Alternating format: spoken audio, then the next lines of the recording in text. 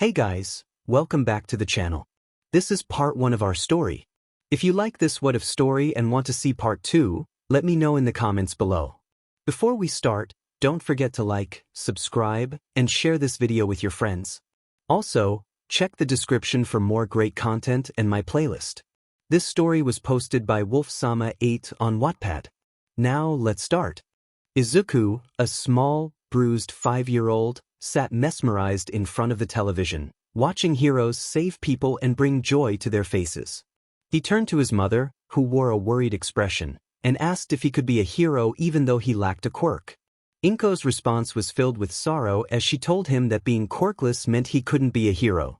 Years later, Izuku awoke from that recurring dream, stirred by the sound of his alarm clock. As he turned it off, the song playing reminded him of his aspirations. He sat up in bed, taking in the cluttered room filled with weights, blueprints, and gears. With a deep breath, he glanced at the calendar, noting it was the last day of school. He encouraged himself quietly, ready to face the day. Dressed for a run, he entered the living room and paused upon seeing his mother. 𝗏𝗏, equally startled, informed him that her boss had called her in early. Izuku remained silent, putting on a forced smile that she recognized as insincere. He prepared a protein shake, and despite her longing to engage him in conversation, he simply stated he would be home late before walking past her. 𝗏𝗏 reached out as if to stop him but hesitated, ultimately withdrawing her hand. As the door closed behind him, she let out a sad sigh, wishing him a good day. After his run, Izuku arrived at his sanctuary, the junkyard, where he could escape the world. He passed the guard, slipping a crisp $20 bill into their hand without a word. Inside, he made his way to his makeshift laboratory. Checking his watch, he noted he had 2 hours to work before he had to return to school, which he viewed as a daunting place. He immersed himself in dismantling old cars, melting down metal, and creating something new. He was building a dream and was determined not to let anyone disrupt it. Before he knew it, the 2 hours had passed quickly. Frustrated, he wondered why time flew by in his sanctuary but dragged on in school. After a quick shower to wash off the grease, he donned his school clothes and packed his bag, leaving the junkyard behind. He often felt more at home there than in his mother's house. In class, Izuku sat in the back corner, absorbed in an old robotics book, a smile on his face. He ignored the teacher's lecture, not even recalling their name. When the teacher excitedly asked who would be trying out for UA, every hand shot up except for Izuku's. The teacher noticed and threw a piece of chalk at him, which he caught effortlessly. The teacher, flustered, asked if Izuku planned to apply to UA. Izuku inquired about the engineering program, prompting laughter from his classmates at the thought of the quirkless boy making it to UA. The teacher was taken aback, unsure of how to respond. Izuku, closing his book, gave the teacher his full attention for a moment before returning to his thoughts. He expressed that he would pursue the best engineering program in Japan, and if that happened to be UA, he would deal with it then. Bakugo, sitting nearby, interrupted, declaring himself the only one destined for UA and telling Izuku to stop pretending he didn't care.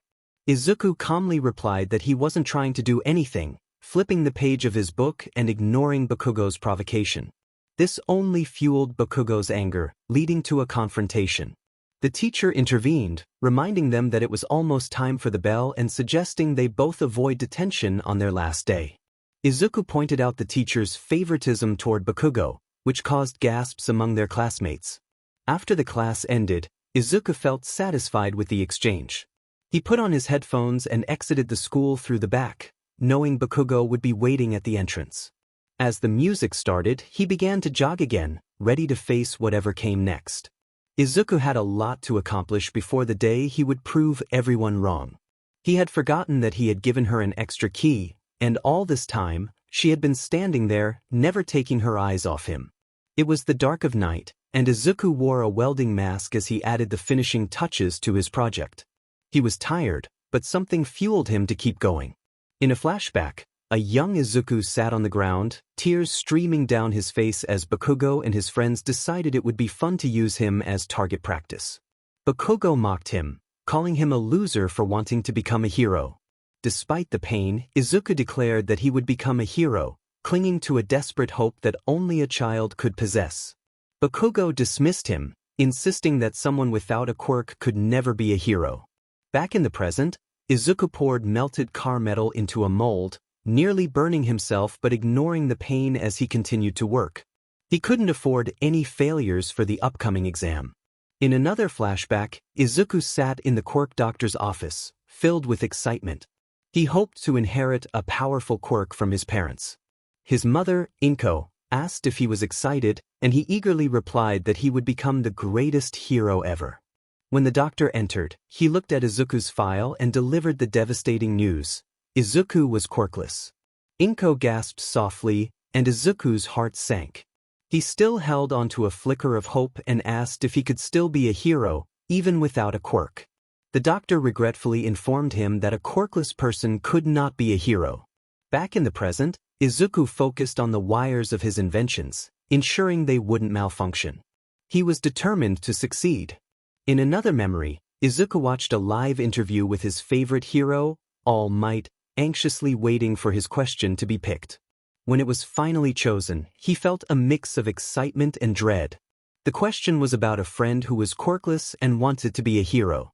All Might responded that while anyone could be a hero by helping others, someone without a quirk could not be a hero like him. Izuku turned off the TV, his hands trembling with anger. He felt betrayed and began to destroy anything related to All Might in his room, his frustration boiling over. Back in the present, Izuku motivated himself, declaring that he would show everyone what the human spirit could achieve. He began working on his bombs, knowing it would be a long night. Meanwhile, Inko sat alone at the kitchen table, staring at Izuku's cold meal. She sighed sadly, realizing that he hadn't eaten with her in years. She told herself that he would be home late and that they would eat together another time, but deep down, she knew it was a lie. On the morning of the UA exam, Izuku finished his jog and approached the entrance of the junkyard. To the guard's surprise, he smiled and waved. Izuku greeted Jim, who was confused by the sudden friendliness. Izuku explained that he was excited for the big day ahead. Jim asked what day it was, and Izuku revealed it was the entrance exam, where he intended to impress everyone. Jim decided to follow Izuku to see what he had been working on in his little laboratory. Once inside, Izuku turned on the lights, revealing his invention. After months of hard work, it was finally complete. Jim looked at the creation in disbelief, and Izuku proudly declared that this was his ticket into UA. Izuku let out a small sigh of relief as he recalled the words from his self-help tapes. He reminded himself repeatedly that people would respect him if he respected himself, and that he had nothing to be nervous about. Today was his big day, a make-or-break moment, and he was determined not to let his nerves get the best of him. Meanwhile, Nizu and the other teachers were reviewing the applicants for the hero program when Nizu noticed Aizawa dismissing one of the files. Nizu inquired about the issue, and Aizawa explained that the applicant was quirkless and wanted to become a hero. Some of the teachers chuckled at the notion, but Nizu remained serious. He stood up, took the file from Aizawa, and examined it. Nizu noted that Izuku Midoriya had rather high grades and a decent dream. He asked Aizawa if he had read further into the application after the admission of being quirkless. Aizawa admitted he had not, as he had seen this scenario play out too many times before. He was tired of watching kids get hurt for daring to dream for more. Nizu nodded and returned the file to Aizawa, who raised an eyebrow in disbelief. Nizu insisted they give the boy a fair chance, expressing his intrigue about what Izuku had to offer. He warned Aizawa to place the file with the others, teasing that he would have to pull rank if he didn't. Aizawa rolled his eyes, knowing Nizu had removed part of the file to keep it a surprise. He complied and returned to his work. Nizu looked at the paper in his hands, which contained Izuku's determination to prove himself with a robotic suit he had built. He hoped Izuku would seize the opportunity presented to him. Back at UA, Izuku stood at the entrance, taking a moment to absorb the significance of the moment. Just as he was about to continue, he noticed a girl with pink hair examining his suit. He asked if he could help her, but she simply pointed out that he had wired it incorrectly. Izuku felt a surge of annoyance and was about to respond sharply when the girl, May, swiftly began to fix the error without waiting for his permission. As he watched her work, he realized she was right. The wires were indeed placed wrong, and using the suit's super strength without fixing it could lead to disaster. In just 5 minutes, Mei corrected what had taken him hours to assemble. She placed the panel back into position and walked away silently. Izuku, feeling a mix of determination and nervousness, approached her. He took a deep breath, assuring himself that it was not the presence of a girl that made him uneasy. It was probably just the meal he had the night before. He expressed his gratitude, thanking Mei for her help with the repairs. Mei acknowledged his thanks, noting that he had done a decent job on the project, though there were areas that could use improvement. She mentioned that her father advised her to refrain from offering help unless asked, and since Izuku hadn't requested her assistance, she felt compelled to apologize for her critique. Her tone shifted from enthusiastic about mechanics to almost indifferent when it came to her apology. Izuku nodded, glancing toward the entrance of UA before looking back at Mei, who seemed puzzled by his attention, as she was not accustomed to being spoken to. Curious about the implications of her feedback, Izuku inquired if the flaws in his design would impact his performance in the hero exam. Mei explained that while most of the issues were cosmetic, there were critical vulnerabilities that could be exploited by an opponent. She elaborated on the weaknesses in his design, and to her delight, Izuku engaged with her, countering her points. By the end of their conversation, Mei wore a smile reminiscent of the joy she felt when one of her creations functioned perfectly. She mentally noted to share with Mrs. Sarah that she had spoken to someone today, a rare occurrence that brought her unexpected happiness, especially since she wasn't working on one of her projects. Neither of them noticed a girl with brown hair pass by, but this brief interaction would subtly alter the course of Izuku's romantic destiny. After a few more minutes discussing mechanics, Izuku checked the time and realized they needed to leave for the exams. He asked Mei if she was participating in the hero exam, to which she replied that she was there for the support course before bidding him farewell and walking away. Izuku watched her depart, feeling a twinge of disappointment for not having asked for her name. The written portion of the exam was straightforward for him. Having built a fully functional robot suit, he was well versed in mathematics and other relevant subjects, and he anticipated achieving top marks, surpassing a girl named Yaoyorozu. Midnight, the proctor, informed Momo Yaoyorozu that she had placed second after recounting the scores multiple times. Momo, in disbelief, pleaded for her test and the test of the top scorer, desperate to understand how she had been outperformed in a battle of intellect. Midnight, however, informed her that such requests were not permitted and instructed her to proceed to the next part of the exam. Izuku, recalling advice from self-help tapes about standing up for oneself and others, took a nervous step forward. He hesitantly interrupted Midnight, seeking to voice his concerns. Both of them found the robotic boy peculiar when he stopped talking and began doing some breathing exercises. Izuku mentioned that he was the boy who scored number 1 and asked if it would be okay for Momo to look at his test. Momo, with a bright smile, eagerly agreed and looked at the teacher. Midnight, observing the two, decided she didn't want to deal with this any longer. She relented, saying they needed to be quick as the next group of contestants would arrive in 10 minutes. Momo thanked her profusely, apologizing for being a bother, and tried to explain her situation. However, Izuku raised his hand, and despite the eye holes in his suit, he seemed to smile. He understood that one couldn't improve without knowing where they went wrong. Momo was thrilled that he got it and introduced herself, bowing nervously. Izuku followed suit, albeit more slowly due to his robot suit. He introduced himself as Izuku Midoriya and asked her to just call him Izuku. Momo was pleased to meet him and, with a hint of hope, asked if she could see his face. Izuku shook his head and began to walk away, suggesting that perhaps one day he would share that secret. 10 minutes later, with the other contestants, Bakugo slammed his fist on the table, glaring at the name on the scoreboard, expressing his disbelief at Izuku's presence. Meanwhile, Izuku sat down, waiting for the other groups to arrive, ignoring the side glances from others.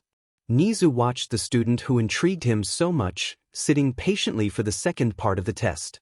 Aizawa and the other teachers were with him, enjoying the brief silence without Mike and Midnight. Aizawa glanced at the robot walking with the other students and then at Nizu, who was smiling. Aizawa acknowledged that it was indeed Midoriya. 𝗎𝗠 expressed his excitement about the boy, noting that someone who invested so much effort into building a suit must have the drive to succeed in the hero course. Aizawa responded with a non-committal grunt, suggesting they should wait and see how he performed.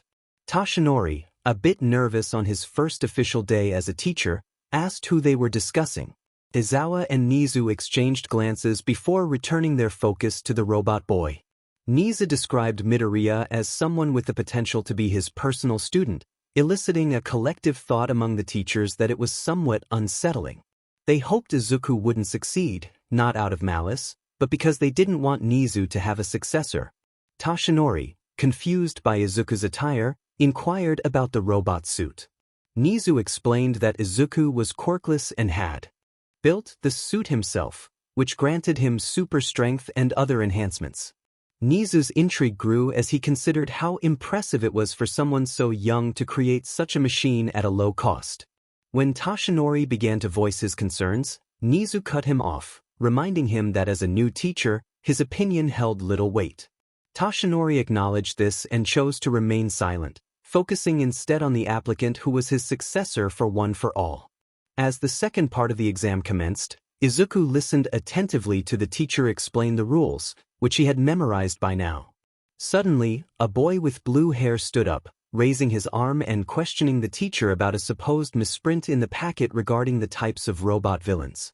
He pointed at Izuku, who was actually paying attention. Izuku turned to the blue-haired boy, who seemed overly aggressive. The boy criticized Izuku's appearance, suggesting he wasn't taking the exam seriously. Izuku, feeling provoked, retorted with a sharp comment about the boy's attitude and appearance, ensuring everyone heard him. Fortunately, he had installed a voice scrambler, so Bakugo, sitting nearby, didn't recognize him. Izuku continued, pointing out that if the boy had read the packet thoroughly instead of skimming it for errors, he would have known that the final robot was worth 0 points, serving only to test their reactions to stronger challenges. The teacher, Mike, thanked Izuku for his insight, making the blue-haired boy feel embarrassed and prompting him to sit down quietly for the remainder of the explanation. Afterward, they boarded a bus that would take them to the simulated city. Izuku sat at the back when Momo approached him, asking if she could sit next to him since he was the closest person she knew on the bus. Izuku agreed, noting it would be a tight fit. Momo settled down comfortably and offered him a kind smile, which Izuku returned, though she couldn't quite tell. Momo remarked that it felt cozy and hoped he wouldn't mind her presence. Why the suit? Izuku explained that his ability wasn't really suited for fighting robots, so he had to think outside the box. Momo accepted this reasoning but couldn't help but feel uneasy about the suit's design. It simply wasn't symmetrical to her liking. As the moment of truth approached, Izuku reassured himself that he had done everything right and reminded himself to breathe. In the fake city, he stood among his peers, waiting for the gates to open. This was the culmination of all his hard work, every injury endured, every setback faced. He couldn't afford to fail. When the gates finally opened, he dashed inside and quickly took down the first robot he encountered. The teacher's voice echoed in the background, but he focused on finding his next target. From All Might's perspective, he urged the students to hurry, noting that one boy had already destroyed a three-pointer. The urgency in the air pushed everyone to rush inside, jostling for position. Izuku used his ability to leap over the crowd, determined to find a robot to destroy before time ran out. Izuku activated his flamethrowers, unleashing a concentrated blast of fire that damaged the robot's face and systems. As he noted the gas levels were low, he quickly adjusted his strategy and moved on to the next target. He ran swiftly, blocking a three-pointer that was firing at other contestants and shouted for a nearby student to move. With the teachers observing, 𝗎𝗍 remarked on Izuku's impressive performance, noting he was currently ranked third, behind Momo and Bakugo. Aizawa acknowledged that Izuku was doing well, even helping others. All Might, however, worried about the boy's safety and the potential for his suit to fail. 𝗎𝗍, dismissing All Might's concerns, expressed his curiosity about how Izuku had built such an effective suit. The excitement in the air was palpable as they continued to watch the competition unfold. As Izuku's battery levels dropped, he switched to power saver mode and focused on defeating a one-pointer. Suddenly, the ground shook, and a massive robot, known as the Zero Pointer, appeared, blocking out the sun. Izuku and a boy with purple hair, Shinso, exchanged nervous glances, realizing they needed to escape. When they noticed a girl trapped under debris, they rushed to help her.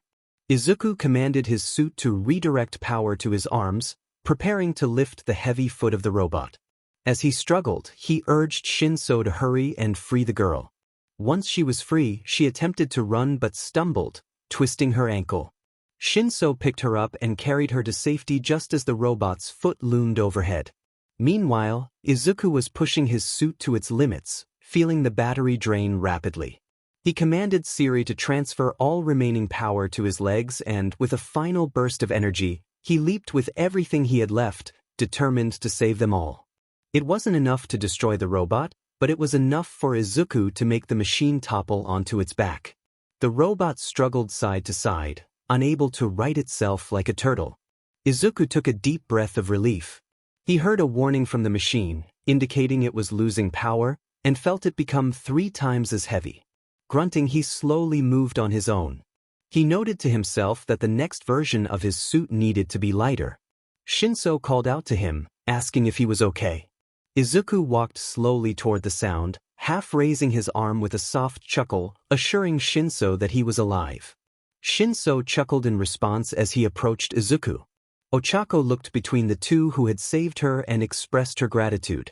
Izuku introduced himself with a small wave, while Shinso nodded and introduced himself as well. Ochako smiled, finding Shinso's demeanor charming. An announcement echoed through the area, stating that the test was over and that anyone injured should report to the recovery girl. Shinso offered to take Ochako there, and she nodded in appreciation before turning to Izuku, asking if he was injured. Izuku reassured her that he was fine, just a bit overheated, and mentioned that he hoped to see them both at UA. As he walked away toward the exit, he hoped his efforts had been enough. Meanwhile, the teachers watched from a distance. Nizu was laughing heartily, looking almost manic in his excitement. Toshinori asked if this was normal, to which Aizawa explained that it was rare for Nizu to get so animated. Nizu expressed his intention to speak with Izuku, believing he had great potential, and decided to deliver a letter personally. Aizawa remarked on Nizu's plans for Izuku, noting that he would be placed in the support course. Weeks passed since the entrance exams, and Izuku was a bundle of nerves, anxiously awaiting the arrival of his letter. He was in his workshop, lifting heavy car parts he had welded together. After placing the weights down, he sat with a sigh, moving his bandaged left arm. He had sprained it and suffered some minor burns, but overall he was fine. Wiping the sweat from his face with a towel, he reassured himself that the card would arrive soon and that he needed to continue working on his suit. To his surprise, he found Nizu sitting in his workshop, examining his blueprints. Izuku was taken aback, stammering as he asked what Nizu was doing there. Nizu explained that he had come to find Izuku at home but had decided to check the workshop instead. Izuku took a moment to calm himself, curious about how Nizu had discovered his secret place. Nizu smiled and explained that he wanted to discuss the reason for his visit. Izuku felt nervous, realizing that Nizu was there to inform him about the results of the entrance exam. Nizu asked about the inspiration behind Izuku's suit, and Izuku retrieved an old newspaper featuring a hero named Ironman. He explained that Ironman was a quirkless genius who built suits to save people long before quirks existed. Nizu listened intently, acknowledging that Izuku was following in the footsteps of a forgotten giant. Izuku felt a mix of pride and anxiety as he shared his thoughts, admitting that he had more to say but preferred to keep some things private.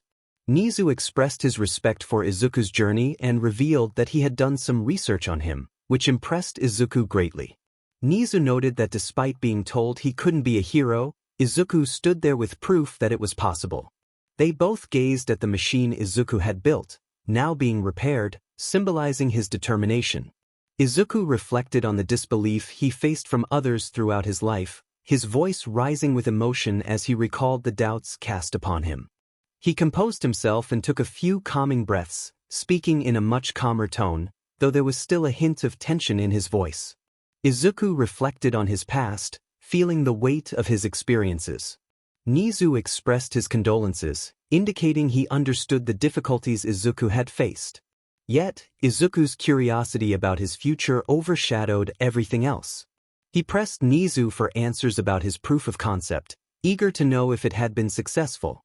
𝗎𝗓 acknowledged the progress but asked what fueled Izuku's creation. Izuku pointed to the power source, a collection of 4 car batteries connected together, a makeshift solution that somehow worked. He explained that they were old car battery parts. 𝗎𝗓 inspected them and inquired about their longevity. Izuku's smile faltered slightly as he admitted they didn't last long under intense usage. 𝗎𝗓 noted the dilemma they faced. While the suit showed potential, it was impractical for a hero to have such limitations. Determined, Izuku retrieved a journal filled with theories on how to power the suit. He explained that it was still a proof of concept and that he was exploring different energy sources, though he was still in the brainstorming phase. 𝗎𝗓 recognized this but informed Izuku that he could not allow him to enter the hero course just yet. However, 𝗎𝗓's smile hinted at other plans for Izuku, igniting a spark of hope within him. 𝗎𝗓 revealed that there was an alternative path to the hero course. If Izuku could make it to the finals of the upcoming sports festival, he would have a chance to join. This revelation captured Izuku's attention and fueled his determination.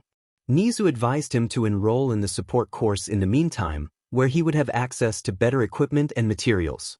They shook hands in agreement, and Izuku acknowledged that while this was a shift from his original plan, it was a positive one. 𝗎𝗓 welcomed him to UA, promising that an official letter would arrive soon. He expressed high expectations for Izuku, who felt a mix of relief and joy, holding back tears as he realized he had finally been given a chance.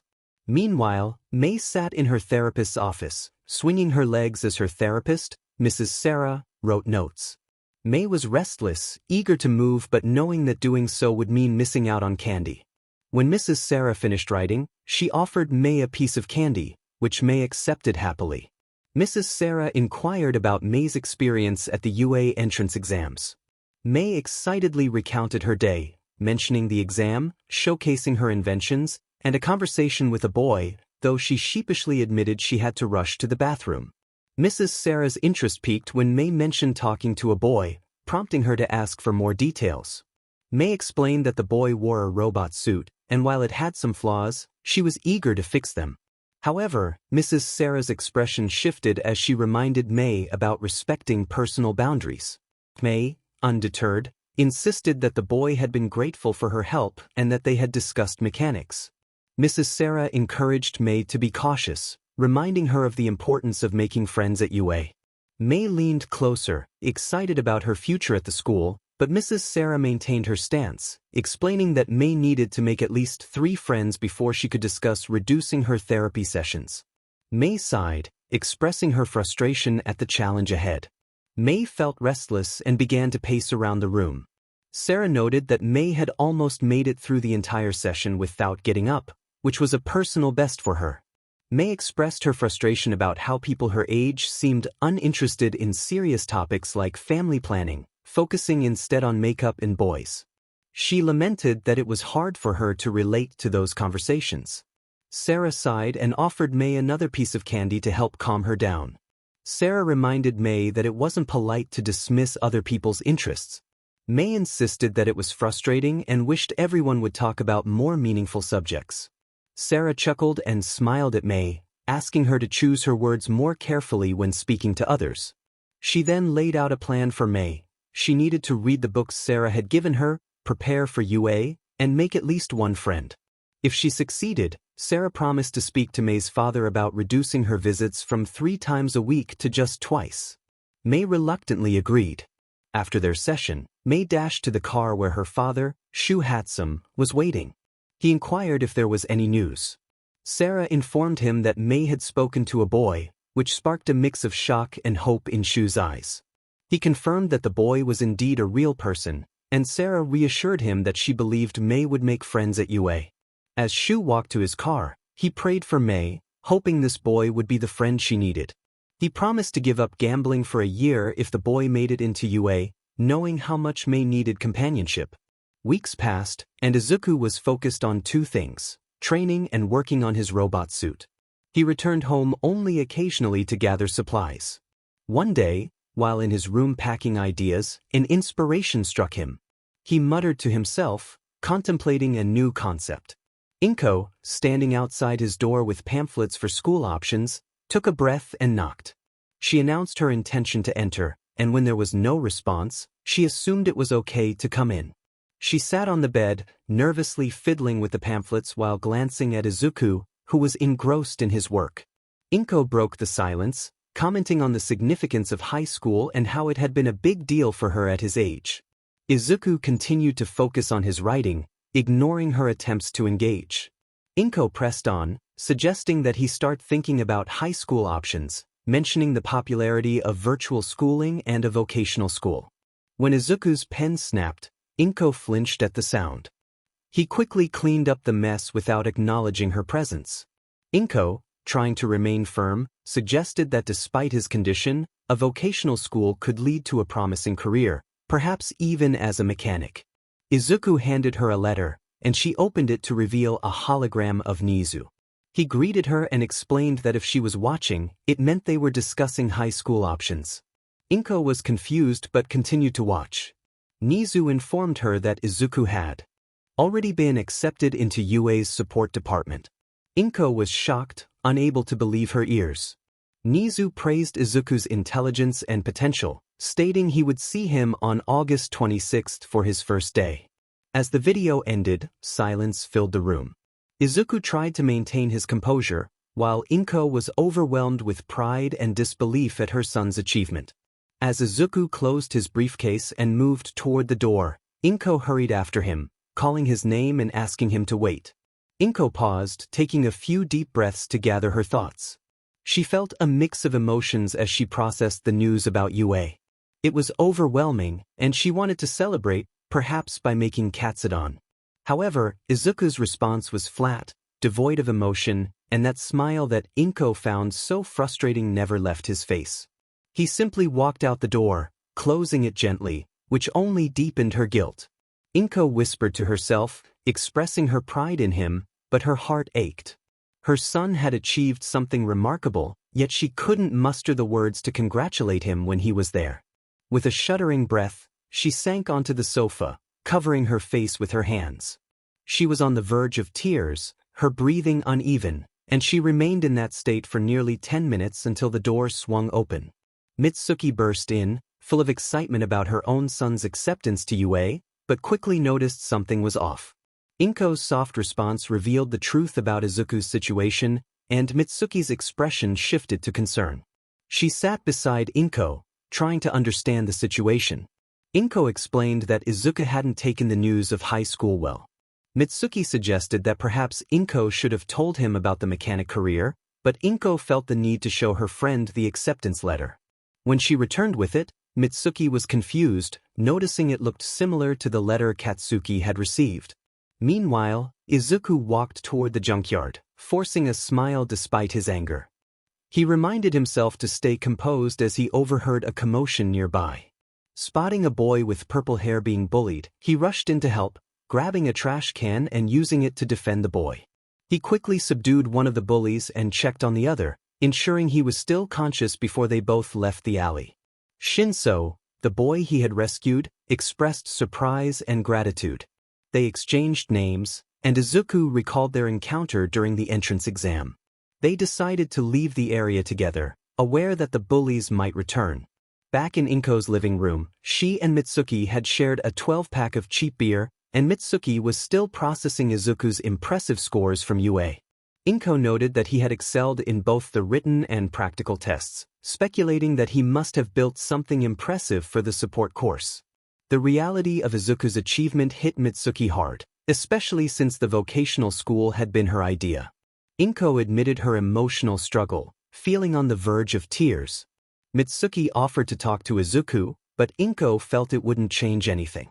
She expressed her frustration about Izuku's lack of communication and the facade he maintained. As they discussed their feelings, 𝗏𝗏's worries deepened, fearing that Izuku might leave her once he turned 18, just like Hisashi had. Mitsuki, ever the supportive friend, reassured 𝗏𝗏 that Izuku loved her. However, 𝗏𝗏's doubts lingered, fueled by his silence and absence. As the conversation continued, 𝗏𝗏's emotions overflowed, and she found herself crying, overwhelmed by the weight of her fears and insecurities. Mitsuki took the beer away from 𝗏𝗏 and hugged her tighter, expressing concern about her drinking. 𝗏𝗏 protested, wanting to indulge in her misery since it was her day off and no one was around to judge her. Despite 𝗏𝗏's attempts to retrieve her drink, Mitsuki held her in a tight embrace, making it impossible for her to move. While 𝗏𝗏 was a sad drunk, Mitsuki was more affectionate when under the influence. Mitsuki reassured 𝗏𝗏 that she was there for her, but 𝗏𝗏 reminded her of a past incident where Mitsuki had been quite drunk at a concert, pointing out that she had no right to judge. Mitsuki defended herself, recalling that it had been a farewell tour. They both giggled and eventually drifted off to sleep in each other's arms. A few weeks later, Bakugo Katsuki was in a foul mood, which had persisted for weeks. He was furious to learn that Izuku would be attending 𝗬𝗧, slamming his fist on the table in frustration. Mitsuki reprimanded him for his tone and reminded him not to call Izuku by that name. Masaru, always the peacemaker, tried to calm the situation, but both mother and son remained stubborn. Katsuki stormed out of the house, slamming the door so hard that it cracked the mirror above it, further infuriating Mitsuki. Masaru sighed and went to make tea to soothe his wife. Back in the present, Bakugo was determined to find Izuku and convince him to drop out of UA, as he believed he should be the only student in their class. Meanwhile, Izuku was outside his laboratory, running on a homemade treadmill. He glanced at the almost rebuilt Mark I suit and reflected on the day that changed his life. In a flashback, a young Izuku wandered alone in the Aokigahara forest, contemplating his existence. He believed that ending his life would allow him to gain a quirk in his next life. As he climbed a sturdy tree, a sudden red light caught his attention. Curious, he descended and discovered the light emanating from a cave that seemed to have once had a door. He ventured inside, descending a flight of stairs, and the lights flickered on, momentarily blinding him. A voice greeted him, introducing itself as Jarvis, an intelligent system created by Tony Stark, also known as Iron Man. Izuku was astonished to learn about Stark, a hero who had accomplished great feats without a quirk, relying solely on his intelligence. As he watched videos of Iron Man, he was captivated by Stark's ability to save people using a robotic suit. Jarvis informed Izuku that it had been 3,000 years since it had last been used and that Stark and his descendants had perished, leaving this lab as the last operational one. Izuku felt a pang of sadness for the AI's loneliness and wondered if he could become a hero like Iron Man. Jarvis asked if he wished to activate Project New Legacy, a contingency plan for when Iron Man was needed again. Izuku, filled with hope, expressed his longing to become a hero, believing that the world still needed someone like Iron Man. But either way, he spoke with deep emotions in his tone. Izuku expressed his longing to be a quirkless hero, someone who could inspire hope for the 20% of the population without quirks. He was determined to do whatever it took to achieve that dream. Jarvis acknowledged his passion and informed him that he needed to study robotics, mechanics, and several other subjects before he could receive the blueprints for the suits. Izuku leaned back in his chair, absorbing the information. After so long, he finally had a chance to become a real hero without a quirk. He eagerly agreed to whatever Jarvis suggested, ready to dive into the necessary books and training. Jarvis reminded him that physical strength was essential to operate the suits and offered to create a meal and exercise plan. Izuku looked at his body, realizing he needed to improve. With determination in his heart, he promised to make Tony Stark proud. Years had passed since that day, and Izuku had dedicated himself to studying and training tirelessly. The results of his hard work were beginning to show. While running, he heard someone call his name from behind. Shinso had returned, and Izuku welcomed him, reminding him that he could hide there whenever his bullies were causing trouble. Shinso was taken aback by Izuku's transformation. He had become quite muscular. Izuku, however, was focused on his own progress and began to clean himself up. Shinso admitted he felt insecure about his own body, and Izuku encouraged him to train harder. He pointed out that they were already at a disadvantage and needed to work 3 times as hard as those with flashy quirks. Dshinso acknowledged Izuku's point but expressed frustration about not being able to afford a gym membership or equipment. Izuku countered that he had built everything he used from car parts, emphasizing that excuses would only hold them back. He explained that he was determined to prove everyone wrong and would not let anyone ignore him. Izuku advised Dshinso to do exercises that didn't require equipment, suggesting simple alternatives like using water jugs for weightlifting. He urged Dshinso to swallow his pride and ask for help, reminding him that UA was only 2 months away and the sports festival was their chance to enter the hero course. Dshinso, feeling the weight of his situation, asked Izuku for assistance, and Izuku gladly accepted, promising to be his unofficial gym buddy. Meanwhile, Kirishima paused to look up at the sky, feeling a sense of beauty in the air. Mina raised an eyebrow, curious about what was happening. Kirishima shared that he felt a new friendship was forming, one that was strong and meaningful. Mina rolled her eyes but smiled, reminding him that he had lost a bet and needed to dye his hair red. Kirishima protested, but Mina ignored him, whistling as they headed to Walgreens to get the hair dye. Back with Izuku and Dshinso, Izuku handed Dshinso a refurbished Walkman and some self-help tapes. He explained that to improve physically, one must also grow mentally, and he encouraged Dshinso to take the words of the tapes to heart. Izuku shared how much motivation he had gained from them, emphasizing the importance of mental strength in their journey ahead. It was a rare blue moon, and Izuku was back at home, preparing for his first day at UA. 𝐒𝐭𝐸 sat on the sofa in the living room, camera in hand, eager to see her son off and perhaps capture a picture of him. When the doorbell rang, she knew it wasn't Mitsuki. 𝐒𝐭𝐸 got up and opened the door, surprised to find a boy around Izuku's age with purple hair dressed in workout attire. She asked if she could help him. The boy introduced himself as Hitoshi Shinso and explained that he was there to pick up Izuku to head to UA together. 𝐒𝐭𝐸 was taken aback, wondering if this boy could truly be a friend of her son. She nervously smiled and asked how long they had known each other. Shinso replied that they had met at the entrance exam for UA just a few months prior. 𝐒𝐭𝐸, still processing this new information, offered Shinso an open invitation to visit whenever he wanted to see Izuku. Just then, Izuku appeared, apologizing for being late as he made sure he had everything he needed. 𝐒𝐭𝐸 turned to him, noticing his workout clothes, a new backpack, and the familiar smile he wore. She felt a wave of emotion as she watched him. Izuku suggested they leave, noting the long jog ahead to UA. Shinso confirmed he had his uniform in his backpack and politely acknowledged 𝐒𝐭𝐸 before they began to walk away. When 𝐒𝐭𝐸 touched Izuku's shoulder to wish him luck and take a picture, he brushed her hand away, causing her to flinch. She simply wanted to capture this moment, but Izuku seemed distant, his smile not reaching his eyes. After a moment of hesitation, he dropped his backpack out of sight and looked at 𝐒𝐭𝐸, who stumbled slightly, almost dropping her camera. Taking a deep breath, she managed to take the picture, but it didn't bring her the joy she had hoped for. She considered asking for another shot, but the door closed, and she missed her chance. With a sigh, she looked back at the photo. As Izuku caught up with Shinso, they began walking down the stairs. Shinso glanced at him and remarked on the apparent tension between Izuku and his mother. Izuku explained that being quirkless and wanting to be a hero had led to a strained relationship. Shinso, who had supportive parents, felt fortunate in comparison. Izuku encouraged Shinso to prepare for their journey, explaining that they needed to train every chance they got if they wanted to succeed at the sports festival. Shinso reluctantly agreed, and they put on their earphones, ready to jog to UA. After a while, they arrived at the entrance of UA.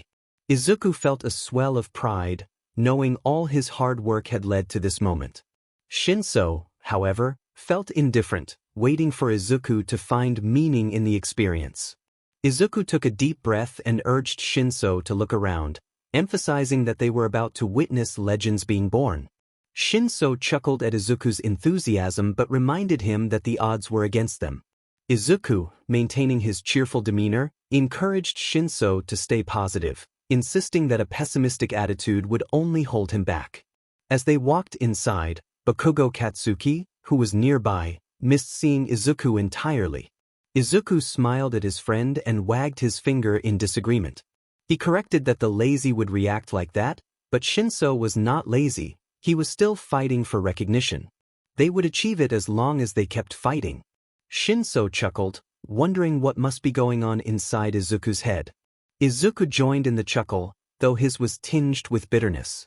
He mentioned that they needed to hit the shower, as the last thing they needed was to smell unpleasant. 𝗔𝗂𝘁 nodded in agreement but looked at Izuku with confusion, asking how he knew this place had showers.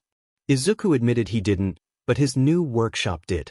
Thanks to Nizu, he had a new workshop with a better bed, couch, shower, and even a bathroom. He joked that if he could make Uber Eats deliver to his door, he would never leave the place. 𝗔𝗂𝘁 was surprised by all the things Izuku had received. Izuku explained that Nizu expected big things from him. Suddenly, Nizu appeared, catching both boys off guard. Nizu smiled and asked if he had scared them. Izuku chuckled, noting that surprise would be a more accurate word. He introduced 𝗔𝗂𝘁 to Nizu, who acknowledged having read 𝗔𝗂𝘁's file. Nizu remarked that 𝗔𝗂𝘁 had a very powerful quirk, stronger than some students in the hero course. 𝗔𝗂𝘁 sighed, recalling that he hadn't made it because he could barely defeat a one-pointer. Nizu confirmed this, adding that 𝗔𝗂𝘁 needed to train more physically if he wanted a chance at the hero course. 𝗔𝗂𝘁 accepted this, having naively believed that his mind control ability was enough. Izuku mentioned that they were training together since they shared the same goal. Nizu inquired how they planned to achieve that, noting that only one could win the sports festival. Izuku pointed out that Nizu had never said he needed to win to make it to the hero course, he only needed to reach the finals. They agreed to help each other make it to the finals, and Izuku confidently stated that they would even make it to the final match of the final competition. Nizu was impressed by Izuku's cleverness and asked what kind of training they had been doing.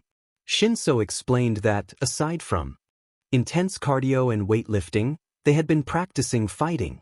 A flashback revealed Izuku urging 𝗔𝗂𝘁 to get up, insisting that they weren't done yet. 𝗔𝗂𝘁 groaned on the ground, but Izuku continued to move around him, encouraging him to rise. He emphasized that real heroes fight until they can't anymore, and 𝗔𝗂𝘁 needed to push through. With determination, 𝗔𝗂𝘁 got up, fists raised, albeit without form. He asked Izuku how he had become so skilled, to which Izuku replied that he learned from YouTube videos and any fighting books he could find. Izuku understood that if he faced someone skilled in combat, he would be at a disadvantage. However, he felt this knowledge would sustain him until he could receive better training in the hero course. He had recently learned about an old fighter named Muhammad Ali, a man so powerful that he could defeat a hero like Superman. Inspired, Izuku attempted to emulate his style to the best of his ability, despite knowing it was just a comic book. To him, it felt real, and that was what mattered. 𝗔𝗂𝘁 suggested that Izuku should show him the videos and books so he could practice before their fight. Izuku agreed but wanted to first assess 𝗔𝗂𝘁's fighting skills and teach him how to endure a real punch. They wouldn't stop until 𝗔𝗂𝘁 passed out. Nizu interrupted their conversation, reminding them to hurry and get ready for class. He pointed out something in the distance, but when they looked, they saw nothing. When they turned back, Nizu had vanished, leaving them puzzled. They shrugged it off and made their way to Izuku's new workshop, where 𝗔𝗂𝘁 couldn't help but admire the modern setup compared to his old one. Izuku instructed 𝗔𝗂𝘁 to take a shower while he made some adjustments to the large computer in front of them. 𝗔𝗂𝘁 agreed and headed to the bathroom. Izuku approached the giant monitor and connected his phone, allowing 𝗕𝗏𝗻 to take control of the system. 𝗕𝗏𝗻 greeted Izuku, acknowledging his upgrade. Izuku shared that he had completed and tested the Mark I suit, feeling confident that he deserved the next blueprint. 𝗕𝗏𝗻 accessed Nizu's security feed to review the entrance exam. As the printer whirred to life, Izuku moved to grab the blueprints, only to find that they were also incomplete. 𝗕𝗏𝗻 confirmed that the blueprints for the Mark II were in his hands and encouraged him to complete them to be worthy of the mark. Izuku accepted the challenge but noted that until then, the Mark I would suffice. He began working on the blueprints, trying to fill in the missing parts while waiting for 𝗔𝗂𝘁 to finish his shower. He was so engrossed in his work that he didn't notice 𝗔𝗂𝘁 had returned until he felt a hand on his shoulder. 𝗔𝗂𝘁 asked if Izuku was alright, to which Izuku responded that he was just focused on his next project. The mark he showed 𝗔𝗂𝘁 the blueprints, but 𝗫𝗁𝐲 struggled to understand them, only noticing a small detail. He commented that the new design seemed weaker than the one used in the entrance exams, which Izuku confirmed was the mark. However, he explained that the new suit was designed for super flight rather than super strength, grinning at the thought of helping people with the power of flight. 𝗫𝗁𝐲 pondered the name super flight, questioning whether it was appropriate since flight was no longer extraordinary. Izuku playfully challenged him, asking if he could fly without an airplane. 𝗫𝗁𝐲 pretended to think deeply before suggesting helicopters, but Izuku countered that it didn't count. They exchanged playful banter about hang gliders and wingsuits before 𝗫𝗁𝐲 reminded Izuku to take a shower since class was starting soon. Reluctantly, Izuku agreed to meet 𝗫𝗁𝐲 after class for training and made his way to the bathroom. As he stepped into the shower, the cold water invigorated him, and suddenly, an idea struck him. He slipped and fell but quickly got up, running to his journal and writing furiously. He realized how to make his suit fly, inspired by the genius of Tony Stark. Later, Izuku rushed to class, 5 minutes late but feeling it was worth it. The school felt like a maze, and he ended up in the cafeteria before finally arriving at his classroom. He opened the door, revealing his nervous smile to the class. The teacher asked for his name, and Izuku introduced himself, acknowledging his tardiness. To make amends, he presented a bag of donuts and a hot cup of coffee as an apology. The teacher raised an eyebrow, skeptical about whether a bribe would prevent a mark on Izuku's record. Izuku confidently argued that the coffee and donuts were worth the chance, hoping the teacher's fatigue would make him more amenable to accepting the gesture. The room was tense as everyone awaited the teacher's response. Some of the students wanted their teacher, Power Loader, to give the smiling green-haired boy a mark on his records just to wipe the smug smile off his face. However, much to their disappointment, PL nodded and instructed them to put their assignments on his desk and sit down next to the girl with pink hair. The rest were told to talk quietly among themselves until he finished his work, as he mentioned he was quite hungry. Izuku looked at the pink-haired girl and was surprised to find that she was the one who had been on his mind for months. He gladly sat down next to her and observed what she was doing, unable to suppress a chuckle. He pointed out that she had such the wrong cables, warning her that it could cause an explosion if turned on. The girl, May, looked up in confusion and asked what he meant by his turn. Izuku introduced himself as the boy in the robot suit, and May recognized him, though she insisted there was nothing wrong with her cables. He noticed her muttering under her breath as she fixed the wires, and he chuckled again, realizing she was determined to prove him wrong. She explained that the wires looked wrong from his perspective, and he acknowledged his mistake. Curious to engage her in conversation, he asked if she knew his name. May shrugged, claiming she was busy with something more important, her invention, which she affectionately referred to as her baby. Izuku was intrigued and leaned closer to see what she was working on. May proudly revealed that her goggles provided enhanced sight, and he could see the sentimental value she placed on them. Izuku shared that his first invention was a super toaster, which amusingly came to life and caused chaos. May raised an eyebrow, sensing he was embellishing the story.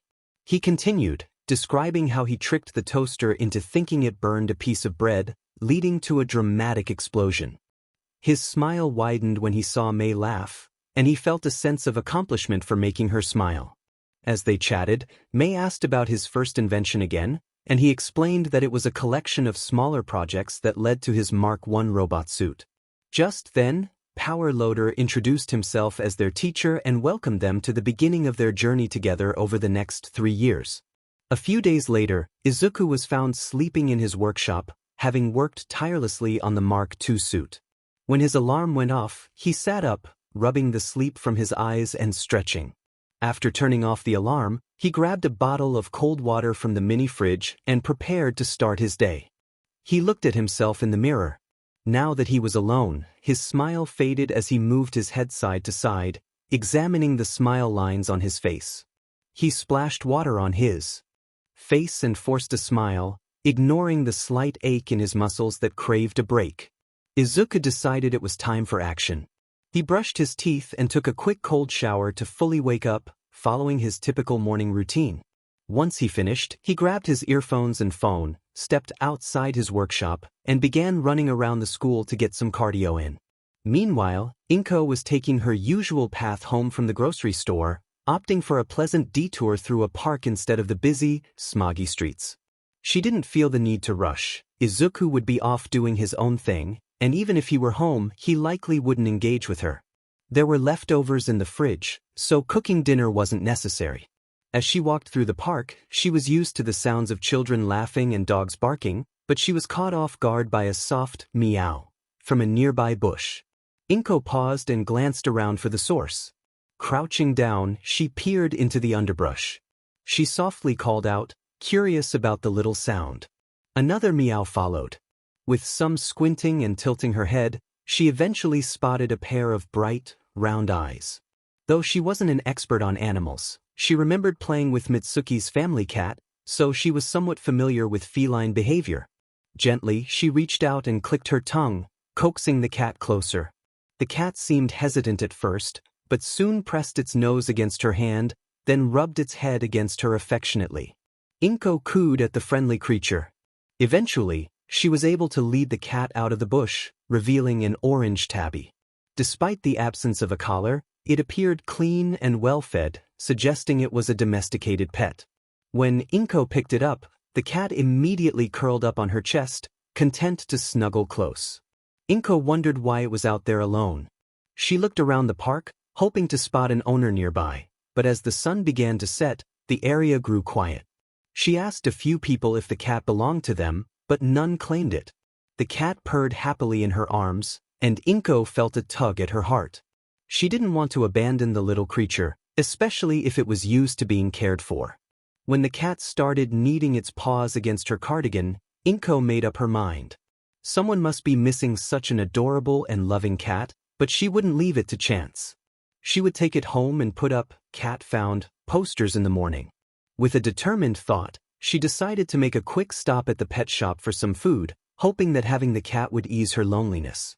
Back to Izuku, he finished his cardio at 7 in the morning and returned to his workshop. He opened the door to find 𝗎𝗎 examining the beginnings of his Mark II design, which he had crafted from styrofoam to visualize the machine. Izuku greeted 𝗎𝗎, noting the lovely morning.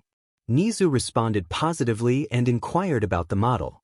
As Izuku dried the sweat from his brow, he explained that this was his Mark II design. It wouldn't have super strength, but it would possess super flight. 𝗎𝗎 raised an eyebrow, asking if Izuku believed he could build it. Izuku nodded confidently, stating that he had already finished the blueprints, and now it was just a matter of construction. He asked if he was allowed to work on weekends, to which 𝗎𝗎 confirmed that all support course students could use the workshop. Izuku felt a surge of excitement at the thought of being around others who shared his passion for building. He took out his phone and texted his mother to let her know he was safe at school. He mused that while he would see other students, none would match his genius, ambition, or flexibility in thinking. 𝗎𝗎 cautioned him to keep his ego in check, but Izuku dismissed the warning with a chuckle, insisting it was confidence in his abilities. 𝗎𝗎 then asked about the power source for the machine. Izuku pointed to a specific part of the blueprints, explaining that he had improved the battery life and that it would be solar-powered, one of the most accessible options. In theory, it should last longer. 𝗎𝗎 reminded him that it was still just theory, but Izuku's smile remained, albeit a bit smaller. He acknowledged that he still needed to test it out, but he was focused on building it first. 𝗎𝗎 offered to help and mentioned a place where Izuku could test the suit once it was finished, the Unforeseen Simulation Joint, or USJ for short. Later, 𝗶𝐿 finished his cup of coffee while his students worked on their first project. Izuku, however, was not enjoying the task at hand. He muttered to himself in frustration, feeling that fixing old, broken devices was beneath his capabilities. All the students were tasked with repairing outdated gadgets with minimal materials, and Izuku found it hard to accept this as a challenge worthy of his genius. "Can I work on my projects now?" For the 5th time, 𝗶𝐿 told May no. If she was finished, she should go help some of her classmates. 𝗶𝐿 sighed in frustration. Since the semester began, all May wanted to do was build her creations. May questioned why she should help, and 𝗶𝐿 tried to appeal to her sense of humanity, suggesting it was a nice thing to do. Mei simply stared at him blankly. 𝗕𝗏 then mentioned that it could be the spark she needed to make friends, recalling her file and the need to encourage her social interactions. However, Mei's expression indicated she was not convinced. 𝗕𝗏 finally said, "How about because I said so?" At this, Mei's face lit up with a smile, unaware that she was causing 𝗕𝗏 unnecessary stress. She agreed, and 𝗕𝗏 asked who needed help with their machines. Izuku stopped working and looked at 𝗕𝗏 with disdain, as if he had said something truly insulting. 𝗕𝗏 realized he had 2 problem children in his class.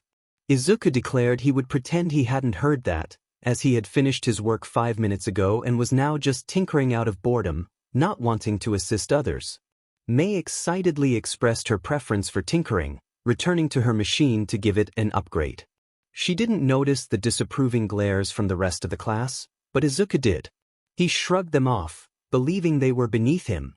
𝗕𝗏 insisted that Mei had agreed to help, to which Izuku raised an eyebrow and remarked that if it took them this long to fix something as simple as a toaster or a coffee maker, they probably didn't belong in UA. The rest of the class directed their frustration toward Izuku, but he continued to smile. Mei nodded in agreement, confused by the situation. 𝗕𝗏 sighed, expressing his exasperation at their antics, noting that they were going to be the death of him, and it hadn't even been a month. Izuku suggested that they would remain quiet if allowed to work on their projects, which he affectionately referred to as babies. Mei chimed in, calling them babies as well, while Izuku smirked at 𝗕𝗏, who sank deeper into his chair. 𝗕𝗏 remained firm, refusing to break the rules just because 2 students were being particularly annoying. The class turned their attention to Izuku's table, where he had somehow transformed a toaster into a tiny robot with an eye. The robot asked about its purpose, and Izuku casually replied that it was to toast bread, handing it a slice. The robot toasted the bread and returned it to Izuku, who began eating. The robot, feeling dejected, questioned its purpose again, and Izuku reiterated that it was to toast bread. The toaster then walked to the window and jumped out. The class rushed to the window, witnessing the broken pieces of the robot toaster below. Izuku laughed heartily at the absurdity of it all. 𝗕𝗏 remarked how dark that was, to which Izuku responded that it was 𝗕𝗏's fault for letting him get bored, and he found dark humor amusing. He challenged the class, stating that humor isn't humor unless it offends someone. Just then, Principal Nizu entered, asking if Izuku had finished his assignment. 𝗕𝗏, still gazing out the window at the remnants of the robot, said Nizu could take Izuku if he wanted. Izuku followed Nizu to his office, curious about the reason for his summons. Nizu complimented Izuku on his assignment, noting he enjoyed dark humor as well. They shared a chuckle, which startled those who passed by. Nizu informed Izuku that since he had completed his work, he was being taken to assist with other tasks as Nizu's personal student. This perked Izuku up, as it was a chance to prove himself, not just to Nizu, but to himself as well. After Minato's sacrifice, Hiruzen sat in the Hokage Tower, reflecting on the choices made. He felt a deep sense of loss and frustration as he gazed out at the Hokage monument, where Minato's face was carved into the rock. Hiruzen lamented that Minato had chosen to sacrifice himself instead of allowing him, an old man who had lived his life, to take that burden. The village needed Minato, and so did his family, especially his son. In the office, Hiruzen turned his attention to the crib where baby Naruto slept peacefully, unaware of the turmoil surrounding him. Hiruzen recalled a time at the Konoha hospital, where he had been recovering from his injuries while waiting for Kushina to awaken. The unexpected arrival of triplets had shocked everyone, including the parents. He remembered the names of the girls, Narumi and Mito, and felt a pang of sadness for the family. An ANBU member, known as Snake, approached him with news of the council's demands for his attention. Hiruzen, weary but resolute, instructed her to tell them to wait.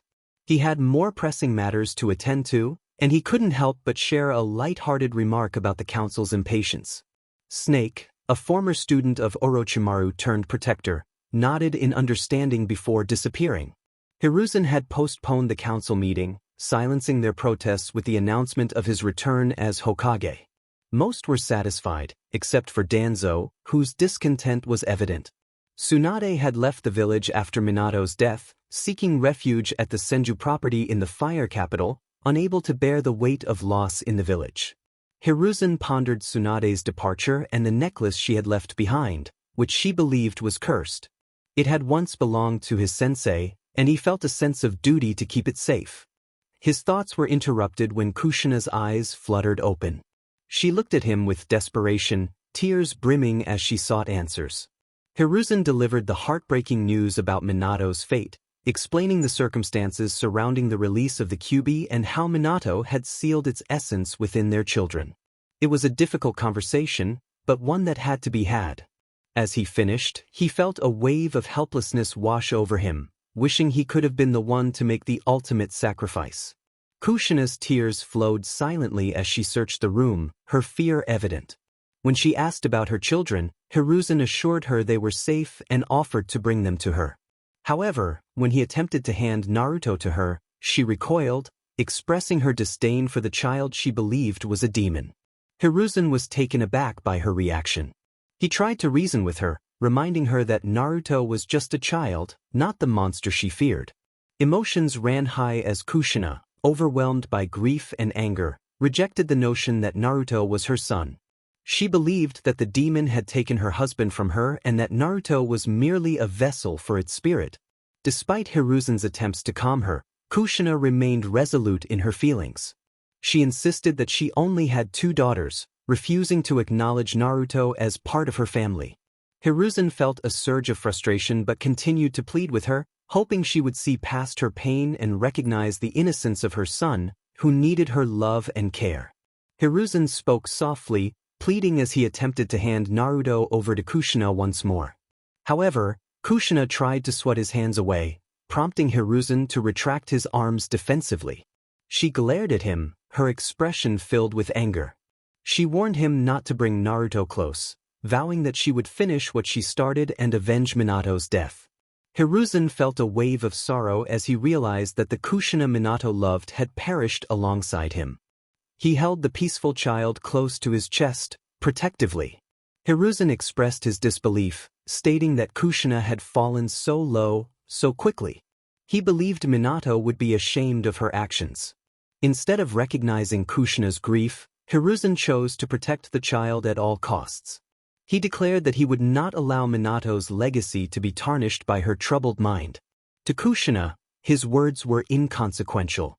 She simply huffed and turned away, focusing on her daughters, the last remnants of joy in her life. Kushina calmly stated her intentions to take her daughters to the fire capital, where they would reside under the protection of the daimyo. She planned to raise them there and return only when she was satisfied with their training. Then, in a moment of bitterness, she declared that Midoriya would inherit the Uzumaki mantle, while Narumi would inherit the Namikaze legacy. She insisted that Naruto would hold nothing, as she had the power to disown him. He was neither Uzumaki nor Namikaze, and she warned Hiruzen not to name him as such. Hiruzen felt a deep sense of disgust, reminiscent of his feelings toward Orochimaru, but he could do nothing but nod in response. He told Kushina to do as she wished, stating that they had nothing more to discuss. He excused himself, mentioning a council meeting he needed to attend. With that, he vanished in a blur, reappearing in the Hokage Tower. He snapped his fingers, summoning a masked ANBU agent, to whom he gently handed Naruto. He instructed the agent to take care of the child while he dealt with the council. The agent, known as Snake, hesitated before voicing her concerns. She reminded Hiruzen of her own experiences as Orochimaru's project and questioned how the council would react to the news that Naruto carried the soul of the demon that had caused so much destruction. Hiruzen acknowledged her point, realizing that the council would likely act irrationally, just as Kushina had. Snake suggested that Hiruzen lie, telling the council that Minato had managed to destroy the demon's soul, leaving only its chakra behind. She believed this would prevent panic and give Naruto a better chance at a normal life. Hiruzen considered her advice and nodded, heading toward the council chambers while leaving Snake alone with the baby. She removed her mask and looked down at Naruto, smiling gently as he nestled against her warmth. As Hiruzen entered the council chambers, he felt the weight of the situation. The clan heads were seated on one side, the civilian council on the other, and the elders directly in front of him. With a sigh, he took his seat, flanked by 2 ANBU guards. 𝗵𝗲 cleared his throat, signaling the meeting's start. 𝗵𝗲 asked Hiruzen what had become of the 𝗬𝐵, a question that hung heavily in the air. Hiruzen's expression turned serious as he prepared to address the council. He informed them that the 𝗬𝐵 had been defeated and the threat had passed. Minato had used a forbidden jutsu to split and seal the 𝗬𝐵. The council members sighed in relief, but Shikaku, the smartest of the clan leaders, pressed further, asking what Minato had sealed the demon into. Hiruzen cursed under his breath, wishing for a moment of silence, but he maintained a composed demeanor. He explained that Minato had sealed the yin and yang parts of the 𝗬𝐵's chakra into his twin daughters, Narumi and Mito, believing their strong Uzumaki heritage would allow them to handle the power. Danzo then inquired about the soul of the creature. Hiruzen, recalling their past friendship, felt a pang of sadness as he faced the man he no longer recognized. Taking a deep breath, he continued, stating that Minato had sacrificed his own soul to destroy the 𝗬𝐵's soul forever, allowing the Shinigami to take him. He assured the council that the 𝗬𝐵 would never be reborn. To Hiruzen's relief, the council accepted his story, viewing Minato as a heroic figure for his sacrifice. All that mattered to Hiruzen was that Naruto would have the opportunity for a normal life. Things were going smoothly until Danzo decided to speak again. He suggested that Hiruzen allow him to take over the training and upbringing of the children, claiming he could help them control their emotions better and ensure their loyalty to the village. Hiruzen thought about Danzo's suggestion, ready to deny it wholeheartedly. Despite his current feelings toward Kushina, he would never stoop so low as to hand her children over to Danzo. Just as he was about to voice his thoughts, Mabuki Haruno, the head of the civilian council, interjected. She expressed concern about the whereabouts of the Hokage's children, acknowledging their status as heroes of the village and the burden they carried. Hiruzen reassured them that the children were well and healthy, explaining that, given the current fragility of Konoha, Kushina had decided it would be best for them to stay at an old Uzumaki clan property in the fire capital. His neutral expression almost faltered as he spoke about Kushina. Anger simmered beneath the surface, but he pushed through to explain her decision. He mentioned that Kushina and the heirs of the Uzumaki and Namikaze clans would be safe under the protection of the daimyo and would return when they were adequately trained, just in time for their genin exams. Danzo, outraged, slammed his fists on the table, demonstrating why he was never chosen as Hokage. He argued that the Jinchuriki must remain close to the village, especially after the recent attack, warning that Konoha would appear vulnerable if the Jinchuriki twins were not present. He demanded that Kushina return immediately and insisted that her lack of experience made her unqualified to train them. The council erupted into a small uproar, discussing and disagreeing among themselves, which only gave Hiruzen a headache. He sighed, ignoring Danzo's outburst, and took a moment to smoke his pipe while waiting for the council to settle down. Once the noise subsided, Hiruzen responded to Danzo, reminding him that they lacked the necessary forces to ensure the children's protection. He emphasized the need to concentrate resources on repairing the village and healing the injured. As long as they showed unity, the other nations would not attack. He reassured them that Kushina and her daughters would be much safer in the fire capital and that if she did not train them well, their future sensei would take over. That was final. They would not return a moment sooner. 3 days had passed since that meeting, and Hiruzen had been inundated with demands for Kushina to bring back her daughters. He discarded the papers as Kushina was the last person he wanted to see at that moment. Just as he was about to enjoy a smoke, the pipe vanished from his hand. He looked around to find Anko, holding the pipe. She reminded him that he should not smoke with a baby in the room. Hiruzen sighed, feeling the weight of stress from the council's demands, the village's needs, and the responsibilities of caring for a child in his old age. Before he could dwell on his thoughts, the window slid open, and Kakashi and Jiraiya entered. He motioned for them to come in, eager to discuss pressing matters. Jiraiya greeted him with a crooked grin, commenting on Hiruzen's return to the Hokage seat. Hiruzen sighed, acknowledging the burden left by Minato, a burden that Kushina refused to understand.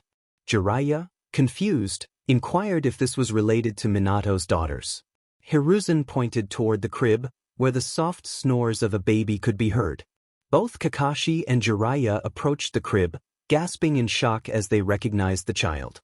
Jiraiya, taken aback, questioned why the baby was there when Kushina had only mentioned 2 daughters. Hiruzen explained the events at the hospital, detailing how Kushina had disowned the child, blaming him for Minato's death. She viewed him as a manifestation of the Kyuubi and had even threatened him. Hiruzen then asked Jiraiya to adopt Naruto and teach him as he had taught Minato. Jiraiya hesitated, concerned about his responsibilities, but Hiruzen handed him a piece of paper outlining a timetable for his duties. He looked at Hiruzen with a raised eyebrow. Hiruzen expressed his understanding of Jiraiya's responsibilities, suggesting they could set up a timetable for managing his spy network.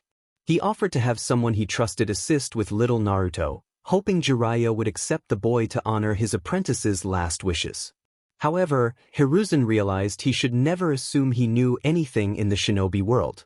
His heart sank slightly when Jiraiya sighed and returned the baby to him. Jiraiya explained that he couldn't adopt Naruto, even without the burden of the spy network, as he didn't consider himself father material. He preferred to travel, conduct research, and write his books.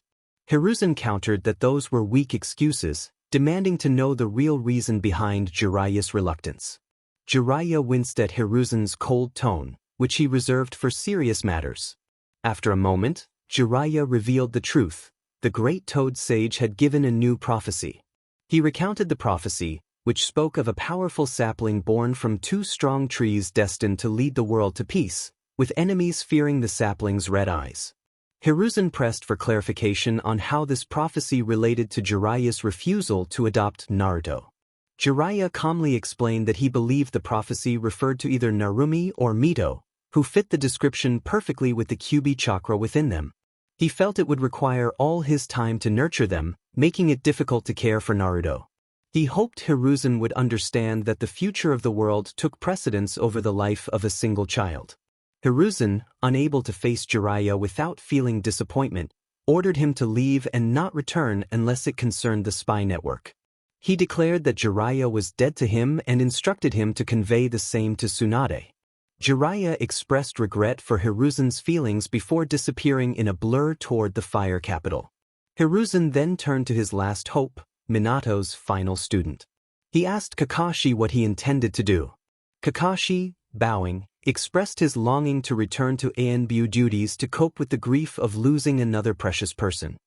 He admitted that Naruto resembled Minato too closely for him to care for him and that his missions would prevent him from being there for the boy.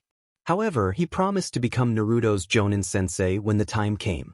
Hiruzen acknowledged Kakashi's loyalty to Minato but insisted that Naruto would never be in his care as a teacher.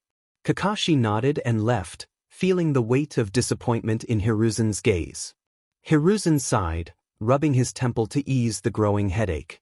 Anko, removing her mask and placing it on the desk, knelt before Hiruzen and offered a full-body bow. Hiruzen urged her to speak. Anko pleaded for his trust, asking to adopt Naruto. 2 weeks later, as lunch was announced, most students rushed out. Izuku waited for the crowd to disperse before getting up and heading toward the exit. He noticed Mei still tinkering with one of her projects and decided to sit back down beside her. Izuku informed Mei that it was time for lunch, but she insisted on finishing her work. He observed that she never took breaks during lunch, always opting for chocolate bars instead. Concerned, he asked if something would happen if she didn't finish in the next hour. Mei explained that it would take her longer to complete it. Izuku suggested that she might be focusing too much on one aspect of her project and missing the bigger picture. Mei, annoyed, dismissed his comment but grew frustrated when a piece she was working on broke. Izuku took the broken piece, quickly repaired it, and returned it to her with a kind smile. He encouraged her to consider that neglecting her own needs could weaken her overall strength. Mei, now intrigued, listened as she examined the fixed piece, realizing that Izuku had managed to work around the flaw she had created.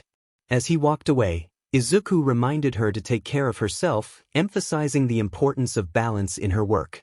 If you become weaker, you'll end up in the hospital. And if you end up in the hospital, Mei muttered to herself in realization, her eyes widening. Izuku turned around quickly to face her, wearing an almost wild smile. He explained that he refused to let that happen. Mei, curious, asked why. She didn't even know his name, only that it started or ended with U. Izuku, sitting down with his usual smile, shared his perspective, stating that they were among the smartest in their class, and he saw in her someone who could be his intellectual equal. Mei innocently pointed out that she had created more projects than he had. Izuku chuckled and playfully wagged his finger at her, acknowledging her point but hinting that his projects didn't have the same explosive results as hers. Mei complained about not wanting to eat in the cafeteria, explaining that no one would let her sit at their tables in her old school. Izuku stopped petting her hair for a moment, recalling his own experiences, but then continued as if nothing had happened. He promised that wouldn't happen here and invited her to sit with him and his friend, Shinso. Mei reluctantly agreed but insisted on cleaning up her area first to avoid getting scolded by their professor. Izuku helped her tidy up and offered to adjust his schedule to work alongside her, so she wouldn't feel lonely. Mei was confused by his kindness, as no one had ever paid her this much attention before. Izuku shrugged with a charming smile, explaining that humans are social creatures and need each other to thrive. Mei wondered if that was why he seemed sad, but Izuku assured her he wasn't. He then offered to buy her lunch, hoping to divert her attention from the topic. As they walked together, Izuku's smile faded momentarily. Later, he arrived late to meet Shinso, who complained about the long line for food. Shinso noticed Mei and greeted her before turning back to Izuku, who had been meaning to ask about the box set of The Lord of the Rings. As they ate, Izuku brought up a plot hole he had noticed in the movies, which surprised Shinso. They engaged in a light-hearted debate about the story, with Izuku expressing his thoughts on the narrative. While they were deep in conversation, a small dog spotted Izuku and approached him. Suddenly, he was lifted into the air with a growl. Looking down, he recognized Bakugo, who was furious to see him at you. Izuku, confused, clarified that he was Izuku Midoriya, not the person Bakugo thought he was. He noted that it wasn't a pleasure to be interrupted in such a manner. Now, would you be so kind as to let me go before things get complicated? Bakugo shouted, his voice echoing in Izuku's face. Izuku remained cool, calm, and collected as everyone in the lunchroom turned to watch them. He looked past Bakugo, and his smile transformed into a smirk. He acknowledged that he couldn't do anything, but someone else could. Aizawa approached, wrapping his scarf around Bakugo. With his arms restrained, Bakugo released Izuku, who dusted himself off as the two adults spoke. Aizawa reprimanded Bakugo, stating that he would be facing a long talk and 2 weeks of detention for his actions. He then turned to Izuku, ensuring that his student hadn't harmed anyone. Izuku simply smiled at Aizawa, introducing himself as Izuku Midoriya and expressing his admiration for the teacher, even mentioning that he owned a limited edition action figure of him. Aizawa acknowledged Izuku's compliment and apologized for Bakugo's behavior, forcing Bakugo to bow as well, despite his growls of protest. Izuku waved dismissively, suggesting that the blame lay with the parents. He proposed that if Aizawa wanted to make it up to him, signing the action figure box would suffice. Aizawa agreed, asking Izuku to bring it the next day before dragging Bakugo away. Izuku shrugged and returned to his seat, glancing at Mei, who seemed lost in her own thoughts, so he decided not to interrupt her. Just as he was about to continue his conversation about The Lord of the Rings, with Shinso, a more feminine voice caught his attention. A girl approached, asking if he was Izuku Midoriya. He confirmed his identity and greeted the two girls he had met during the entrance exam, Ochako and Momo. They were surprised to see him out of his suit, and Momo couldn't help but think how cute he was, while Ochako had similar thoughts about Shinso. Before Izuku could invite them to join him, Mei suddenly exclaimed that she was done and suggested they go make a baby. Izuku yelped as Mei grabbed his hand and ran back to their class, leaving everyone in shock. In that moment, they all shared the same thought, with some even voicing it aloud. As another day passed, Nemuri appeared with bags under her eyes, her hair slightly unkempt. She was stressed, having lost something valuable and spent 2 weeks searching for it. Flashing back to the end of the previous day, Nomiuri had been having a particularly rough night. After a long day of grading papers, she had wanted nothing more than to relax with her cat.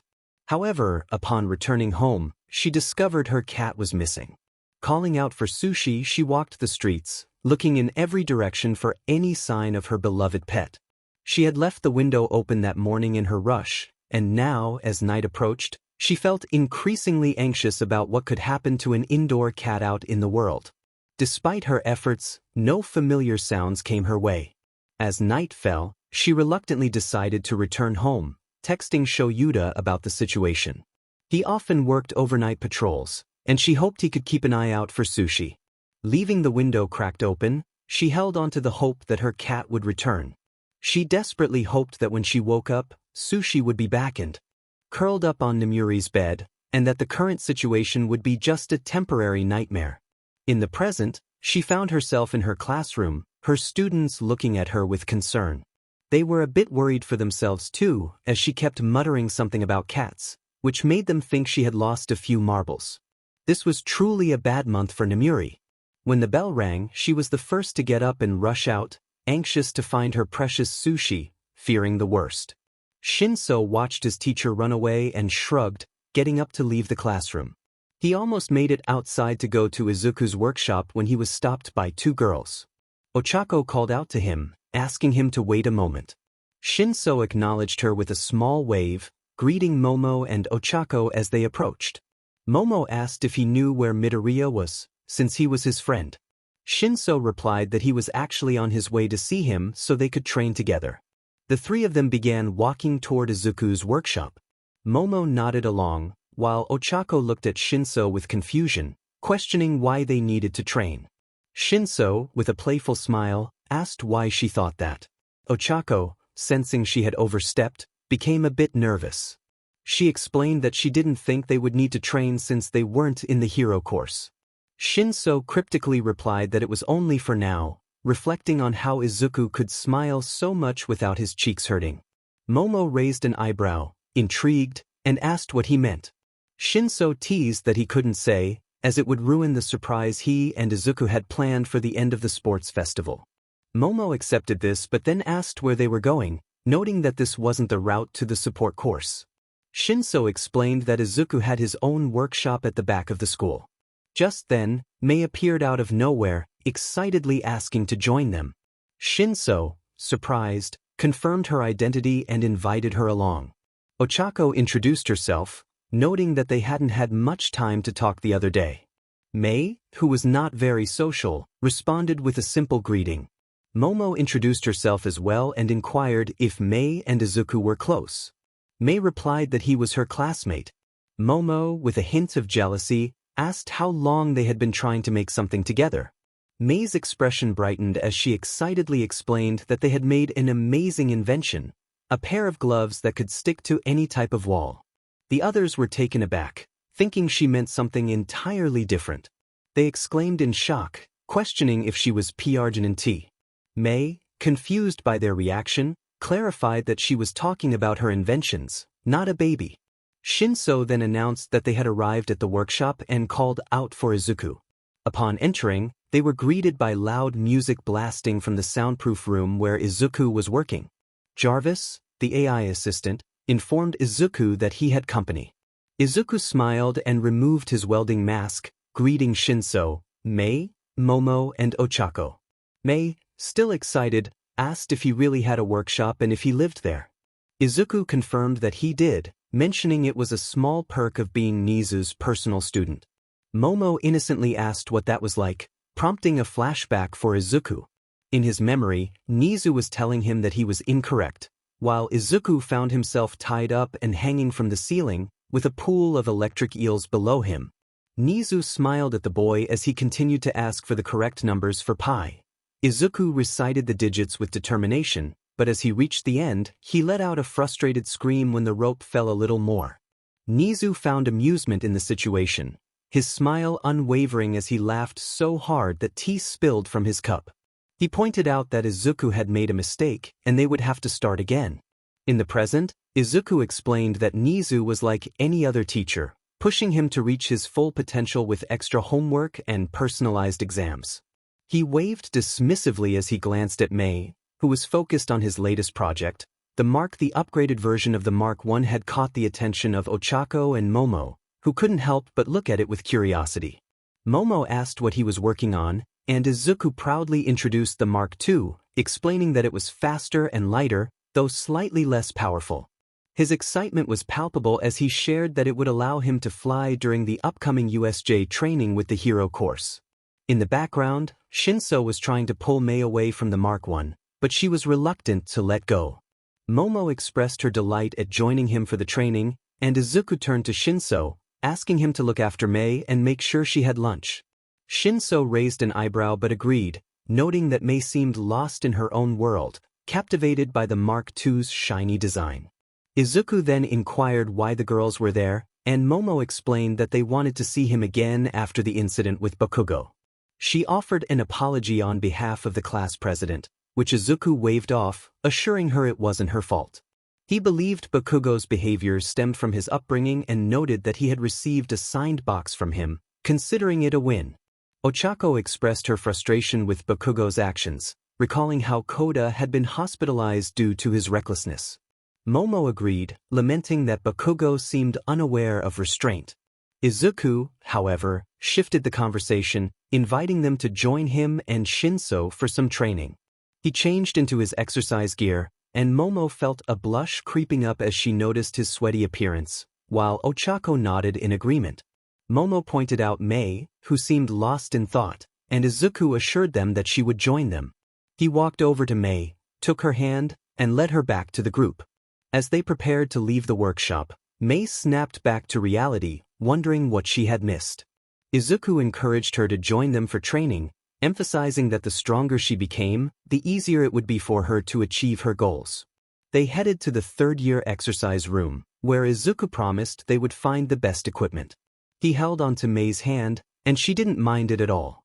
Momo expressed concern about whether they were allowed in, but Izuku reassured her that they could simply say they were with him, as the staff respected him due to his connection with Principal Nizu. As they walked, Shinso, Izuku, and May remained unaware that the girls wanted to spend time with them as friends, not realizing they were being drawn into a new social circle. May was in her laboratory, which was actually her family's garage, working on a brand new invention that she hoped would impress potential sponsors. Just as she was getting into her creative flow, the lights turned on, and her mother, myheroacademia, entered. May told May it was bedtime, but May protested, claiming she was in the middle of creating her greatest invention yet. May, however, took the project away, placing it out of May's reach. May felt betrayed by her mother's actions. May assured her that she could finish it in the morning. May, frustrated, exclaimed that Izuku didn't have to deal with a curfew. This caught May's attention, and she asked who Izuku was, clearly intrigued by the mention of a friend.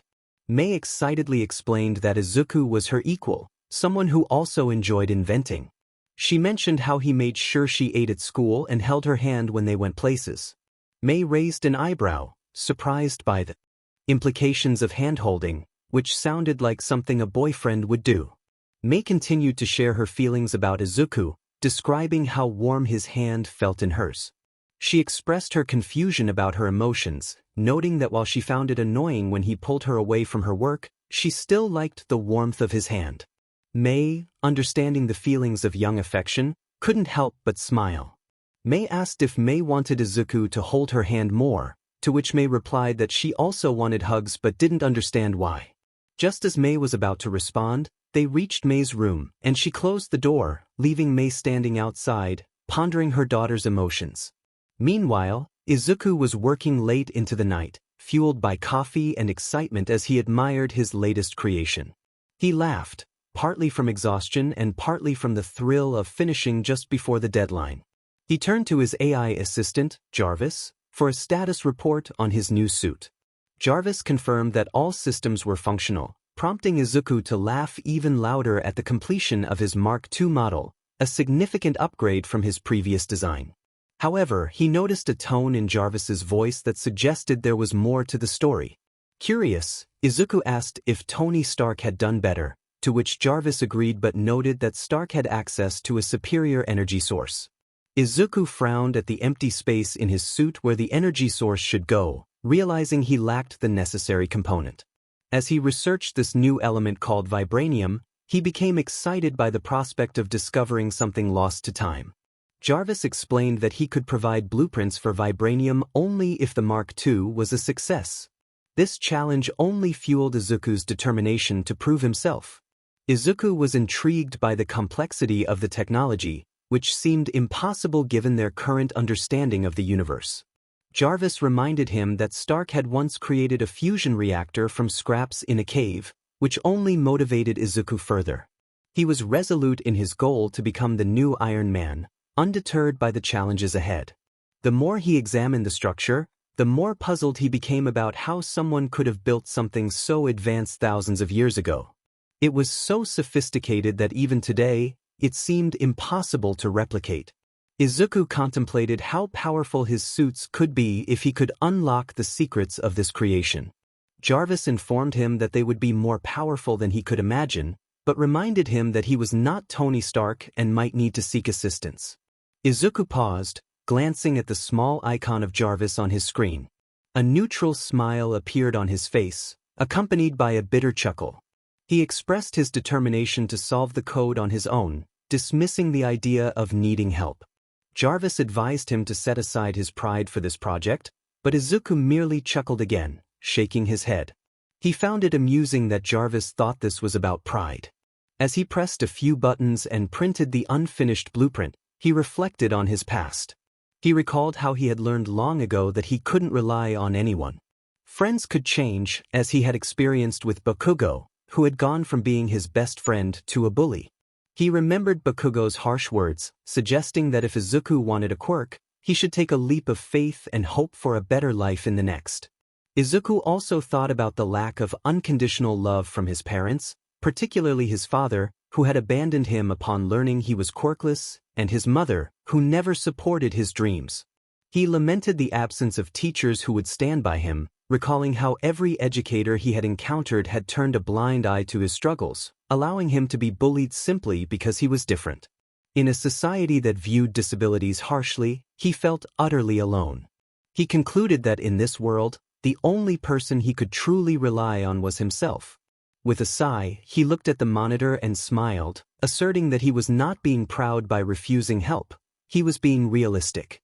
𝗧𝗪 suggested that perhaps his classmate 𝗕𝗏 could lend a hand.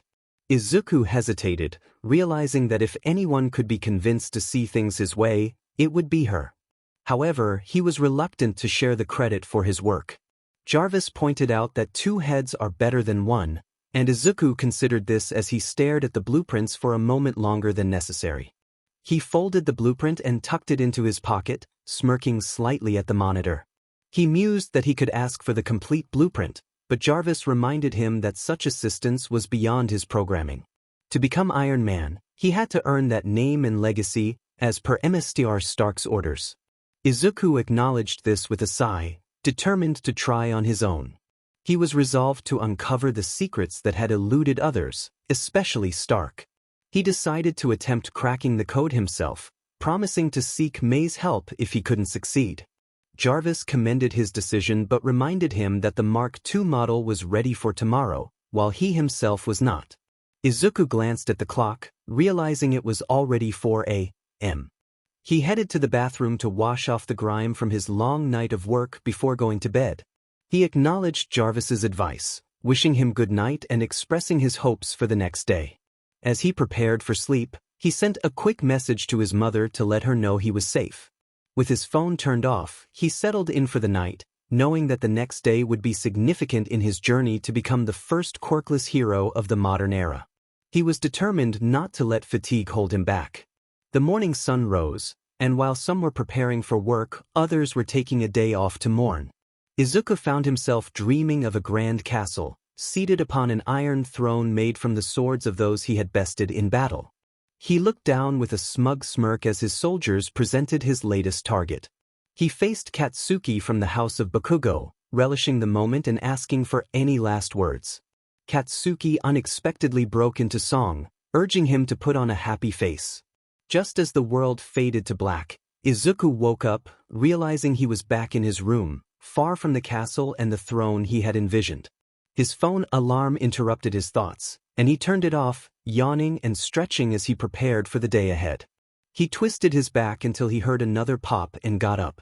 Jarvis greeted him, asking if he had dreamt of Hamilton or the Lord of the Rings that night. Izuku replied that it was Game of Thrones, noting that it was strange since he had never watched the show. As he stumbled through the workshop, he cursed when he stubbed his toe on a counter, but Jarvis remained silent and continued the conversation. Jarvis suggested that perhaps Izuku absorbed information through cultural osmosis. Izuku mused that it could be true, but more likely he had read all the books. He lamented that the author never finished the series, recalling the old books he had found in a junkyard, feeling it was a shame someone would throw them away. Jarvis then mentioned it was time for Izuku's pre-bath workout. Izuku agreed, thanking Jarvis for the reminder. He changed out of his pajamas and into his workout clothes, grabbing his phone and earphones as he headed for the door.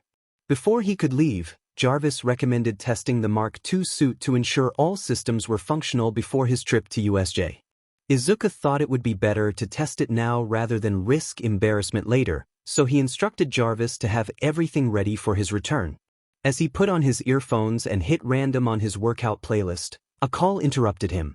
He glanced around to ensure no one was watching, then frowned deeply upon seeing who was calling. Leaning against the door, he answered. Mitsuki Bakugo's voice came through, filled with anger as she demanded to know how he could speak to her that way. Izuku, unfazed, interrupted her, asserting that he was not related to her and warned her against any physical confrontation, as it would reflect poorly on her business.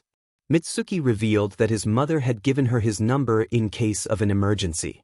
When she mentioned that 𝐒𝐭𝐻 was not in the hospital, Izuku's frown faded, and he put on his usual public smile. He dismissed her, saying he didn't care and instructed her not to call again. Mitsuki yelled in frustration, but Izuku spoke over her, firmly stating that he would block her number if she called again. He hung up before she could respond, taking a few calming breaths before texting his mother. Meanwhile, 𝗒𝐭𝐻 was feeding her new companion, sushi, when she flinched at Mitsuki's distant screams. She wondered what Katsuki could have done to provoke such anger. It soon became clear that Mitsuki's fury was directed at Izuku. 𝗒𝐭𝐻 checked her phone and saw a text from her son, instructing her not to give out his number. She felt a pang of worry and apologized, explaining that she had been concerned when he didn't answer her calls. As she waited for a response, she sighed sadly when he left her on read. However, she smiled as sushi rubbed against her legs.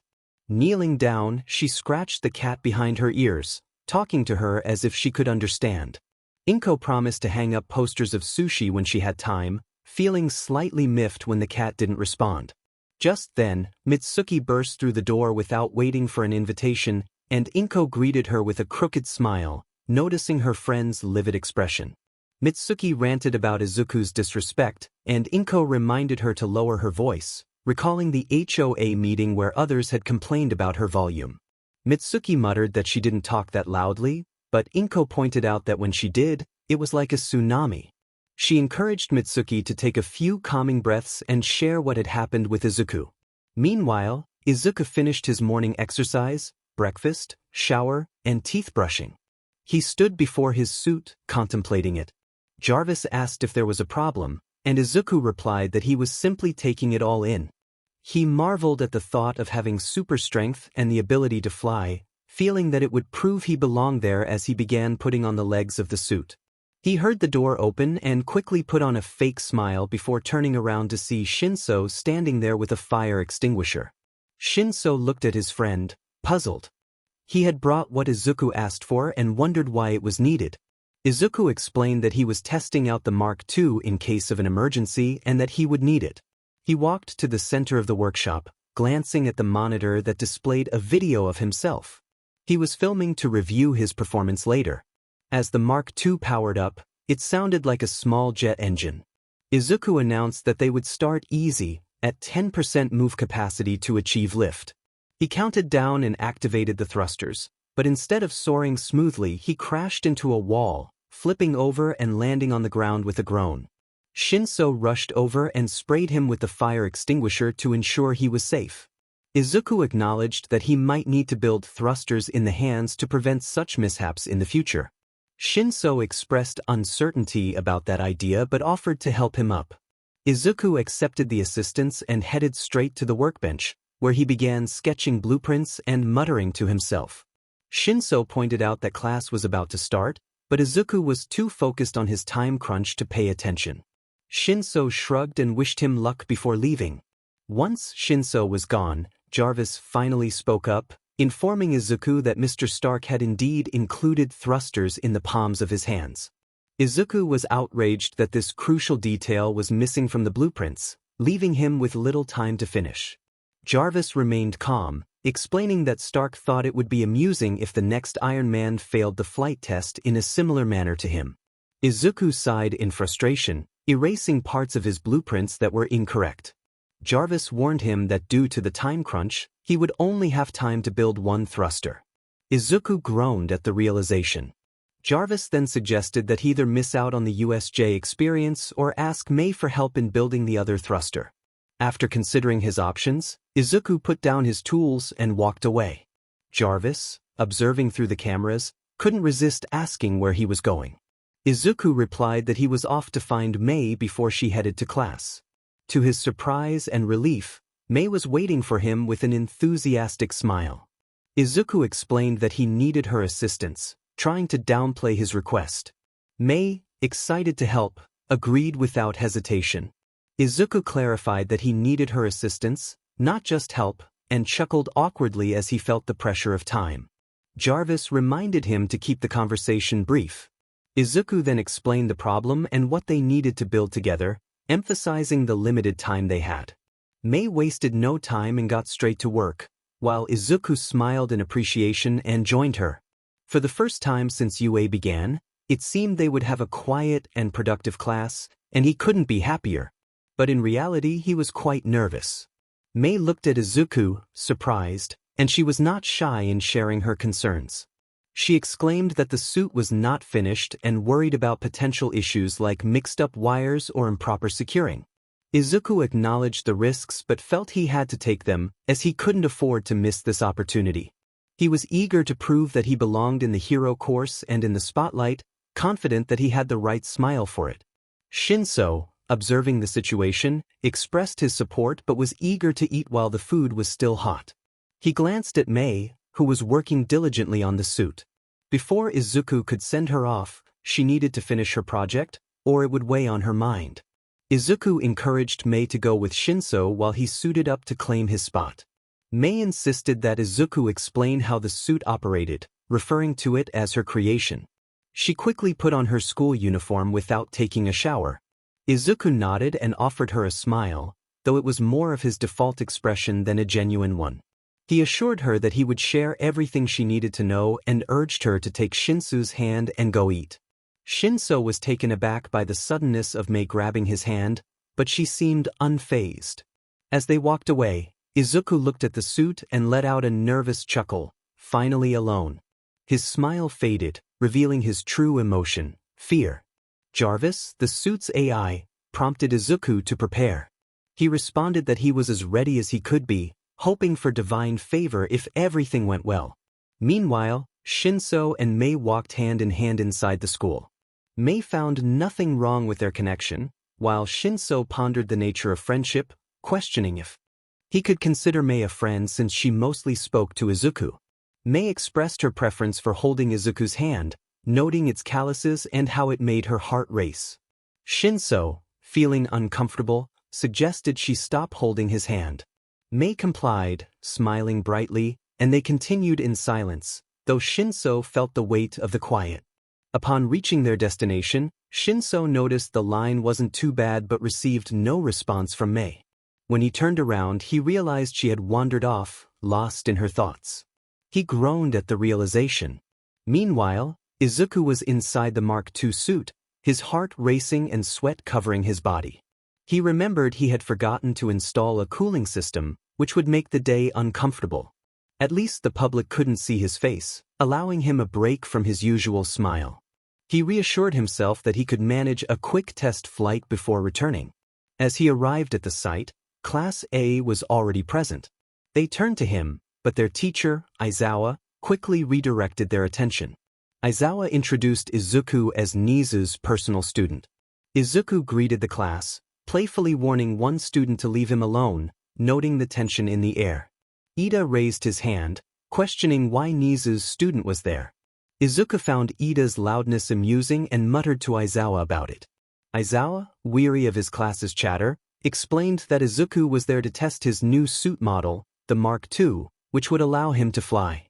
Izuku activated the palm of the suit, and everyone watched in awe as it worked. Some were impressed, while others were indifferent. Kirishima and Denki approached, excitedly asking about the suit's capabilities.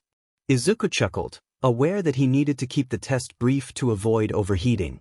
He remained in high spirits, explaining his plans to test the suit at USJ while the class engaged in their activities, acknowledging that he would likely crash a lot but considered it part of the fun. Izawa finally intervened, signaling that it was time to stop talking. Everyone boarded the bus as Izawa instructed, and the students complied, though they largely ignored Ida's attempts to assign seats. Each student chose where they wanted to sit. Izuku settled in the back next to a boy with striking red and white hair, who turned out to be Todoroki. Izuku looked at him in surprise, noting his unique appearance. Izuku expressed his admiration for Todoroki's abilities, commenting on how fortunate he was to possess two quirks instead of one. Todoroki, curious about how Izuku knew this, squinted at him. Izuku pointed to his mask, explaining that it analyzed people and revealed their quirks, identifying Todoroki's as fire and ice. He admitted he preferred ice over fire, which surprisingly resonated with Todoroki. Introductions were made, with Todoroki calmly stating his name and acknowledging Izuku as Nizu's student. Izuku introduced himself casually, preferring to skip formalities. Mina, seated in front of them, chimed in enthusiastically, introducing herself and eagerly asking Izuku to use his mask to analyze her quirk. Izuku obliged, revealing her ability to generate and manipulate acid, which he found impressive. Mina continued to encourage Izuku to analyze their classmates, until they reached Bakugo, who was less than pleased. He dismissed Izuku's offer with a sharp remark, insisting he wouldn't participate. Izuku, unfazed, calmly acknowledged Bakugo's refusal, which only seemed to irritate Bakugo further. As the bus ride continued, Mina and others were curious about Izuku's mask, but he deflected their inquiries, claiming it was cumbersome to remove. Momo, seated next to Jairu, intervened, asking Mina to settle down. Grateful for her support, Izuku nodded in appreciation. With the atmosphere calming, Todoroki resumed their conversation, inquiring about Izuku's quirk. Izuku teased him about his advanced robotic suit, hinting at his intelligence without revealing too much. Bakugo, overhearing, scoffed at Izuku, labeling him as nothing more than a Deku. Izuku feigned confusion over Bakugo's insistence on calling him that, pretending not to recognize the boy who had tormented him in the past. Shoto shrugged off Bakugo's behavior, while Momo apologized for his rudeness. Just then, Ida stepped in, demanding Bakugo apologize for his attitude, which only escalated Bakugo's anger. Izuku, with a smirk hidden behind his mask, made a pointed remark about Bakugo's lack of friends and the apparent failure of his parents to teach him respect. Bakugo, furious, attempted to retort, but Izawa intervened, wrapping his scarf around Bakugo and delivering a stern warning to keep quiet. The class fell silent, and they remained so until the bus reached its destination. Upon disembarking, Izuku felt a familiar presence behind him and turned to find Mei, who had been separated from Shinso. She explained that Shinso had let go of her hand, a situation Izuku understood all too well. Meanwhile, Shinso was seen running through the school, searching for Mei with a focused determination, as if he were looking for a lost pet. "Mei, where did you go?" "Back to USJ." Izuku asked, confused as he noticed Mei smiling brightly. She removed the back panel of her suit and began working with the tools she had in her pockets. She explained that she had been holding on with her newest invention, magnetic gloves. Izawa, observing the scene, cleared his throat, clearly displeased. Izuku glanced at Izawa, who raised an eyebrow, prompting an awkward chuckle from him. Izawa questioned what Mei was doing there, to which she excitedly replied that she and Izuku were finishing the robot. Mei's enthusiasm was evident. She enjoyed working alone, but there was something special about collaborating with Izuku. Aizawa looked at Izuku, who assured him that the suit was functional, but Mei clarified that they were only working on cosmetic improvements. Izuku insisted that the suit was fine, dismissing Mei's concerns about the importance of a cooling system. He laughed, trying to convince Aizawa that he was perfectly okay, but Aizawa remained unconvinced. Just then, a huge purple portal appeared, and a group of people emerged.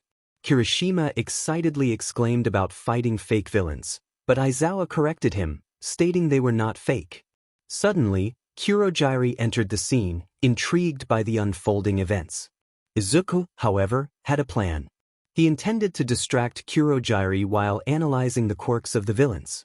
He chuckled, noting that he had quickly identified Kurogyari's weakness. Kurogyari, confused, dismissed Izuku's claims as mere bluffs. Izuku explained that Kurogyari's quirk allowed him to create and manipulate dark fog, which acted as a portal. He warned that this made it challenging for Eraserhead to defeat him. As Izuku paced, he ensured that Mei was safely behind the hero students. Kurogyari acknowledged that while Izuku knew his quirk, he didn't know his weakness. Izuku casually suggested that Eraserhead should aim for Kurogyari's metal neck plates to pin him down. Aizawa nodded in agreement, keeping his focus on the villains. Eraserhead instructed Izuku to take Mei and go, but Izuku refused, explaining that leaving would allow Kurogyari to bring him back. He insisted that they needed to take down the villains before All Might arrived. Just then, the ground beneath them gave way as Kurogyari created a portal, scattering them throughout USD. As they fell, Izuku grabbed Mei to keep her from getting separated. They landed in the abandoned city section of USJ, and Mei immediately returned to tinkering with the suit. Izuku realized he had angered Kurogyari by discovering his weakness so quickly. He urged Mei to get on his back and hold on tightly, but she protested that the suit wasn't finished yet. More portals opened, and villains began to emerge, prompting Izuku to insist they deal with the consequences later. Mei reluctantly hugged his neck tightly, and Izuku activated the suit at full power. He was launched into the air uncontrollably, while Mei cheered with excitement. Izuku felt like a fledgling bird, desperately trying to learn how to maneuver the machine. He positioned himself and soared out of the skyline, crash landing next to the bus. Izuku grunted from the impact, feeling the heat build up inside the suit. He quickly checked on Mei, who declared she was dirty but okay. She was eager to install the cooling system, but Izuku turned to her, his face drenched in sweat, and placed his hands on her shoulders, telling her they weren't ready yet. Izuku was determined to rescue Class A from the perilous situation they were in. Mei expressed her frustration, unable to leave her project unfinished, but her concern for her friends also weighed heavily on her mind. Izuku, with a reassuring smile, reminded her of Momo and Ochako, the girls they often shared lunch with. Mei considered their kindness towards her, feeling that it was enough to consider them friends. Before departing, Izuku instructed Mei to do two things. He pointed toward the bus, knowing that the second task would keep her occupied. Taking a deep breath, he sent her the blueprints for an arc reactor. Mei's eyes widened with excitement as she rushed into the bus to study the design. As Izuku prepared to leave, Jarvis, his AI companion, commended his plan. Izuku was more concerned about Mei's safety than the success of her task. He activated his thrusters and soared into the air, surveying the chaotic scene below. Jarvis reported that the suit was functioning well, and Izuku hoped it would last long enough to get everyone to safety. Meanwhile, Momo was in the thick of the battle, having fought her way through numerous villains. Exhausted and starving, she spotted Jiryu and was backing away cautiously, aware of the danger surrounding them. When Jiryu suggested she duck, Momo quickly complied, narrowly avoiding a large object hurtling toward her. Izuku crash-landed on a villain, disrupting his concentration and causing his clones to vanish. He stood up, realizing he needed to improve his flying skills. He called out to Momo and Jiryu, instructing them to climb onto him for their escape. Jiryu questioned whether he could fly safely, but with no other options, they agreed to trust him.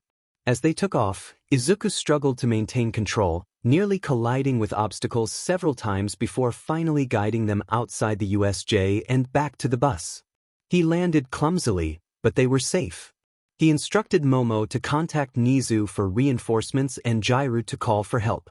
Inside the bus, they found Mei deeply engrossed in her calculations. Izuku took off again, activating his invisibility quirk as he flew back into the fray. Meanwhile, Hakagiura was stealthily hiding, using her surroundings to her advantage. She distracted a villain, who grew frustrated when he couldn't find her. When he finally did, she swiftly incapacitated him. Just as she was about to escape, Izuku crashed through the wall, and she felt a rush of relief. Izuku called out for Hakagiura, who playfully complained about the noise. When she revealed her ability to make herself invisible, Izuku was taken aback but quickly offered to help her escape. She hopped onto his back, and together they flew out of the chaos. As they approached the bus, Toru excitedly called out for Momo to make her some clothes, but Momo, drained from the battle, apologized. In a moment of camaraderie, Mei tossed her shirt to Toru, ensuring that everyone would be taken care of as they regrouped. Mei was back in her black tank top, muttering to herself about Toru's well-being and Momo's comment about making a new baby with 𝗧𝗏. Meanwhile, 𝗧𝗏 swung across the USJ, skillfully dodging the attacks of a flying villain. He winced as one of the attacks grazed him, but with a powerful swing he free fell and wrapped his tape around the villain's wings, causing the foe to plummet with a loud cry. 𝗧𝗏 smirked, using his tape again to swing himself onto a rooftop, sitting at the edge like Spider-Man. He counted his victories, noting that he had taken down 5 villains, and wondered how many more were left. Suddenly, Izuku crashed onto the roof, landing hard and creating a small crater. He groaned in pain from the hot metal he had collided with. Turning to 𝗧𝗏, who waved at him, Izuku confirmed that he was not sent by Aizawa but was sure the teacher would approve of his actions. 𝗧𝗏 nodded and taped himself to Izuku, who looked at him curiously but shrugged it off as they took off, 𝗧𝗏 holding onto the tape as if he were windsurfing. Izuku checked the battery on his suit, noting he had around 73% left and still needed to rescue more classmates from the building. In a tense moment, Shigaraki stood in front of Aizawa, throwing a tantrum over the lack of destruction and the absence of the raid boss. He complained about how much longer it would take for the boss to arrive. Aizawa's eyes widened as he noticed something shining approaching rapidly. Before the Nomu or Shigaraki could react, Izuku crashed into the Nomu with enough force to send it back, releasing Aizawa from its grip. Without waiting for a response, Izuku grabbed Aizawa and flew off. Shigaraki pointed at the retreating figures, commanding the Nomu to stop them. Aizawa, feeling the heat of the suit, expressed his discomfort, to which Izuku reassured him that it was even hotter inside. Aizawa took back his scarf and wrapped it around his neck, urging Izuku to stop since he had already done more than enough for someone in the support course. Izuku insisted that bad things would happen if they did nothing and that he still had people to rescue, starting with Aizawa. As they made their way out of the USJ, Aizawa protested, but Izuku was firm, stating that Aizawa was one punch away from danger. He instructed Aizawa to brace for impact, explaining that he had not tested the landing beforehand. As they descended rapidly, Aizawa jumped away from the suit and rolled to safety, turning back to ensure Izuku was not left behind. However, he realized that Izuku had tricked him. The boy needed Aizawa to jump so he could continue his mission. Izuku turned around and flew back inside. He connected his helmet to the Bluetooth headsets he had given Mineta and Shoto, informing them that their teacher was out of the building and it was just them against the monster. Mineta hesitated, questioning if he really had to participate, but Izuku reassured him that he was crucial for their plan.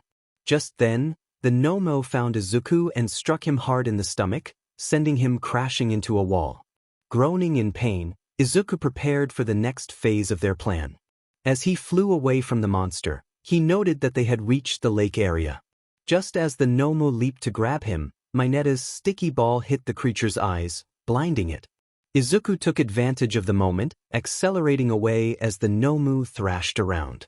Mineta continued to throw his sticky ball, further restricting the monster's movement. With determination, Izuku initiated Phase 2, commanding his suit to maximize power on the thrusters. He flew at full speed towards the 𝗏𝗏's back, and upon impact, the force pushed the creature into the water. As Izuku lost control and fell to the ground, Shoto appeared, freezing the entire lake into a solid block of ice. Mineta asked if they had succeeded, and Shoto confirmed it, calling out to Izuku. The two boys approached to find Izuku emerging from the suit with a weak smile, giving them a thumbs up and declaring that everything had gone according to plan. He then asked Shoto if he had any ice left. Izuku chuckled, feeling the warmth of the sun on his skin. He looked a bit sunburned. Shoto created a small mountain of snow, and without hesitation, Izuku dove into it, letting out a sigh of relief as the cold enveloped him. Their moment was interrupted by Shigaraki's frustrated voice. He was upset that the plan had gone awry. All Might was supposed to defeat the 𝗏𝗏. Izuku remarked that the plan was flawed, stating that All Might was not the ultimate solution. Anyone could have defeated the creature if they had used their brains. Todoroki and Mineta, now brimming with confidence, stepped forward to protect Izuku as Shigaraki glared at them, his hands poised threateningly. Izuku warned them not to let Shigaraki touch them, explaining that his quirk was decay-based and advised them to fight from a distance. Shoto and Mineta nodded, preparing for battle just as the ceiling above them shattered. All Might made a dramatic entrance with a superhero landing, announcing his arrival with a hearty laugh. Izuku, still buried in the snow, expressed his frustration at All Might's timing. Ignoring Izuku's outburst, All Might charged at Shigaraki to deliver a powerful blow. Suddenly, a portal opened beneath Shigaraki, allowing him to escape the fight, as without the 𝗏𝗏, the remaining villains stood no chance. Later, Izuku found himself in the hospital, where Recovery Girl examined his injuries.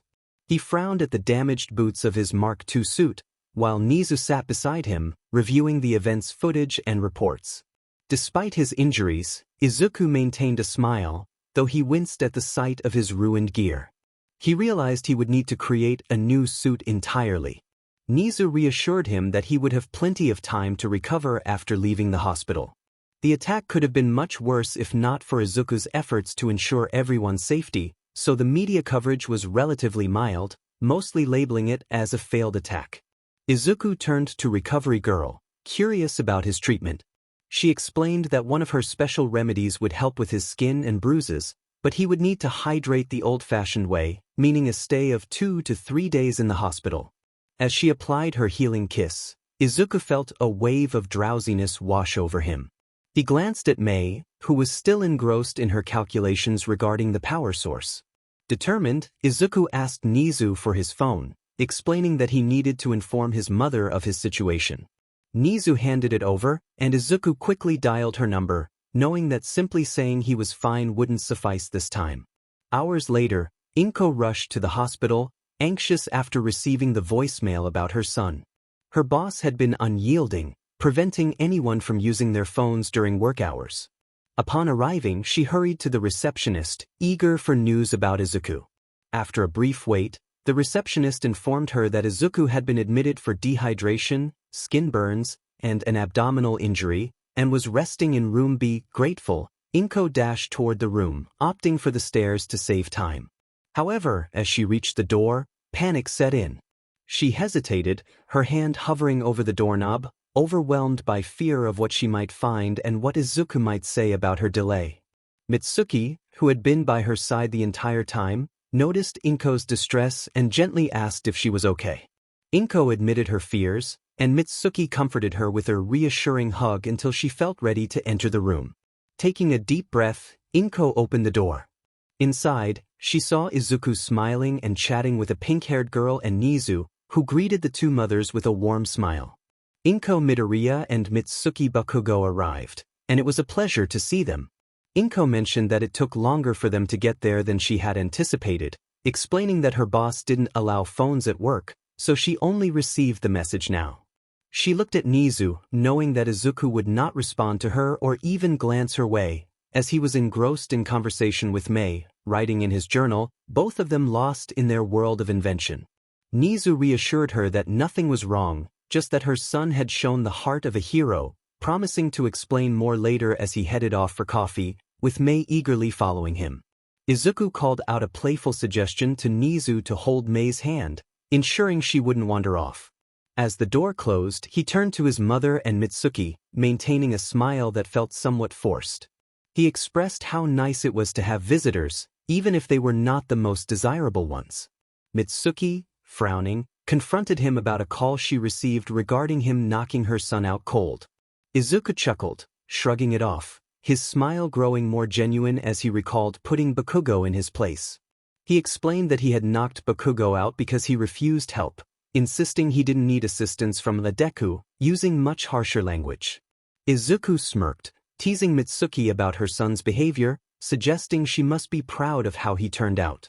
Mitsuki, furious, was about to confront him directly when 𝗏𝗏 stepped in, urging her to see her son instead. 𝗏𝗏 shot Izuku an angry glare as he continued to chuckle, but he maintained eye contact with Mitsuki, encouraging her to visit Bakugo. Izuku added that Bakugo was in the next room and implied that he wouldn't scream at her, questioning how any child would want to see a mother who equated discipline with physical punishment. His words struck a nerve, and Mitsuki walked away, slamming the door behind her. 𝗏𝗏 sighed, scolding Izuku for his uncalled-for remarks, to which he replied that he felt no remorse, as his words were truthful.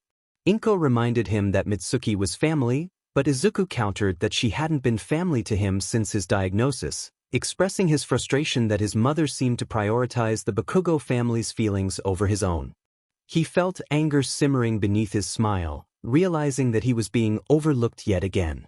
𝗏𝗏 attempted to explain that Mitsuki's father had been abusive, but Izuku interrupted her with a condescending laugh, dismissing any sympathy for the Bakugo family's past. He expressed his indifference to their history, making it clear that he didn't care about their struggles.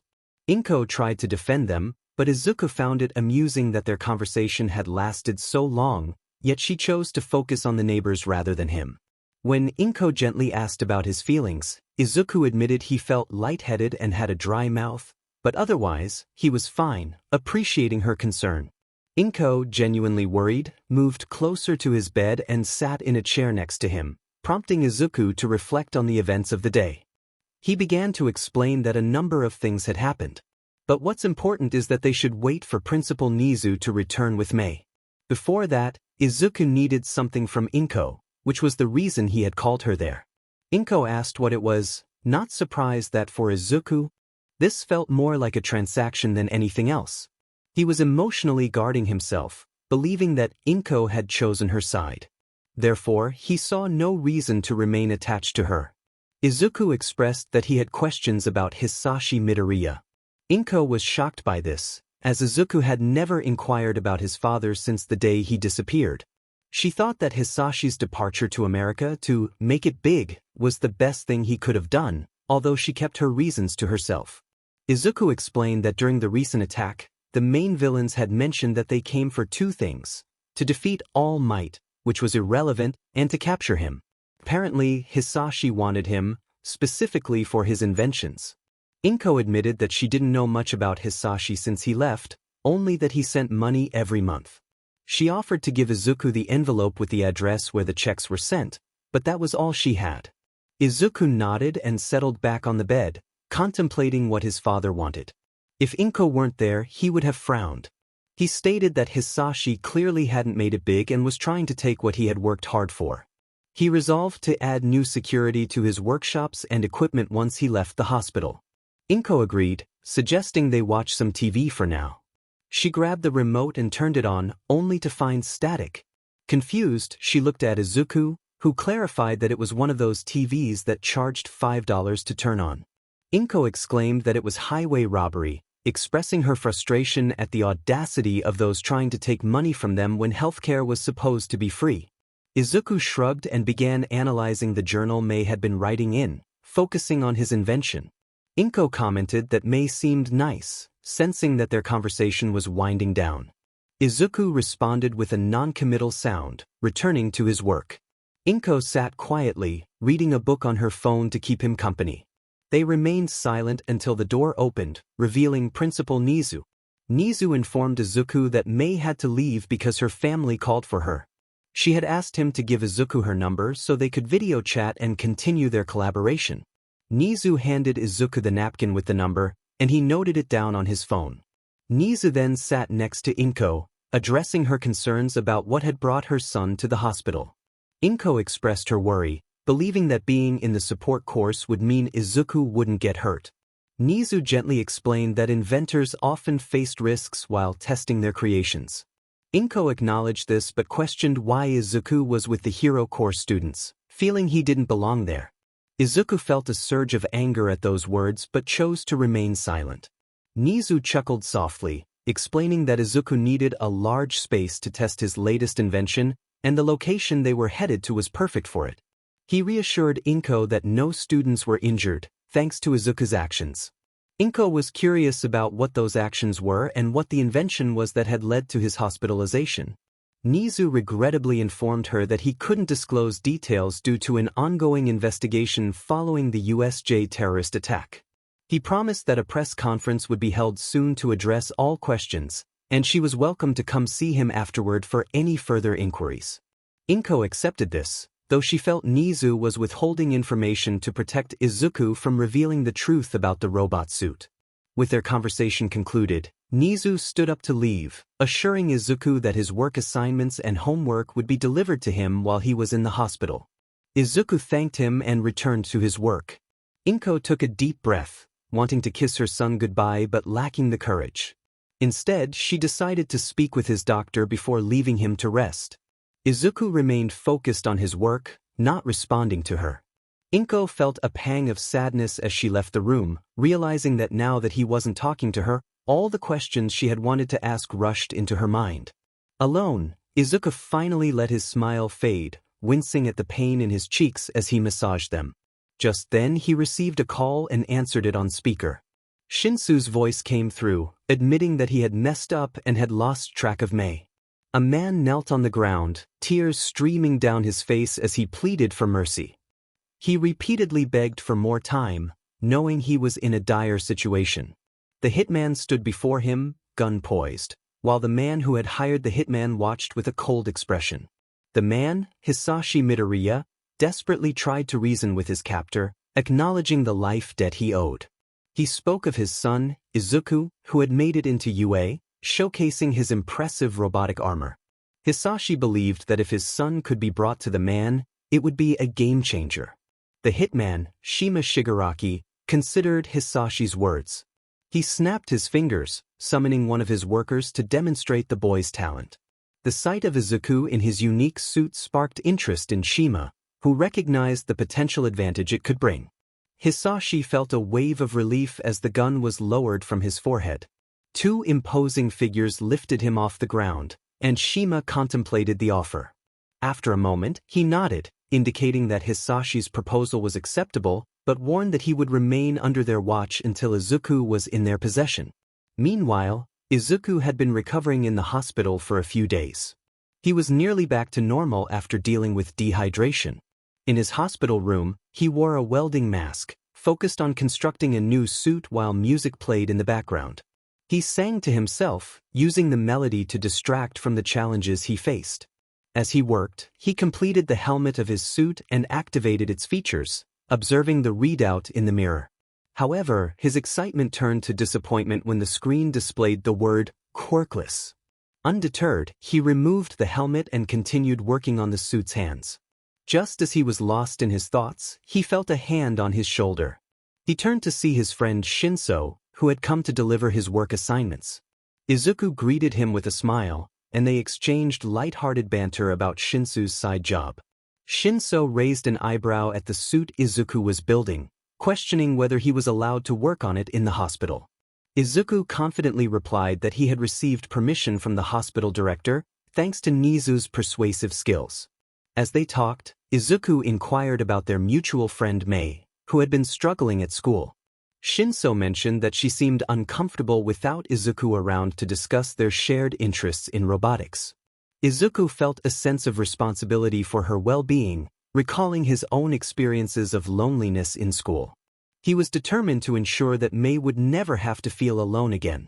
May smiled genuinely, her joy radiating in the room. Shinso nodded as he shared some news about their group. Their table had grown larger since Momo and Ochako had invited a few friends to join them. One was named Mina Ishido, and the other was 𝐒𝐻𝐁𝐵. Izuku responded with a dry tone, acknowledging the influx of extroverts, which made Shinso snort in amusement. They both agreed on the situation. Shinso then expressed his surprise that Mei hadn't visited Izuku yet, noting that she clearly missed him after 3 days apart. Izuku shrugged, explaining that they had been talking on the phone, which was sufficient for him.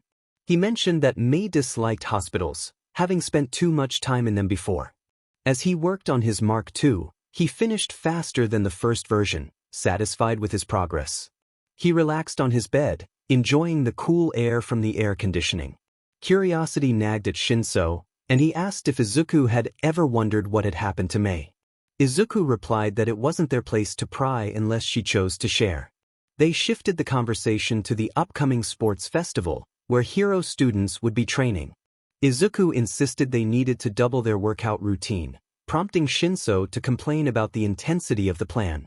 He settled onto the couch, grateful for the air conditioning on a hot day. Izuku rolled his eyes at Shinso's laziness but maintained a playful demeanor, encouraging him to stay committed.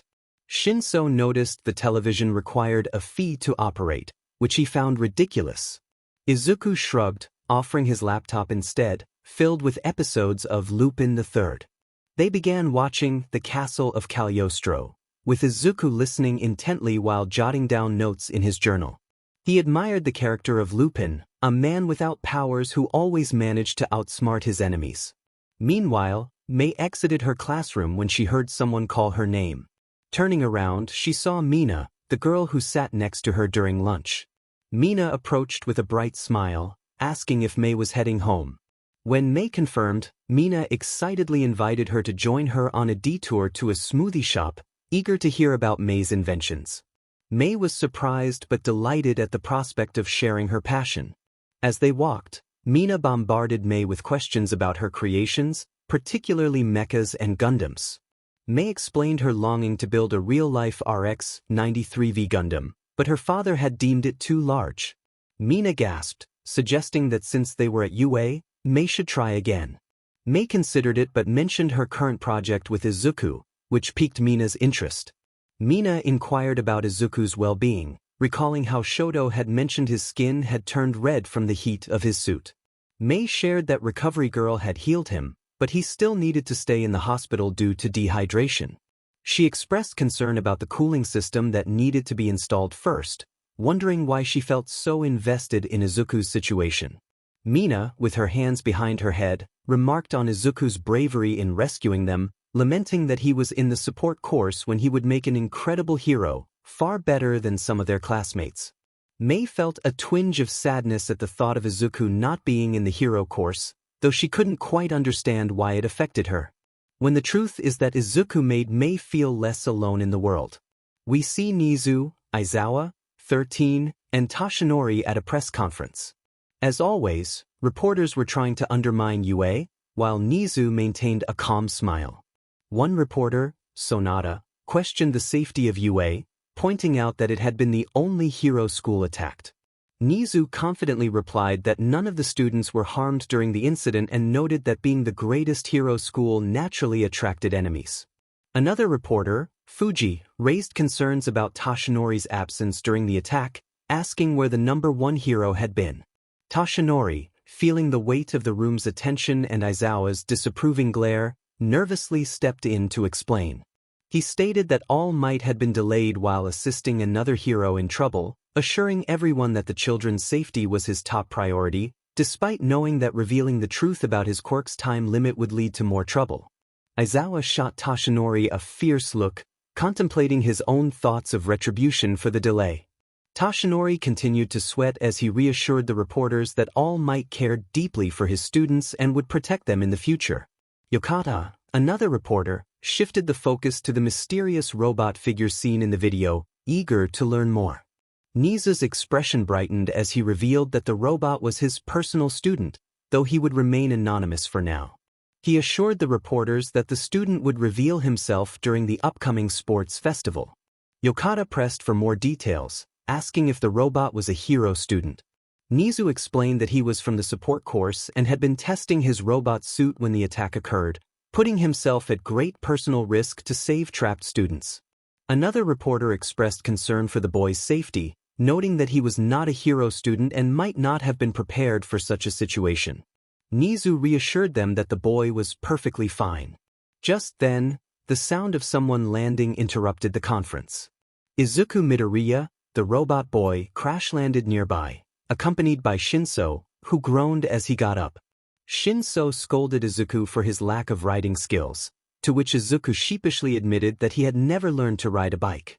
𝗓𝗁 helped him up, dusting him off, and after a moment of disbelief, Izuku joked about his earlier statement, dismissing 𝗓𝗁's complaints as they headed toward his shop, feeling the weight of unseen eyes upon them. He looked, and his eyes widened at what he saw. 𝗓𝗁 noticed the group of reporters approaching them, specifically targeting Izuku, and they were moving quickly. Izuku, realizing the situation, suggested they start running. 𝗓𝗁, feeling insulted, reacted to Izuku's comment about Obi-Wan Kenobi being mediocre. Both of them took off, with Izuku chuckling softly as they ran for their lives. Izuku expressed his opinion that Obi-Wan was overrated and shared his longing for Anakin to have one on Mustafar. 𝗓𝗁 countered, implying that Izuku was an Anakin fanboy and criticized Anakin for trusting the wrong people. They dashed into the school, where the security system managed to halt some reporters but not all. Izuku, outraged, defended Anakin's status as the Chosen One and argued that he was the best Jedi, pointing out that Anakin had killed a Sith Lord, unlike others. 𝗓𝗁 smugly suggested that a Jedi should be able to train their student completely.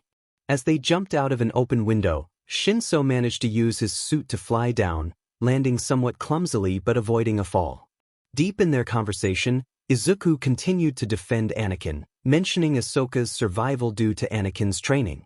𝗓𝗁 acknowledged that Ahsoka's loyalty was not her fault and teased Izuku about his determination. They walked back to the workshop at a normal pace, with Izuku expressing his vision for the world. 𝗓𝗁 chuckled, calling him insane, while Izuku shrugged and suggested they grab a shower before class. They entered the workshop, ignoring Mei, who was deeply focused on her work. Decades later, 𝗓𝗁 was sipping his coffee when the wall in front of him broke, and Izuku rolled in, groaning.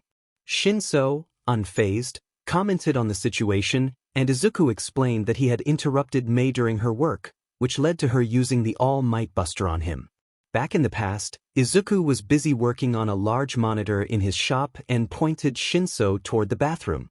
𝗓𝗁 inquired about Izuku's project, noticing Mei's frustration with her work.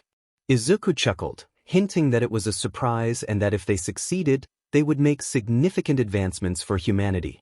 𝗓𝗁 called him insane.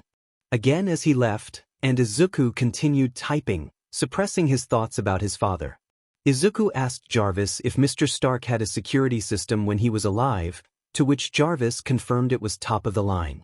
Izuku inspected the blueprints and reflected on the current state of technology, realizing how much it had stagnated. He requested the full blueprints, and Jarvis began the printing process. Once he had the papers, Izuku immediately got to work, determined to protect his inventions. Suddenly, Mei screamed in frustration, throwing her book against the wall. Izuku raised an eyebrow at her outburst, and she expressed her disbelief at how Tony Stark had built his technology in a cave with limited resources. Izuku calmly reassured her that while they might not be Stark, they could figure it out together, refusing to give up. Meanwhile, 𝗧𝗂 returned to his office after the press conference, where he found Sayaka Minako waiting for him. She stated that she was there to report on the Nomu creature he had provided, focusing intently on the video footage of the USJ incident displayed on his computer. 𝗧𝗂 nodded and retrieved the relevant file. Looking at the findings, 𝗧𝗂 remarked that the creature possessed multiple powers, a truly formidable bioweapon if the scientists could replicate its DNA. He questioned why she had chosen to deliver the information personally instead of delegating it to an unpaid assistant, his smile eliciting a sigh from her. She turned the monitor around, revealing a paused video of Izuku pushing the Nomu into the water. Sayaka expressed her curiosity, mentioning that she had seen the fight video and was particularly interested in Izuku Midoriya. Days later, instead of enjoying the money he received from Nizu at a cat cafe, Izuku found himself being pulled by Momo, Ochako, and Mina to his workshop. It had been days since he had spoken to them. Qinsou reassured the group that Izuku was fine, simply recharging his social batteries as an introvert. Momo insisted it was irresponsible not to check on him, emphasizing their friendship with both Izuku and Mei. As they approached the back of UA, they noticed a couple of teachers around, but mostly it was Nizu's surveillance drones and support corps students testing their projects. Ochako smiled at Qinsou, suggesting a quick checkup on Izuku before they could head to the cat cafe. Momo offered to pay for Qinsou, which piqued his interest. Mina, noticing the dynamic, smirked as Ochako blushed and looked away from Qinsou while expressing her love for cats. Qinsou, feeling a bit flustered, acknowledged that it was unfair but agreed to go along. Momo playfully scolded Mina for her teasing, and she complied, though she reiterated that Izuku and Mei needed to talk to them since they had just become friends. Momo raised an eyebrow at Mina's comment about their friendship with Mei, who had spent more time with Izuku than Mina had. As they reached Izuku's workshop, they found the door locked. A voice from a small monitor next to the door requested their names. Qinsou introduced himself and his friends, surprised by the security system. The door unlocked, and they entered, with Mina immediately captivated by the robot suits. However, her excitement turned to surprise when she noticed the top part of a robot suit hanging from the ceiling, cables dangling as if it were in disarray. Qinsou pointed out that he had found Izuku and Mei, who were cuddled together. Mei was nestled against Izuku, her face buried in his chest, while Izuku had a pillow over his head. Momo wondered if Izuku slept with a smile, and Qinsou decided to find out by removing the pillow. To their surprise, Izuku was indeed smiling, but when he opened his eyes, it startled them all. Izuku attempted to speak, but Qinsou quickly replaced the pillow over his head. After a moment of silence, Ochako took the pillow away again, revealing Izuku's head tilted at an odd angle. Concerned, she quickly covered his face again. When Mina finally removed the pillow for good, Izuku asked if he could speak now. Mina greeted him cheerfully, and he chuckled as he sat up, stretching and hearing his bones pop. Mei groaned softly, hugging the pillow instead of Izuku as she continued to sleep. Momo and Ochako averted their eyes, while Mina enjoyed the view of Izuku's toned physique. Izuku, now fully awake, noted that he had only gotten about 5 hours of sleep, which he deemed sufficient. Momo was taken aback to learn that they had been working until 5 in the morning, and Izuku confirmed that they had been busy cracking the code on their project, emphasizing that it was a team effort. Momo asked with curiosity what could be keeping the two people occupied in the untidy workshop. The clutter of takeout containers, clothes, and various gadgets scattered across the floor made her wish for a deep cleaning. Mina, excited, chimed in, wondering if it was something like a mecha. Izuku chuckled, mentioning that Mei had told him Mina was a Gundam fan, but clarified that it was more like the fuel source for a Gundam. This revelation piqued Momo's interest even more, prompting her to take over the conversation while Qinsou and Ochako in the background shared cute cat videos they had found online. Momo inquired about the fuel source for the suits, admitting she had never considered it before. Izuku explained that the first suit used old car batteries, which were inadequate, lasting less than an hour. The second version was powered by solar energy, but it still didn't meet his needs. He expressed his frustration over the slow charging process, revealing that after days, it was still only at 70%. He needed a better energy source, something efficient, fast, clean, and safe. So, he decided to build his own. Curious, Momo asked what kind of power source he was working on. Izuku grinned and walked over to the monitor, turning it on and displaying the blueprints for an arc reactor. Momo joined him, eager to see what he had created. Surprised, she exclaimed that it looked like an arc reactor. Izuku nodded enthusiastically, his excitement evident. Meanwhile, Mina had joined Qinsou and Ochako, uninterested in the technical details. Momo expressed skepticism, stating that building such a device was impossible. Izuku chuckled softly, his smile slightly strained as he moved to his workstation. He questioned her reasoning, and Momo explained that her quirk allowed her to create anything as long as she knew its molecular structure, but this arc reactor defied their current understanding of the universe. Izuku, tinkering with a cylindrical object, looked at her with a sharp smile and countered that our current understanding meant there was always room for growth. He believed he could be the second person to crack the code, reminding her that the arc reactor had been created before and could be created again. Momo, still skeptical, pulled out her phone to research the subject, texting her servants for information on the arc reactor and its creator. Izuku nodded, accepting her approach. She challenged him further, questioning whether two 14-year-olds could really build it again. Izuku raised the device he was working on and nodded with determination, asserting that while it was taking longer than expected, significant advancements in science take time. Momo shrugged, hoping he could prove her wrong, but still doubting the feasibility of the project. As they all looked at Izuku, he suddenly laughed, a sound reminiscent of a mad scientist. He wiped away a non-existent tear and smiled at Momo, expressing his disdain for the words, "you can't," and emphasizing that humanity's survival proved anything was possible with determination. Ochako then joined the conversation, explaining that they had come to check on Izuku and Momo and see if they wanted to hang out. Izuku pondered for a moment and suggested a visit to a cat cafe, which Shinso enthusiastically supported. Izuku walked over to Mei, who was still sleeping, and gently shook her awake. She opened her eyes, raising an eyebrow at him. Mei asked if it was time to continue their work on the project. Izuku replied that it was time for a break, as their friends were inviting them to hang out. Mei looked like she wanted to protest, but Izuku reassured her that spending time with others would help them in their work. He explained that as social creatures, humans needed interaction to thrive. While his words held some truth, his underlying intention was to ensure that he remained involved in their project, not wanting Mei to take full credit for their work. Mei thought for a moment before bringing back a smile that Izuku wished he could replicate, a completely genuine, happy smile.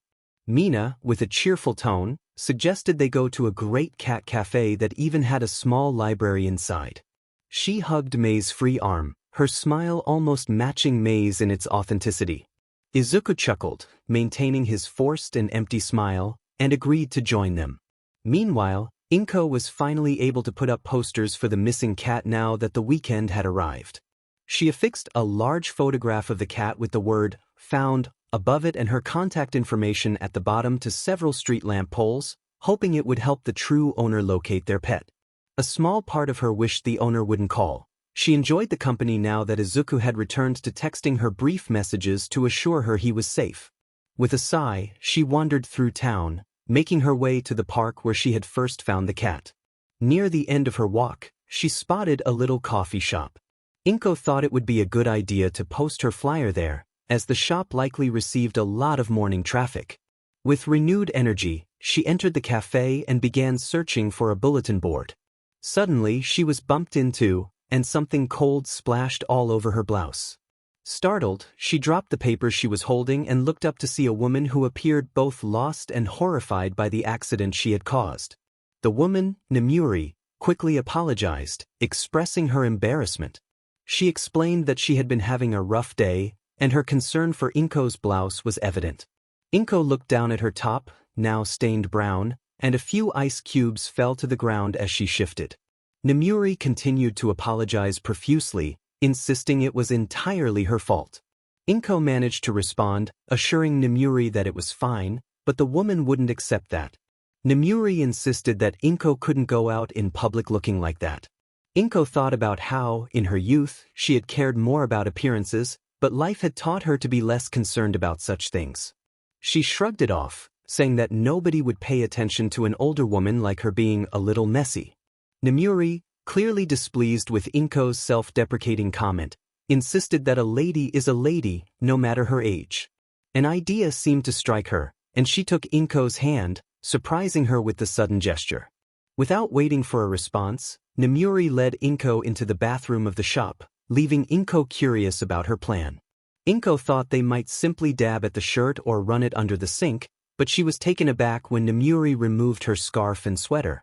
𝗭𝐸's cheeks flushed at the unexpected display, and she turned away to be polite, only to find herself facing a mirror that reflected Namuri's bright red lacy BR. 𝗭𝐸 stammered, unsure of how to react, but 𝗵𝗲𝗓 assured her she was almost done. 𝐒𝐭 remained frozen, her cheeks still warm, as 𝗵𝗲𝗓 handed her a sweater, insisting she wear it instead.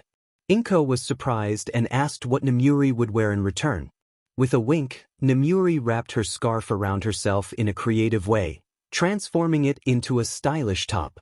With that settled, 𝐒𝐭 quickly changed out of her soiled top and put on the sweater, grateful for the stranger's kindness.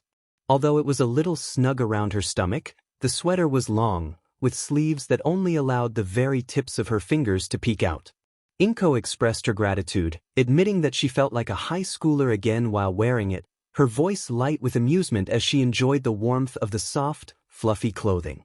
𝗵𝗲𝗓 nodded politely in response, acknowledging that it was her fault �㝗 needed the sweater in the first place. As 𝗵𝗲𝗓 turned to leave, �㝗 instinctively grabbed her wrist, prompting a curious look from the taller woman. �㝗 then asked for 𝗵𝗲𝗓's name, wanting to know how she could return the sweater. 𝗵𝗲𝗓 introduced herself, mentioning that it was her fault �㝗 needed it, suggesting that if �㝗 wanted to keep it, she wouldn't mind. However, �㝗 shook her head, insisting it was just an accident and invited 𝗵𝗲𝗓 to follow her. �㝗 led the way out of the bathroom, with 𝗵𝗲𝗓 trailing behind, intrigued. As �㝗 bent down to pick up a scattered poster, 𝗵𝗲𝗓 inadvertently looked away, though she didn't seem to mind what she glimpsed. �㝗 held out the poster, pointing to the contact information at the bottom. When 𝗵𝗲𝗓 saw the name, Sushi, her eyes widened in surprise, relief flooding over her as she realized she had finally found her missing cat. �㝗, initially confused, soon understood that Sushi was the cat's name. 𝗵𝗲𝗓's concern for her pet was evident as she asked if Sushi was safe, expressing her fears about the cat being an indoor pet. �㝗 laughed, feeling relieved that the search was over, even if she felt a twinge of sadness at the thought of Sushi leaving. She reassured 𝗵𝗲𝗓 that Sushi was fine and invited her to come see the cat. 𝗵𝗲𝗓 hesitated, torn between her worry for Sushi and her obligation to a work meeting. She explained that while she was anxious, she was technically late and her boss would be upset. She asked if �㝗 could keep an eye on Sushi until the end of the day or the next day at the latest. �㝗 happily agreed, eager to spend more time with the friendly cat. With a sigh of relief, 𝗵𝗲𝗓 smiled and promised to come by as soon as she finished work. She took a few steps back, crinkling the poster with �㝗's contact information in her hand as she put it in her purse. She assured �㝗 that she would make it up to her, then left quickly, heading off to work. 𝗵𝗲𝗓 was so relieved to discover that Sushi was okay that she forgot to share the good news with anyone else before her meeting. As she made her way to the teacher's room to finish her paperwork, 𝐈𝐧𝐿 intercepted her, clearly on a mission. He had created a detailed map of the most probable locations for Sushi, highlighting areas in the city where cats might gather, particularly near popular fish restaurants. Despite 𝗵𝗲𝗓's attempts to interject, 𝐈𝐧𝐿 continued, his determination evident as he discussed the best strategies for locating Sushi. He pointed out various streets near her home that were known for attracting stray cats, emphasizing the need to consider where Sushi might go if she felt threatened. Finally, in an exasperated tone, 𝗵𝗲𝗓 interrupted 𝐈𝐧𝐿, revealing that she had already found Sushi. 𝐈𝐧𝐿 blinked in surprise, processing the information. After a moment of silence, he asked if Sushi was truly okay. 𝗵𝗲𝗓 confirmed that she was fine and mentioned that she had met someone while searching for her. As 𝐈𝐧𝐿 absorbed this new information, he glanced down at the sleeping bag at his feet, which 𝗵𝗲𝗓 was certain hadn't been there before. There was the distinct sound of zipping as Shoyuta spoke in his usual tired tone, indicating it was time for rest. 𝗵𝗲𝗓, however, was not ready to let him go just yet.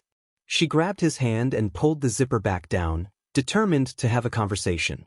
𝐈𝐧𝐿 regretted agreeing to help her, knowing that no one else dared to touch the zipper, not even Nizu.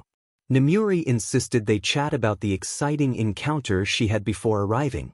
𝐈𝐧𝐿, intrigued, asked if she had encountered a cat, as that would be the only thing that might keep him engaged. His hopes were dashed when she shook her head and revealed it was a human woman. The sigh that followed was familiar to him. It was her smitten sigh. 𝐈𝐧𝐿 narrowed his eyes and tugged at the zipper again, but 𝗵𝗲𝗓 held firm and continued her story. She described the woman as sweet, recounting how she had accidentally spilled iced coffee on her blouse, only to find the woman was not upset at all. Nomuri lamented that the woman called herself an old lady, even though she didn't look much older than Nomuri herself. Aizawa, thinking to himself, found her delusional but kept quiet as Nomuri pressed her stiletto heel against his sleeping bag, giving him a mischievous smile. Nomuri continued, saying the woman was too cute to think of herself that way and mentioned that she had taken care of Sushi, Nomuri's cat, after finding her wandering around the day Nomuri lost her. She felt indebted to the woman and thought a great way to thank her would be to invite her out for a night on the town. Aizawa, skeptical, questioned how going out would help the woman feel less old. He suspected Nomuri was simply looking for an excuse to find a female club buddy, especially since their friend Mike was banned from nearby clubs for being too loud. But Nomuri was adamant, insisting that one couldn't be old if they kept their youthful spirit. She envisioned a night of fun, reminiscent of college days, and even thought of setting the woman up with someone special. Aizawa raised an eyebrow, wondering if Nomuri was truly just being kind or if there was more to her intentions. Despite the warmth she felt towards the woman, Nomuri insisted she was only trying to do something nice, focusing on what the woman might want rather than her own desires.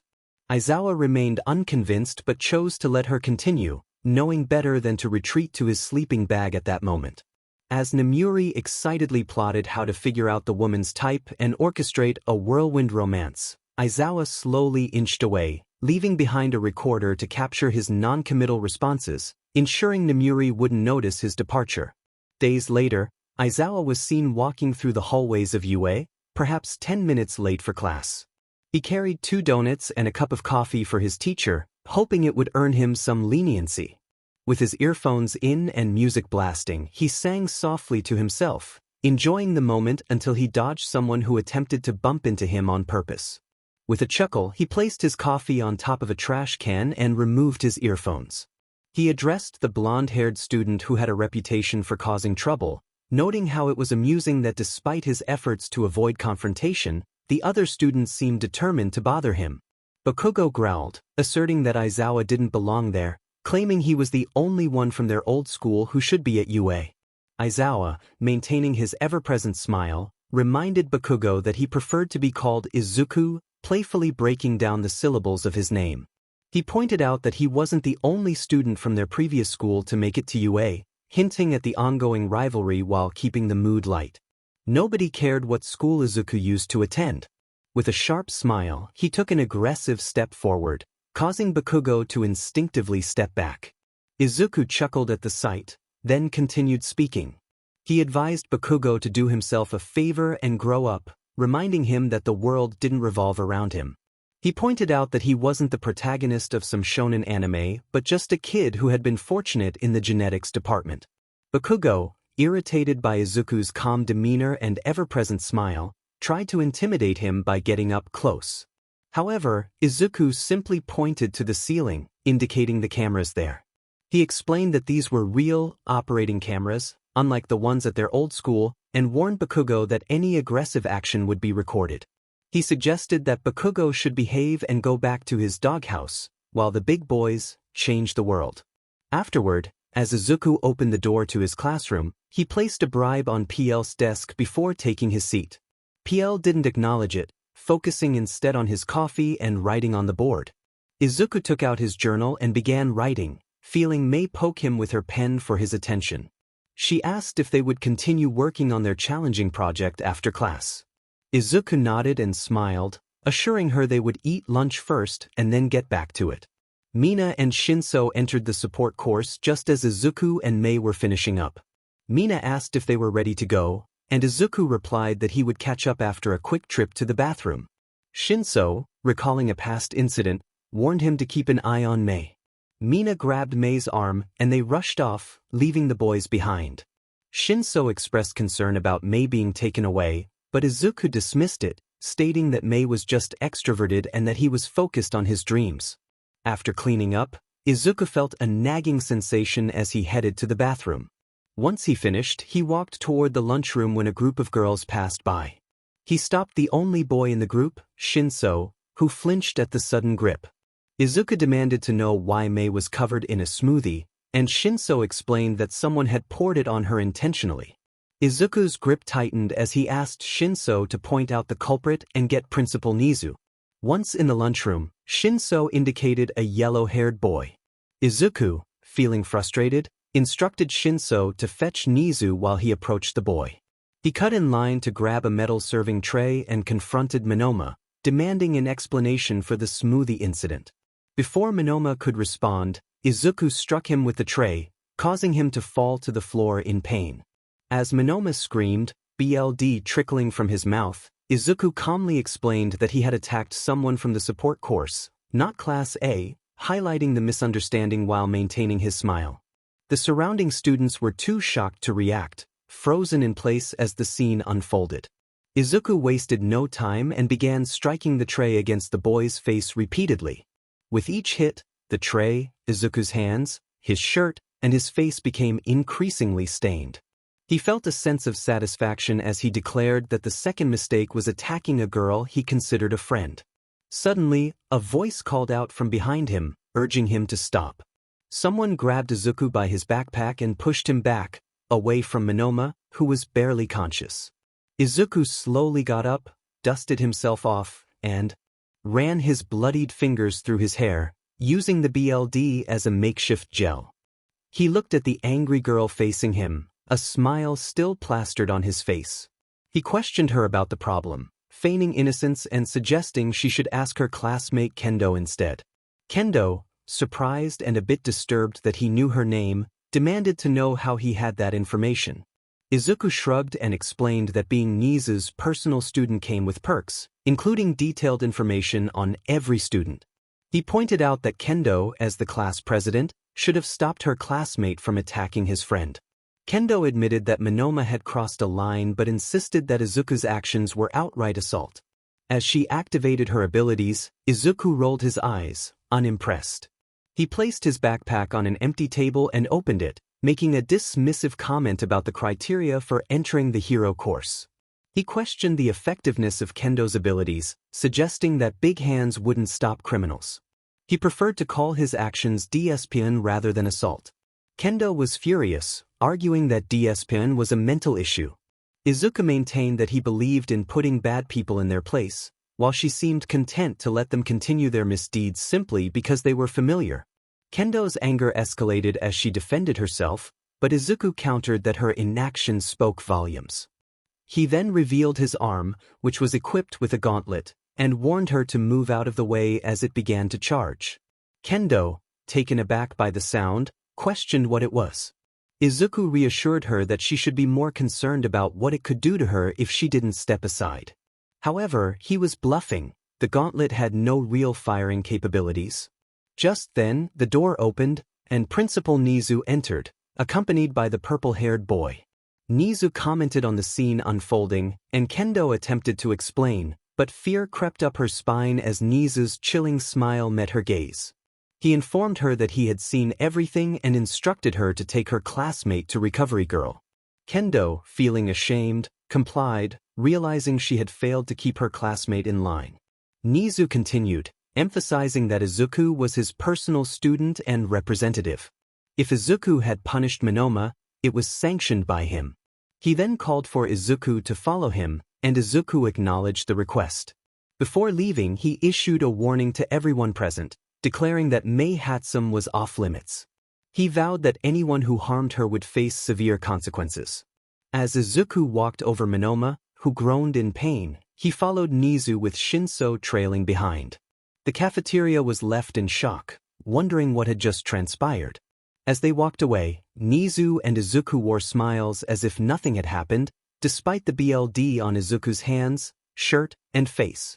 𝗓𝗁 finally broke the silence, asking if 𝗫𝗠 was truly okay with the punishment Izuku had delivered.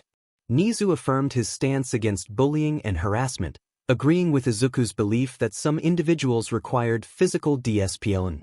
𝗓𝗁 then inquired if he would have reacted the same way had he been the one attacked. Izuku chuckled and reminded 𝗓𝗁 of their first meeting, prompting a shared laugh as they continued on their way. 𝗫𝗠 pondered how these two had met, curious about the circumstances since he didn't have eyes everywhere. But he quickly figured out where 𝗓𝗁 was coming from. Izuku had taken down his bullies by surprise, and he felt a sense of satisfaction. He explained that while he wouldn't go to extremes like he did with Shinso, it was because they were both headed for the hero course, where pain was part of the journey. He felt that Mei didn't deserve what had happened to her. Izuku's angry smile returned, surprising Shinso, who thought Izuku would have stopped smiling by now. But Izuku had been smiling for years. The events had made him angry, but he knew how to channel that anger while maintaining control. Shinso shrugged, acknowledging the truth in Izuku's words but still commenting on how intense Izuku had been with the other boy. Izuku chuckled, admitting he was a dangerous kind of introvert, one who would defend those he cared about fiercely. As he looked down at his hands, he noticed they were stained, but he didn't mind. Shinso interrupted his thoughts, suggesting that if something similar happened to his mother, Izuku would react similarly. Izuku agreed, even if he doubted his mother would reciprocate that kind of protection. Nizu, observing their conversation, called for Izuku to join him in his office. Izuku acknowledged the request and suggested that Shinso check on Mei in his workshop. As they walked in silence, both continued to smile until they reached Nizu's office, where Nizu stopped and asked how it felt to let his anger out. Izuku described it as freeing, knowing exactly what Nizu meant about snapping. Once they were alone, he couldn't help but let out almost manic laughter, expressing how long he had held that anger inside. It had fueled his ambition, but releasing it felt better than he could describe. Nizu understood the feeling but cautioned Izuku to be more careful next time. He reminded him that he represented a significant portion of the population and needed to maintain a better public image. Izuku's smile faded slightly, acknowledging that he had made a mistake. He promised to control himself better in the future, knowing that it might be a while before he faced a similar situation again. Nizu sighed, preparing to handle the aftermath of the incident. Izuku, confused, asked about the damage control Nizu mentioned. Nizu explained that he would need to consult with lawyers to manage the consequences of Izuku's actions, especially since someone likely recorded the event. Izuku felt a wave of realization wash over him, understanding the gravity of what he had done. Nizu reminded him that he had a responsibility to show the world that being quirkless didn't mean being useless. After their conversation, Izuku left the office, his hands trembling not with anger but with self-reproach for losing control. He thought to himself that he needed to be better. Later, in his workshop, he pressed his hand to the security monitor, unlocking the door. Inside, he found his friends, Momo, Ochako, and Mina, who were surprised by the state he was in. Mina was the first to speak, confirming what Shinso had said about Izuku's confrontation with Monoma. Izuku confirmed the truth of the situation, guessing that Mei was cleaning up after the incident. As he sat on the couch, relieved that the stressful situation was over, Momo joined him. Izuku expressed that he didn't care about the hero code at that moment. He had acted as a friend, refusing to stand by while someone he cared about was hurt. Momo understood his feelings, even if she couldn't condone his actions. Ochako, trying to lighten the mood, defended a character named 𝗏, who had loved 𝐴𝐶. Izuku pointed out that 𝗏 had chosen his duty over his loved ones, finding it amusing that Ochako defended someone who failed to save 𝐴𝐶 but helped Kobe simply because he was a Marine. Ochako's playful anger turned more genuine as she argued that 𝗏 had to choose between saving a pirate and following his principles. Izuku reminded her of the corruption within the Marines, emphasizing that 𝗏 was aware of the world state. He understood that the Marines had committed some questionable acts on behalf of the world government. 𝗏 had even hidden 𝐴𝐶 as a baby because the Marines would have harmed him and his mother, and now he wanted 𝐴𝐶 to join them.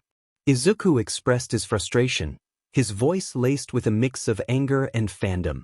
Ochako, disapproving of his tone, stepped closer to him with her arms crossed, unwilling to tolerate the disrespect towards one of her favorite characters. She argued that 𝐴𝐶 and Luffy could have helped 𝗏 change the Marines for the better. Izuku countered, pointing out that 𝗏 wasn't doing anything to improve the situation. While he acknowledged that there were good people in the Navy and that one could do good as a Marine, he felt 𝗏 needed to realize that, due to his hero status, he was in a unique position where he didn't have to follow every order. He believed 𝐴𝐶 and Luffy might not understand that they could be forced to follow unjust orders. If 𝗏 intended to mentor them to prevent that, He questioned why 𝗏𝗏 hadn't taken better care of them when they were younger, as he had with Kobe. Ochako defended 𝗏𝗏, stating that he had been busy with his career when Ace and Luffy were babies and that he had left them in capable hands. Izuku conceded that Deiden was indeed a good guardian, but he felt 𝗏𝗏 had made significant mistakes. He pointed out 𝗏𝗏's political power within the Marines and how he could have taken Ace out of that environment, facing some backlash but ultimately being fine, as the Marines and the world government couldn't afford to lose someone as powerful as him. Instead, 𝗏𝗏 did nothing, and now they were expected to believe he had tried his best, which Izuku dismissed as nonsense. Ochako then made a statement that sparked a heated debate in the anime community, questioning Ace's innocence. She reminded Izuku that Luffy had rescued Ace, who had gone to confront Akainu after being provoked, leading to his tragic fate. She lamented that all the sacrifices made to save Ace had ultimately been in vain, as he had died for nothing. Izuku was taken aback by her words and insisted that 𝗏𝗏 was merely a pawn of the celestial beings. As their argument escalated, Shinso and Momo exchanged confused glances, unsure of what was happening. Momo asked Shinso if he understood the topic of their debate, to which he replied that it was an anime he hadn't watched due to the character designs, prompting a chill to run down his spine as the argument suddenly fell silent. Mina's laughter broke the tension, and Izuku and Ochako turned their attention to Shinso, who felt a wave of apprehension at their expressions. Just then, Mei emerged from the bathroom, providing a timely distraction. Shinso felt relieved, thinking he had been saved from the situation. Mei approached Izuku with a bright smile, though he could sense it was forced. She suggested they start building their project, but Izuku reminded her they needed to take a break first. He gently patted her head, trying to comfort her, but Mei's smile faded as she wished to continue their mission and forget the earlier argument. She asked how he managed to express his feelings, to which Izuku hesitated, admitting that he didn't handle things healthily. He trained to the point of exhaustion, often pushing himself until he passed out. Shinso confirmed this, having witnessed it firsthand, while Momo kindly inquired about what he would suggest instead. Izuku pondered for a moment before asking if anyone knew of good karaoke spots. Mina eagerly raised her hand, excited at the prospect. Momo reminded them that they couldn't just leave school, as they still had the second half of the day ahead. Izuku assured them he had it covered and pulled out his phone to text Nizu. The others looked on in confusion, but Izuku simply shrugged with a smirk. When Momo asked for clarification, he explained that he had texted Nizu, who would make an excuse for them all. Mina's eyes lit up at the thought of having time to study for her exam, even if she wouldn't actually use it. Shinso chuckled at the situation, shaking his head at the privilege of it all. Izuku teased that if Shinso didn't want a half day, he could opt out, but Shinso shrugged, recognizing a free day when he saw one. With a grin, Izuku encouraged Mina to lead the way, and she excitedly took the lead, with the others following behind. This time, Mei took Izuku's hand as they walked together. Though she did hold it a little more tightly than normal, Izuku didn't mind it. At the LOV bar, Shima observed Shigaraki, Kurohige, Himiko, Twice, and the others who had not been arrested following the USJ incident. They were all kneeling as the TV in front of them displayed a static image of their boss, all for one. Shima rested his head on his fist, looking at his workers. Shima expressed his disappointment, noting that not only had they failed to confront All Might, but the expensive bioweapon was now in the hands of the heroes, lost to them in an unknown location. Kurohige responded that their informants were diligently searching for information, but most returned empty-handed.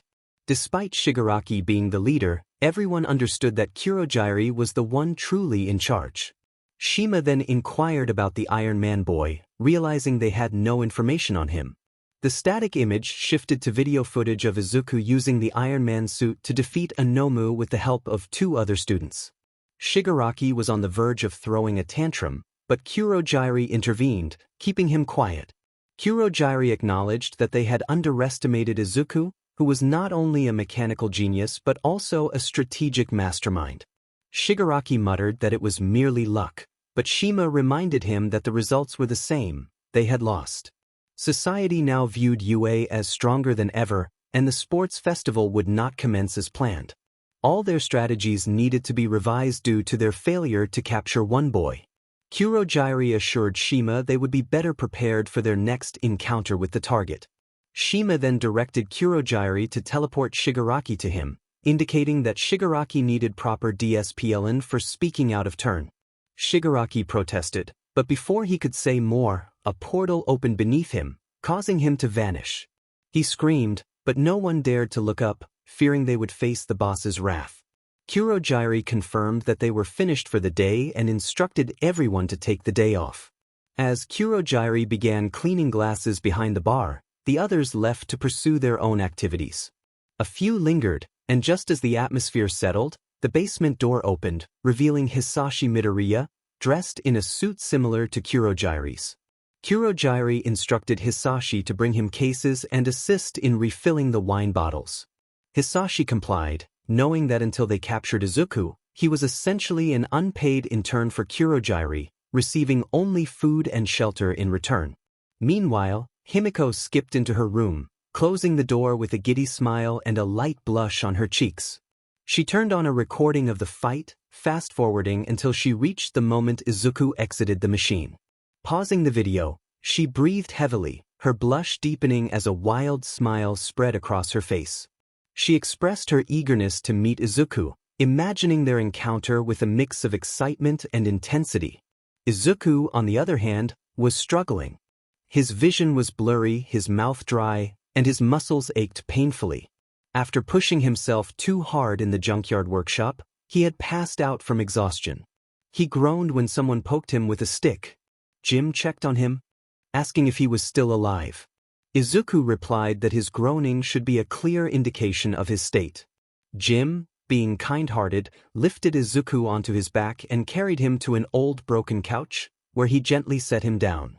Izuku thanked Jim, offering him a $20 bill from his jacket pocket as a token of appreciation. Jim happily accepted the money, promising to turn on the AC for him on his way out. Once Jim left, Izuku sighed, feeling the cool air begin to circulate. Finally allowing himself to relax, he acknowledged his hunger, realizing he needed to take better care of himself. Izuku wondered if he could ask Shinso to get him some food. He looked down at his phone, which felt like it was miles away in his pocket. With a sigh and a slow groan, he settled in and closed his eyes. He thought to himself that he could just sleep off the hunger, like he used to do during lunchtime, chuckling at the memory of his time at that school. He imagined what his former classmates would say if they knew he was at UA. They would probably try to win his favor to get a recommendation for a teaching position. The thought made him snort. He mused that they were lucky he hadn't called the police on them. As he began to drift off, the cold air wrapped around him, and he took a deep breath before exhaling slowly. After a long day of pushing himself, he finally allowed his body to rest. Suddenly, his phone's ringtone broke the silence, and he felt a wave of emotion wash over him. He slowly retrieved it from his pocket and raised it to his face to see who was calling. With a sigh, he answered. He asked his mother if she was injured in any way. 𝗏𝗏 quickly assured him she was fine, her nervousness evident in her voice. Izuku considered hanging up but found it difficult to move his finger to end the call, so he continued the conversation. He asked what she wanted, and 𝗏𝗏 mentioned the cat she had found, the one she had sent him pictures of. She explained that she had located the owner, who would be coming to collect the cat when she had the chance. As she spoke, Sushi, the cat, settled on her lap, purring contentedly as 𝗏𝗏 stroked her. Izuku acknowledged that it was nice for the owner and expressed that they must be relieved. 𝗏𝗏, happy to converse with her son, reminded him that she didn't want him to be surprised when he came home and found Sushi gone. He responded that he understood and asked if she needed anything. Izuku glanced at his tired body, feeling the ache from hunger and the need for some cream to soothe his discomfort. However, asking for help would mean revealing where he had been all this time. He weighed his options, deciding he could either ask for food and cream or continue to endure the pain. Meanwhile, in a different location, Hayashi was cleaning dishes in the basement, feeling the weight of the chains on his ankle. He was plotting his escape, knowing he could outsmart his captors. He considered various options, from using soap to slip out of the chains to breaking a window, but each plan had its drawbacks. Time was running out, and he needed to act quickly. As he washed the dishes, he spotted an opportunity and smirked, pouring soap on his leg to free himself from the shackles. Today would be the day he sought his freedom. Later, 𝗂𝗓𝗏 entered the basement, humming a tune to himself. Upon reaching the bottom of the stairs, he noticed the broken window and the absence of anyone washing dishes. He realized someone had made a run for it. 𝗂𝗓𝗏 took out his phone and activated an app, then approached the wine crates. To his surprise, he found 𝗕𝗁𝐻𝐵 hiding inside one, using a straw to breathe. 𝗕𝗁𝐻𝐵 nervously chuckled, trying to explain his presence, claiming he was hiding from a potential intruder. 𝗂𝗓𝗏 dismissed his excuse, reminding 𝗕𝗁𝐻𝐵 that he was of no use to them if he were dead. He also warned him about the tracking chip implanted in his neck. 𝗕𝗁𝐻𝐵 attempted to joke about the invasion of privacy, but 𝗂𝗓𝗏 grabbed him by the hair, pulling him up from the barrel. 𝗕𝗁𝐻𝐵 yelped in pain, but 𝗂𝗓𝗏 ignored his cries, glaring at him for attempting to escape. He ordered 𝗕𝗁𝐻𝐵 to mop the floor after finishing the dishes, and 𝗕𝗁𝐻𝐵, still in pain, agreed. 𝗂𝗓𝗏 released him, allowing him to fall to the ground, and dropped a fresh set of clothes in front of him. He gave 𝗕𝗁𝐻𝐵 5 minutes to change, threatening consequences if he took longer. As 𝗂𝗓𝗏 left, 𝗕𝗁𝐻𝐵 slowly got up, a sly smirk forming on his face. He hadn't planned this escape. He was merely testing the waters to see what would happen when he finally made his move. A chip on his neck was no problem. Just like in Bangkok, all he needed was a razor and some tweezers. In 𝗬𝗓's office, May sat with her parents, visibly surprised as they watched video footage of a green-haired boy confronting a yellow-haired boy who had attacked their daughter. The moment Izuku was pushed away from Minoma, 𝗬𝗓 paused the video. 𝗬𝗓 explained that his personal student had dealt with the situation appropriately. May's father, Shu, inquired about the boy's identity. May's response shocked both her parents, as the idea she presented was so unexpected that they couldn't even consider who the boy might be. With a bright smile, May pointed to Izuku on the screen and revealed his name. That revelation left Shu and May speechless. May innocently nodded, unaware that her parents had missed the space between boy and friend. 𝗬𝗓, who had heard it, chose not to correct them, eager to see how the situation would unfold. 𝗬𝗓 mentioned that he had often seen Izuku and May together, noting how he always held her hand. May expressed her fondness for Izuku's warm and strong hand, which made her feel happy inside. Shu felt a wave of concern wash over him, realizing that his hopes for a simple friendship had taken a surprising turn. He pondered the implications of May finding someone who could appreciate her for who she was. May, intrigued, insisted they needed to meet this boy. She glanced at the paused video, her concern lingering over the smile Izuku had while confronting the other boy. However, knowing he had acted to protect May, she was willing to overlook that detail. 𝗬𝗓 sighed, realizing his entertainment would have to wait, as Izuku was currently absent. He explained that Izuku had gone off for training and had yet to return, assuring them he was likely fine. May then urged May to invite Izuku over for a family dinner, emphasizing the importance of the occasion. May, distracted by something shiny on a shelf, waved her hand dismissively, her attention fully captured by the glittering object. May prompted her daughter to repeat her instructions, but May was more focused on the shiny thing than on the conversation. After a playful reprimand from 𝗬𝗓, who playfully swatted her hand away, May instinctively repeated her mother's request, though her mind was still on the sparkly object.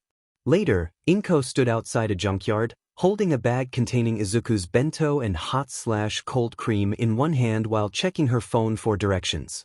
She couldn't believe that after years of wondering where her son spent his time, he had been at this junkyard, which had once been a beach. 𝗏𝗏 was startled when a voice interrupted her thoughts. A chubby, bald man, presumably the junkyard owner, approached her. 𝗏𝗏 felt uneasy about the idea of Izuku knowing someone like him, but she composed herself before speaking. 𝗏𝗏 entered the junkyard, looking for her son, Izuku. She was surprised to find a foreigner named Jim running the place. Jim greeted her with a relaxed demeanor, revealing that Izuku had asked to use the junkyard, and he had agreed for a small fee. 𝗏𝗏 felt a mix of annoyance and concern, realizing that her son had been spending time here, but at least he wasn't alone. 𝗏𝗏 crossed her arms defiantly as she confronted Jim about the entrance fee. She was taken aback by his audacity, knowing that this place used to be appealing before it fell into disrepair. Despite her irritation, her love for Izuku outweighed her frustration, and she reluctantly paid Jim to enter. Once inside, 𝗏𝗏 navigated through the clutter of discarded electronics until she reached a building that looked well used. Inside, she found Izuku, who greeted her with a strained smile. She immediately noticed his discomfort and understood that he needed help. As she applied cream to his sore muscles, she glanced around at the workshop filled with blueprints and machinery. Izuku explained that he had been training hard to stay in top physical form. He expressed his ambitions to create a series of robot suits, revealing plans for a staggering number of designs. 𝗏𝗏 listened, both impressed and concerned about the scale of his goals. Despite her initial skepticism, she tried to keep the conversation light, asking about any new friends he had made. Izuku mentioned a few acquaintances but seemed dismissive, hinting at his fears of being judged due to his disability. 𝗏𝗏 felt a pang of worry for her son, wanting to reassure him that not everyone would react negatively. She encouraged him to remain hopeful, but Izuku remained guarded, recalling past experiences that had left him feeling isolated. 𝗏𝗏 continued to apply the cream, determined to support him, even as the conversation turned heavier. She wanted to remind him that he was not alone and that she believed in him, no matter the challenges he faced. The moment they discovered that Izuku was quirkless, he knew they would either leave or treat him differently. Despite the emotionless tone in his voice, a smile remained on his face. 𝗏𝗏 thought she caught a glimpse of genuine feelings from him, but it vanished before she could react. Izuku continued speaking, determined to express his thoughts. He believed it was better not to get too close to others, knowing they wouldn't stick around. 𝗏𝗏 encouraged him to have more faith, suggesting that people could surprise him. However, Izuku found her words ridiculous and hypocritical, as he had faith in her, yet she had let him down. He chose not to voice this, recognizing her kindness in helping him. He thanked her for the cream and mentioned needing some time to rest before he could manage to eat the bento. 𝗏𝗏, feeling a bit uncertain, agreed and went to put the food in the fridge. As she returned, she was surprised to hear Izuku snoring. She couldn't believe he had fallen asleep so quickly, but his exhaustion from the day had taken its toll. Gulping softly, she sat beside him, gently placing his head in her lap and stroking his hair. Days later, Izuku resumed his routine, walking back to his workshop at UA. Now calm enough to return, he heard rumors about Monoma seeking revenge, but he found it amusing. He chuckled to himself, thinking that Monoma had an inflated sense of his own importance. To Izuku, Monoma was like a mere bacteria trying to act significant. As he walked, his smile briefly faltered before he regained composure. He spotted Tashinori, who seemed startled and nervous, quickly turning away as if he hadn't been peeking into the workshop. Izuku rolled his eyes, unimpressed, but Tashinori couldn't see that until Izuku's tone shifted, causing Tsuyu in class to glance out the window at the bluntness of his words. Izuku confronted Tashinori, revealing that he was 𝗍𝗓's personal student and wasn't fooled by the hero's act. Tashinori, taken aback by the young boy's boldness, introduced himself, but Izuku remained uninterested, crossing his arms and maintaining his smile, refusing to shake Tashinori's hand. He felt that Tashinori was one of the reasons he had become who he was. Tashinori attempted to engage Izuku in conversation, but the boy dismissed him, stating he was too busy to entertain the hero. He suggested Tashinori find someone else to admire him. Tashinori, trying to lighten the mood, asked if Izuku was not a fan of his, but Izuku's smile sharpened as he clarified that Tashinori was a new teacher and at the bottom of the hierarchy, while he himself was higher up. He emphasized that he had no classes with Tashinori and owed him no respect. Realizing the situation, Tashinori sighed and explained that he wasn't there to fight a 14-year-old but was seeking help. He began to understand why 𝗍𝗓 had chosen Izuku as a student. After hearing Tashinori's proposition, Izuku began to laugh, a nearly manic laughter at the idea of helping this man. It was almost comical to him. He stopped abruptly, taking a sharp breath as he wiped away a mock tear before speaking again. Tashinori stood there, clearly puzzled by Izuku's reaction. Izuku questioned why he would ever consider assisting Tashinori. Tashinori explained that he wouldn't just be helping him but rather his successor. He thought of the young woman who now possessed one for all, believing she was perfect for the role due to her quirk. However, Izuku was indifferent to this and made his feelings clear. It was no secret who Tashinori's successor was. Izuku would have been surprised if anyone in their hero class hadn't figured it out on the first day. Izuku firmly stated his refusal, leaving Tashinori taken aback. The number one hero, an idol to countless children, was not accustomed to being turned down. Yet, Izuku waved Tashinori aside, eager to return to his workshop, where he had more pressing matters to attend to than inflating Tashinori's ego. He reiterated his refusal, explaining that he lacked the time, patience, or longing to offer his services. He had better things to do, like losing in a game of Yu-Gi-Oh! Duel Links with his preferred deck. Tashinori chuckled, insisting that Izuku wasn't grasping the situation, which was meant to be beneficial for him.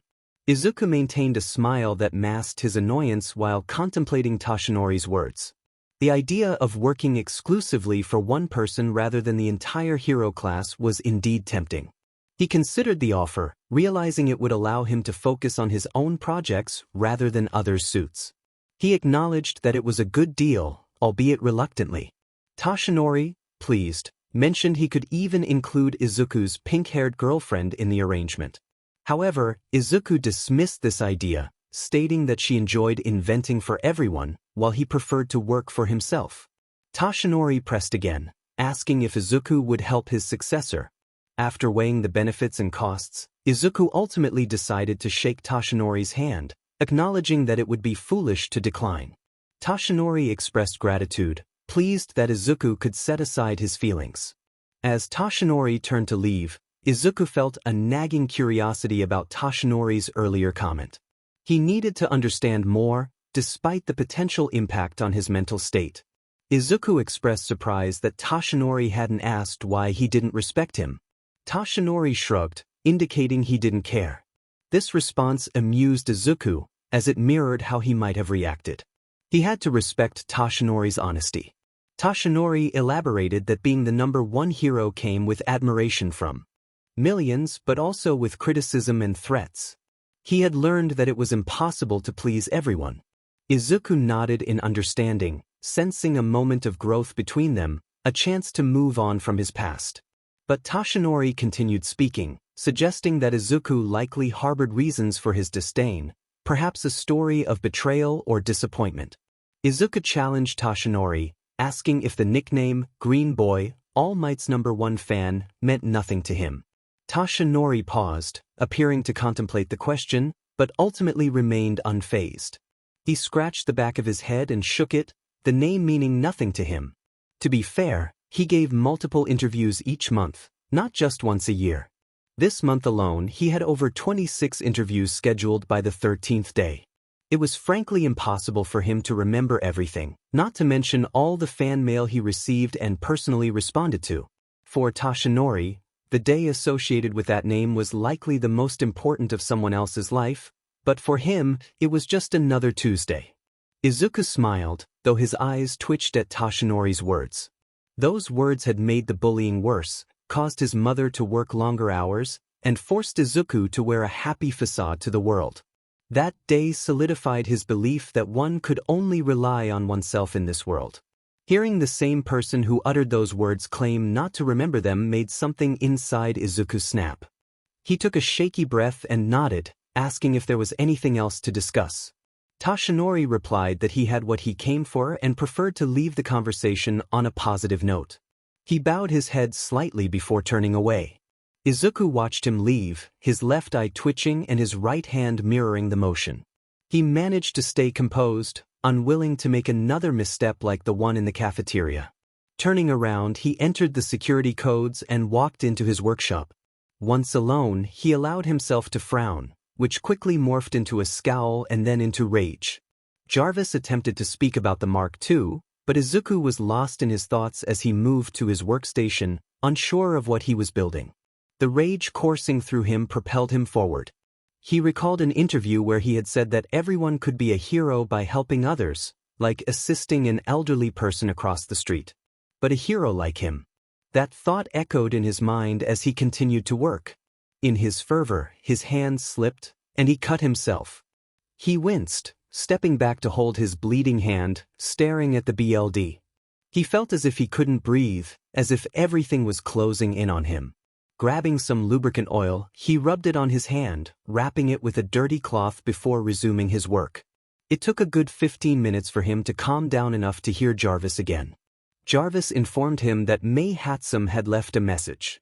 Izuku thanked Jarvis and decided to check it. He glanced at his wrapped hand, frowning as he clenched it into a fist, thinking about how a quirkless person couldn't be a hero. It felt like a lie, and he was determined to prove that it was nothing more than that. As the school day ended, Izuku was packing his books when someone poked him. He turned to see 𝗵𝗲, her smile genuine and brightening his mood. She asked if he had received her message. Izuku nodded, confirming his availability for the event on Sunday and inquiring why she wanted him there. 𝗵𝗲 shrugged, explaining that her parents wanted to meet him for some reason. Izuku noticed that 𝗵𝗲 was still cleaning up her table, so he began to help her. As they worked together, 𝗵𝗲 mentioned that her parents had expressed a longing to meet him after being emotional about her having friends. Izuku, just as socially naive as 𝗵𝗲, pondered why they would want to meet him. He shrugged it off, suggesting that perhaps he was the first person to see everything, including the one who should not have been harmed.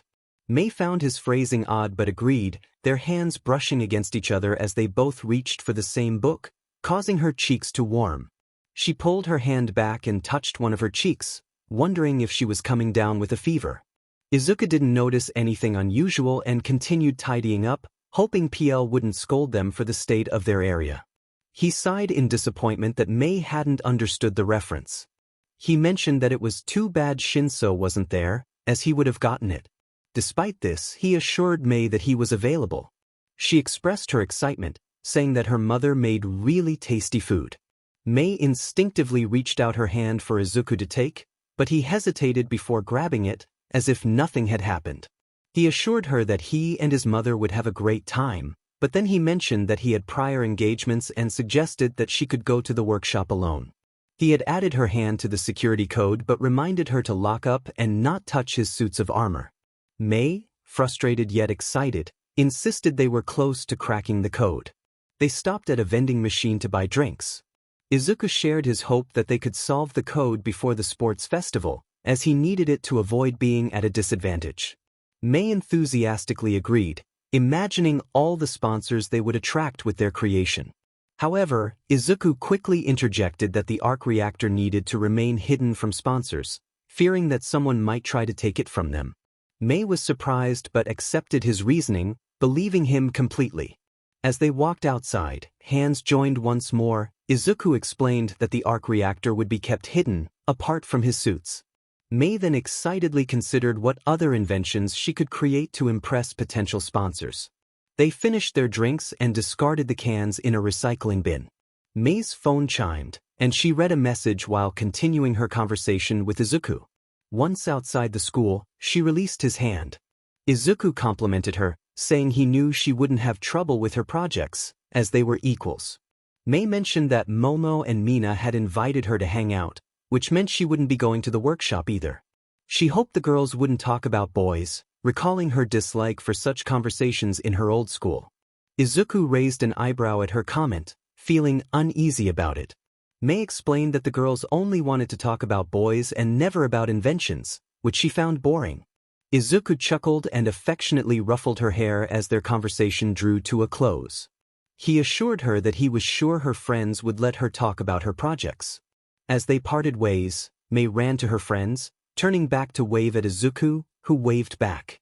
Once she joined her friends, Izuku put on his earphones and turned on his Walkman, letting the music distract him from the world around him as he jogged to his mother's apartment. The upbeat rhythm accompanied him as he ran, and he felt invigorated, even singing along to the lyrics. Later, Izuku arrived at his mother's place and checked his watch, pleased to see he had improved his time. He felt a sense of accomplishment as he climbed the stairs, but upon hearing a familiar group chatting with his mother, he sighed, bracing himself for the conversation ahead. Izuku ignored the Bakugo family and focused on 𝗏𝗏, who flinched at his gaze.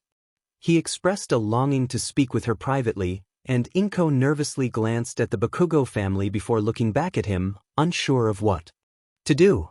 Fortunately, Mitsuki intervened, and Izuku couldn't shake the feeling of disappointment that his mother needed help to make decisions. However, he had no time to dwell on that when Mitsuki spoke up. Mitsuki asserted that 𝗏𝗏 was in the middle of a conversation, but Izuku pressed on, asking if she was available to talk. He smiled as he referred to the Bakugo family in a dismissive manner, ignoring their presence entirely, which only fueled Mitsuki's anger. She slammed her fist on the table, glaring at him. Masaru urged Mitsuki to calm down, reminding her of her health concerns, and he felt grateful that Katsuki wasn't there, as it could have escalated quickly. 𝗏𝗏, wanting to diffuse the tension, stood up and offered to speak with Izuku in her room. He responded with a cheerful smile and walked ahead of her, entering the room without waiting. Once inside, 𝗏𝗏 closed the door and sighed deeply, acknowledging that she knew he didn't like Mitsuki. Izuku clarified that he despised her, believing that if she had raised Katsuki properly, it would have spared him much pain. He couldn't help but feel the old scars from their past begin to itch, but he remained still. 𝗏𝗏 crossed her arms, reluctant to engage in this discussion, and decided to avoid defending Mitsuki, recognizing it as a trap. She asked what he wanted to talk about, and Izuku revealed that a close friend had invited him to her home, where her family wanted to meet both of them on Sunday. 𝗏𝗏 was taken aback, unsure if she had heard him correctly. When she confirmed her availability, Izuku was about to leave when 𝗏𝗏 interrupted him, stating she wanted something in return. Surprised by her boldness, Izuku inquired about her request. 𝗏𝗏 nervously proposed that he visit her for dinner at least once a month, even if he didn't want to talk. She simply wanted his company. Izuku questioned her expectation of him, agreeing to this over his own desires, which was a one-time request. 𝗏𝗏 stood firm, asserting that she held the upper hand in this situation. Izuku, feeling cornered, casually mentioned that he could hire someone to pretend to be his mother, which stung 𝗏𝗏 deeply, though she masked her hurt. He sighed, realizing he had to concede to her terms, even if he wouldn't admit it. Unfortunately, he explained that his funds were low due to recent expenses. 𝗏𝗏 waited for him to finish, and despite his smile, he felt the weight of the situation. Ultimately, he decided to play along with her game, offering to visit once a month for the rest of the year. 𝗏𝗏 countered with a request for 5 visits. After some negotiation, Izuku proposed a compromise: 1 visit per month, with a conversation each time. 𝗏𝗏 quickly agreed, shaking his hand before he could change his mind. Afterward, Izuku moved past her and exited the room, leaving the apartment. Once the main door closed, 𝗏𝗏 sighed in relief. She still loved her son but felt as if she had just made a deal with someone far more cunning. 𝗏𝗏 stood before the mirror, feeling uncertain about her appearance. She was preparing to meet the parents of Izuku's friend and had asked Mitsuki for help. However, she found herself wearing something that felt too revealing for her age. Mitsuki, on the other hand, believed 𝗏𝗏 looked fantastic in the backless dress. 𝗏𝗏 expressed her discomfort, feeling that she no longer had the body to pull off such an outfit. Mitsuki, leaning forward in her chair, pointed out that 𝗏𝗏 tended to eat when stressed, and Izuku's absence had caused her a great deal of worry over the years. 𝗏𝗏 shook her head, insisting that her coping mechanisms were not a reflection of Izuku's trust in her. Mitsuki rolled her eyes, clearly annoyed that 𝗏𝗏 had brought up the issue of trust. She argued that Izuku's reasons for not confiding in her were misguided. 𝗏𝗏, wanting to change the subject, tried to steer the conversation back to her outfit, but Mitsuki was determined to address the underlying issues. Just then, Izuku appeared, leaning against a pillar with a smile on his face. He approached them, holding a dress in hand, and ignored his mother's concerns. Instead, he focused on Mitsuki, expressing his longing to help those who were often overlooked. 𝗏𝗏, caught off guard, asked Izuku what he was doing there with Mitsuki. She hoped they wouldn't cause any trouble, recalling their previous encounters. Mitsuki huffed, flipping her hair and demanding respect, but Izuku countered that respect must be earned. Tension rose as Mitsuki confronted Izuku, and 𝗏𝗏 intervened, urging them to stop. She asked Izuku to answer her question, trying to regain control of the situation. Izuku revealed that Masaru had contacted him about the dress shopping, predicting that his wife would choose something unflattering. Mitsuki defended Inko's appearance, but Izuku pointed out how uncomfortable she looked in the dress. He insisted that fashion should enhance one's beauty, not cause discomfort. Mitsuki scoffed at his opinion, believing her experience in the fashion industry gave her the upper hand. Ignoring her, Izuku handed Inko a different outfit he had chosen for her, suggesting it would be more comfortable. Inko took the outfit and headed to the changing room, leaving Mitsuki and Izuku alone. They exchanged playful jabs, each maintaining their stance in the ongoing debate. Mitsuki glared at him for calling her such a name, regardless of the fact that she had started it. She thought he was insufferable. Izuku, in his calm tone, responded with a remark that only irritated her further. No matter the situation, he remained composed, and the closest she had seen him crack was during that incident with the goat. They might have continued their banter, but Inko quickly emerged, having changed as fast as she could to ensure the two wouldn't be alone. Inko admitted that she liked this new style. Izuku agreed, noting that it suited her more reserved personality compared to his own flashy attire. He observed her simple pink shirt paired with a long white skirt and red high heels. Inko looked at her son, unsure if his comment was a compliment. He clarified that it was merely an observation before announcing he was off to meet a friend at a cat cafe, emphasizing the importance of not being late. As he turned to leave, Inko attempted to say something, but he waved dismissively, indicating his goodbye. Inko called after him, wishing to see him back home, while Mitsuki muttered under her breath, expressing her frustration. Inko, tired of the ongoing feud between her friend and her son, reminded Mitsuki that Izuku was still her child. Mitsuki vented her anger, insisting that Izuku didn't understand what real discrimination felt like. Inko sighed, grateful that Izuku was her son and not someone else, as she could easily imagine their arguments escalating if they were the same age. Inko decided to change back into her old clothes before heading to the salon for a hair makeover. Mitsuki, now that Izuku was gone, returned to her usual demeanor and complimented the backless dress. Inko considered the dress, thinking it might be perfect for an upcoming night out with a new friend. Meanwhile, Izuku sat at the food court of the mega mall, feeling bored and slightly disappointed that Shinso had to cancel their plans due to a family emergency. He understood but found himself with nothing to do in the meantime. In another part of the city, Shinsu's father stormed into his room, furious about a call he received regarding stolen cats from a cafe. Shinso realized he had forgotten to ask them to erase the footage of the incident. Back at the mall, Izuku sipped his overpriced smoothie, observing the people around him. Just as he was finishing his drink, someone sat down across from him. The newcomer introduced herself, explaining that she had seen him and thought they could talk. Izuku welcomed the conversation, recognizing her as Kyoka, the person he would be working with. Kyoka mentioned that her father was annoying, a sentiment Izuku could relate to, sharing his own frustrations about his father wanting to take his Ironman suit. As they chatted, Kyoka took out her journal and handed him a page with her design ideas for her hero suit. Izuku examined the drawing, noting its potential for flexibility and protection. Kyoka expressed her preference for flexibility and requested some blue in the design, revealing her favorite color.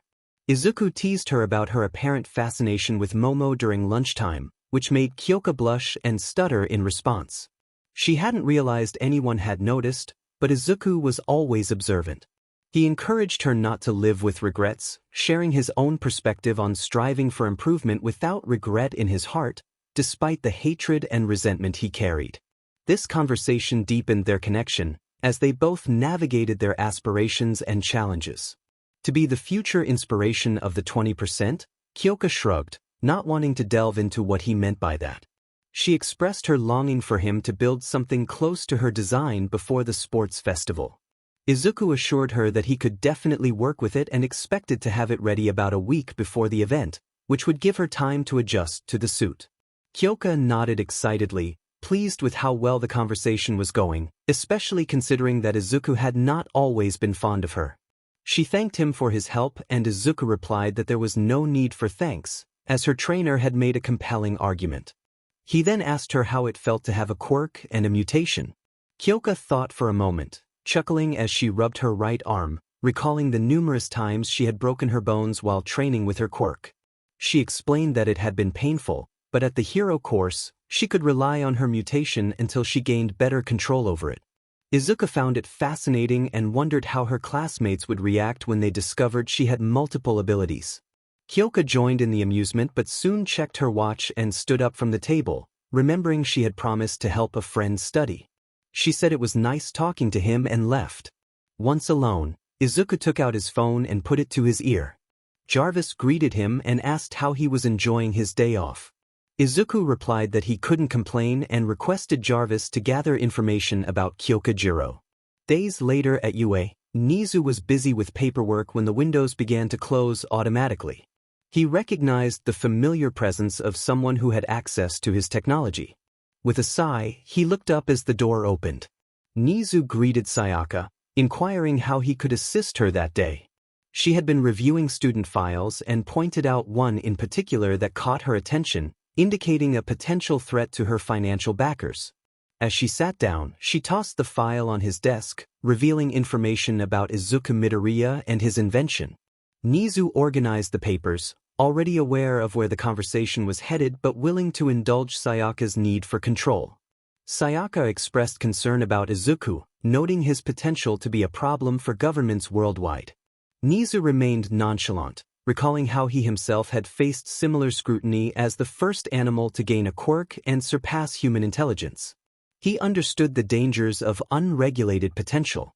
Curious, Nizu asked Sayaka why she believed Izuku was a threat. She explained her concerns about his suit, questioning how he had obtained it since all of Tony Stark's suits had been destroyed or locked away. Sayaka's serious tone indicated the weight of her inquiry, as Tony Stark had been erased from history for the benefit of powerful interests. Nizu hummed thoughtfully, knowing his response would frustrate her. He informed her that Izuku had built both suits himself and was working on a third. Sayaka's apprehension became clear. She didn't want him to create the arc reactor that powered the third suit. Nizu, recognizing her motivations, maintained his innocent demeanor. He suggested that if Izuku succeeded in building the arc reactor, it could bring significant benefits to the world. He noted that she was acting as a politician, one who had likely been influenced by various energy companies. Tell me who pays more, fossil fuel or coal? Sayaka sat up straight, shooting an angry glare at Nizu, who remained calm and smiled as he gently passed the file back to her. Unlike Sayaka, who had thrown it in frustration, Nizu maintained his composure, enjoying the twitch of Sayaka's fingers. He wondered if she realized he was doing it on purpose, but decided it didn't matter and continued the conversation. Nizu acknowledged her point, stating that while both their hands were dirty, he had made his choices for the good of the world, whereas she had done it for a paycheck. Sayaka insisted they were getting distracted and demanded that the boy stop working on the arc reactor project, threatening him to find another fuel source. Nizu feigned a yawn to further annoy her, and when she pressed a button on her phone, the windows began to open. Internally, he was irritated that someone had given Sayaka access to his codes. He disliked when others touched his belongings. While he plotted how to ensure Sayaka would lose her job, he spoke again in a bored tone, showing his lack of concern for her threats. He questioned what she could possibly do to hurt him, given the blackmail he held over world superpowers. He casually mentioned a dark secret about the British government, noting that Sayaka seemed unaware of it. As the windows opened completely, he noticed a red dot on his chest and looked out to see someone with purple hair. He returned his gaze to Sayaka, still smiling and in control of the conversation. He encouraged her to go ahead and take action, reminding her that if he were to die, all his information would go public. Sayaka countered, suggesting that if they couldn't intimidate him with his life, perhaps reconsidering his contracts would be a better approach. Nizu recognized her strategy but tossed aside her final gamble, knowing it was worthless to someone like him. While Izuku needed a suit to feel powerful, Nizu thrived on information, which he possessed in abundance. He acknowledged her skill in knowing how to push his buttons but pondered what was more important to him, his contracts or his curiosity about the boy's limits. Sayaka warned that for Izuku's sake, he should hope Nizu chose the contracts. She then stood up, took the file and left. 𝗎𝗓 watched the red dot disappear and returned to his work, calling his right-hand man while enjoying his time at a cat cafe. Izawa, scowling, was glaring at the purple-haired boy who had captured his favorite cat's attention. When Izawa answered the phone, he demanded to know why 𝗎𝗓 was calling. 𝗎𝗓 informed him that there was another rat in the school and instructed him to find and deal with it. Meanwhile, Izuku was focused on his journal, working on an idea for the arc reactor. He had figured out that no element on the periodic table would suffice, so he would need to create his own. Jarvis reminded him it was time to get dressed, but Izuku was too engrossed in his writing to respond. Annoyed, he asked how Jarvis had even accessed his Walkman. Jarvis dismissed the question, insisting that Izuku needed to prepare for his appointment with the 𝗧𝗵𝗵 family. Izuku waved his hand dismissively, wanting to finish his thoughts before they slipped away. He knew the importance of capturing inspiration when it struck. Jarvis agreed to let him continue, and Izuku completed the basic concept for the first prototype of the arc reactor. He would need to convince 𝗎𝗓 for extra funding to build a particle accelerator, but that could wait. As he changed clothes, Izuku asked Jarvis if Tony had ever made a suit for him to control. Jarvis recalled that he had, but it had become too complicated too quickly. He showed Izuku an old video that only fueled his longing to reach the same level of genius as Tony and his collaborators. Izuku had recently come across a video that he found truly marvelous. He hoped that one day he would be able to create an AI of his own, allowing him to take a vacation. He heard that the virtual Bahamas were quite nice this time of year. Jarvis, his AI companion, acknowledged the humor in his statement as Izuku finished dressing. He admired his reflection in the mirror, wearing a green long-sleeve undershirt, a white tie, a black vest, and a black suit. He winked at himself, pleased with his appearance. He thought to himself that he looked quite good for a 14-year-old. Jarvis, ever the supportive AI, suggested calling his mother to let her know he was ready. 𝗏𝗏, Izuku's mother, had reluctantly accepted Jarvis, but she found him somewhat unsettling. Izuku waved dismissively at the AI while continuing to admire himself. He had worked hard for his physique and intended to appreciate it. He took a moment to appreciate his reflection, acknowledging the importance of self-love. He recalled the shy boy he used to be, someone he no longer recognized. He had learned to shape his own future rather than waiting for destiny to intervene. He felt confident in his worth and appearance. As he walked into the living room, 𝗏𝗏 flinched at the sight of her son smiling. She expressed her concern about his demeanor, reminding him that he would be meeting his friend's parents and that he should make a good impression. Izuku, trying to remain civil, insisted that he was simply excited and happy. 𝗏𝗏, wanting the best for her son, urged him to consider the impression he would leave. Izuku assured her that he would make a fine impression but added, with a teasing tone, that he hadn't asked for her opinion. 𝗏𝗏 felt a pang of hurt at his words, recalling the day he had questioned whether a quirkless person could be a hero. She tightened her grip on her clutch, stood up, and walked past him, suggesting they leave. Izuku, trying to lighten the mood, smiled broadly, unaware of the pain his actions caused 𝗏𝗏. She felt a deep sadness, realizing that no matter what she did, it seemed to push Izuku further away from the boy she once knew and loved. Days later, Izuku's phone alarm rang, playing a song that echoed his thoughts about identity and love. He groggily turned off the alarm, wishing to sleep in, but another alarm rang from his workshop, reminding him of his responsibilities. He reluctantly got out of bed, dragging his feet to turn off the second alarm before flipping a 𝗧𝗏𝗧𝗏 to activate his workshop. As he stretched and yawned, Jarvis appeared on the monitor, greeting him and reminding him of his tasks for the day, including making a suit for 𝗏𝗏𝗧𝗏. Izuku thanked Jarvis and planned to start on the suit after his morning workout and classes. He then recalled the awkward drive to Mei's home, where neither he nor 𝗏𝗏 had spoken much, each lost in their own thoughts. When they arrived at Mei's home, a conversation began to unfold. 𝗏𝗏 wondered if her friend was wealthy, and Izuku speculated that they might be at the wrong place, as they stood before a grand mansion with a gate. 𝗏𝗏 pressed the doorbell, and a monitor activated, revealing a servant. The servant acknowledged them, and 𝗏𝗏 introduced herself and her son, asking if this was the residence of the 𝗧𝗵𝗲 family. Izuku attempted to call 𝗵𝗲, but she was preoccupied in her garage, working on one of her inventions. Their questions were soon answered when the servant confirmed their arrival and opened the gates, inviting them in. The servant welcomed them to the 𝗧𝗵𝗲 family's home and instructed them to follow him. 𝗓𝐭 felt a bit awkward but was interrupted by the butler, who anticipated her question. Meanwhile, Izuku was captivated by the mural paintings of the family, recognizing the old man next to 𝗵𝗲 from somewhere.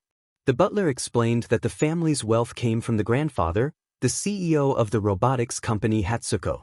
Izuku's eyes widened in realization, as he recognized the name from the entrance exam robots used at UA. The butler confirmed this, while 𝗓𝐭 remained puzzled by the technical details.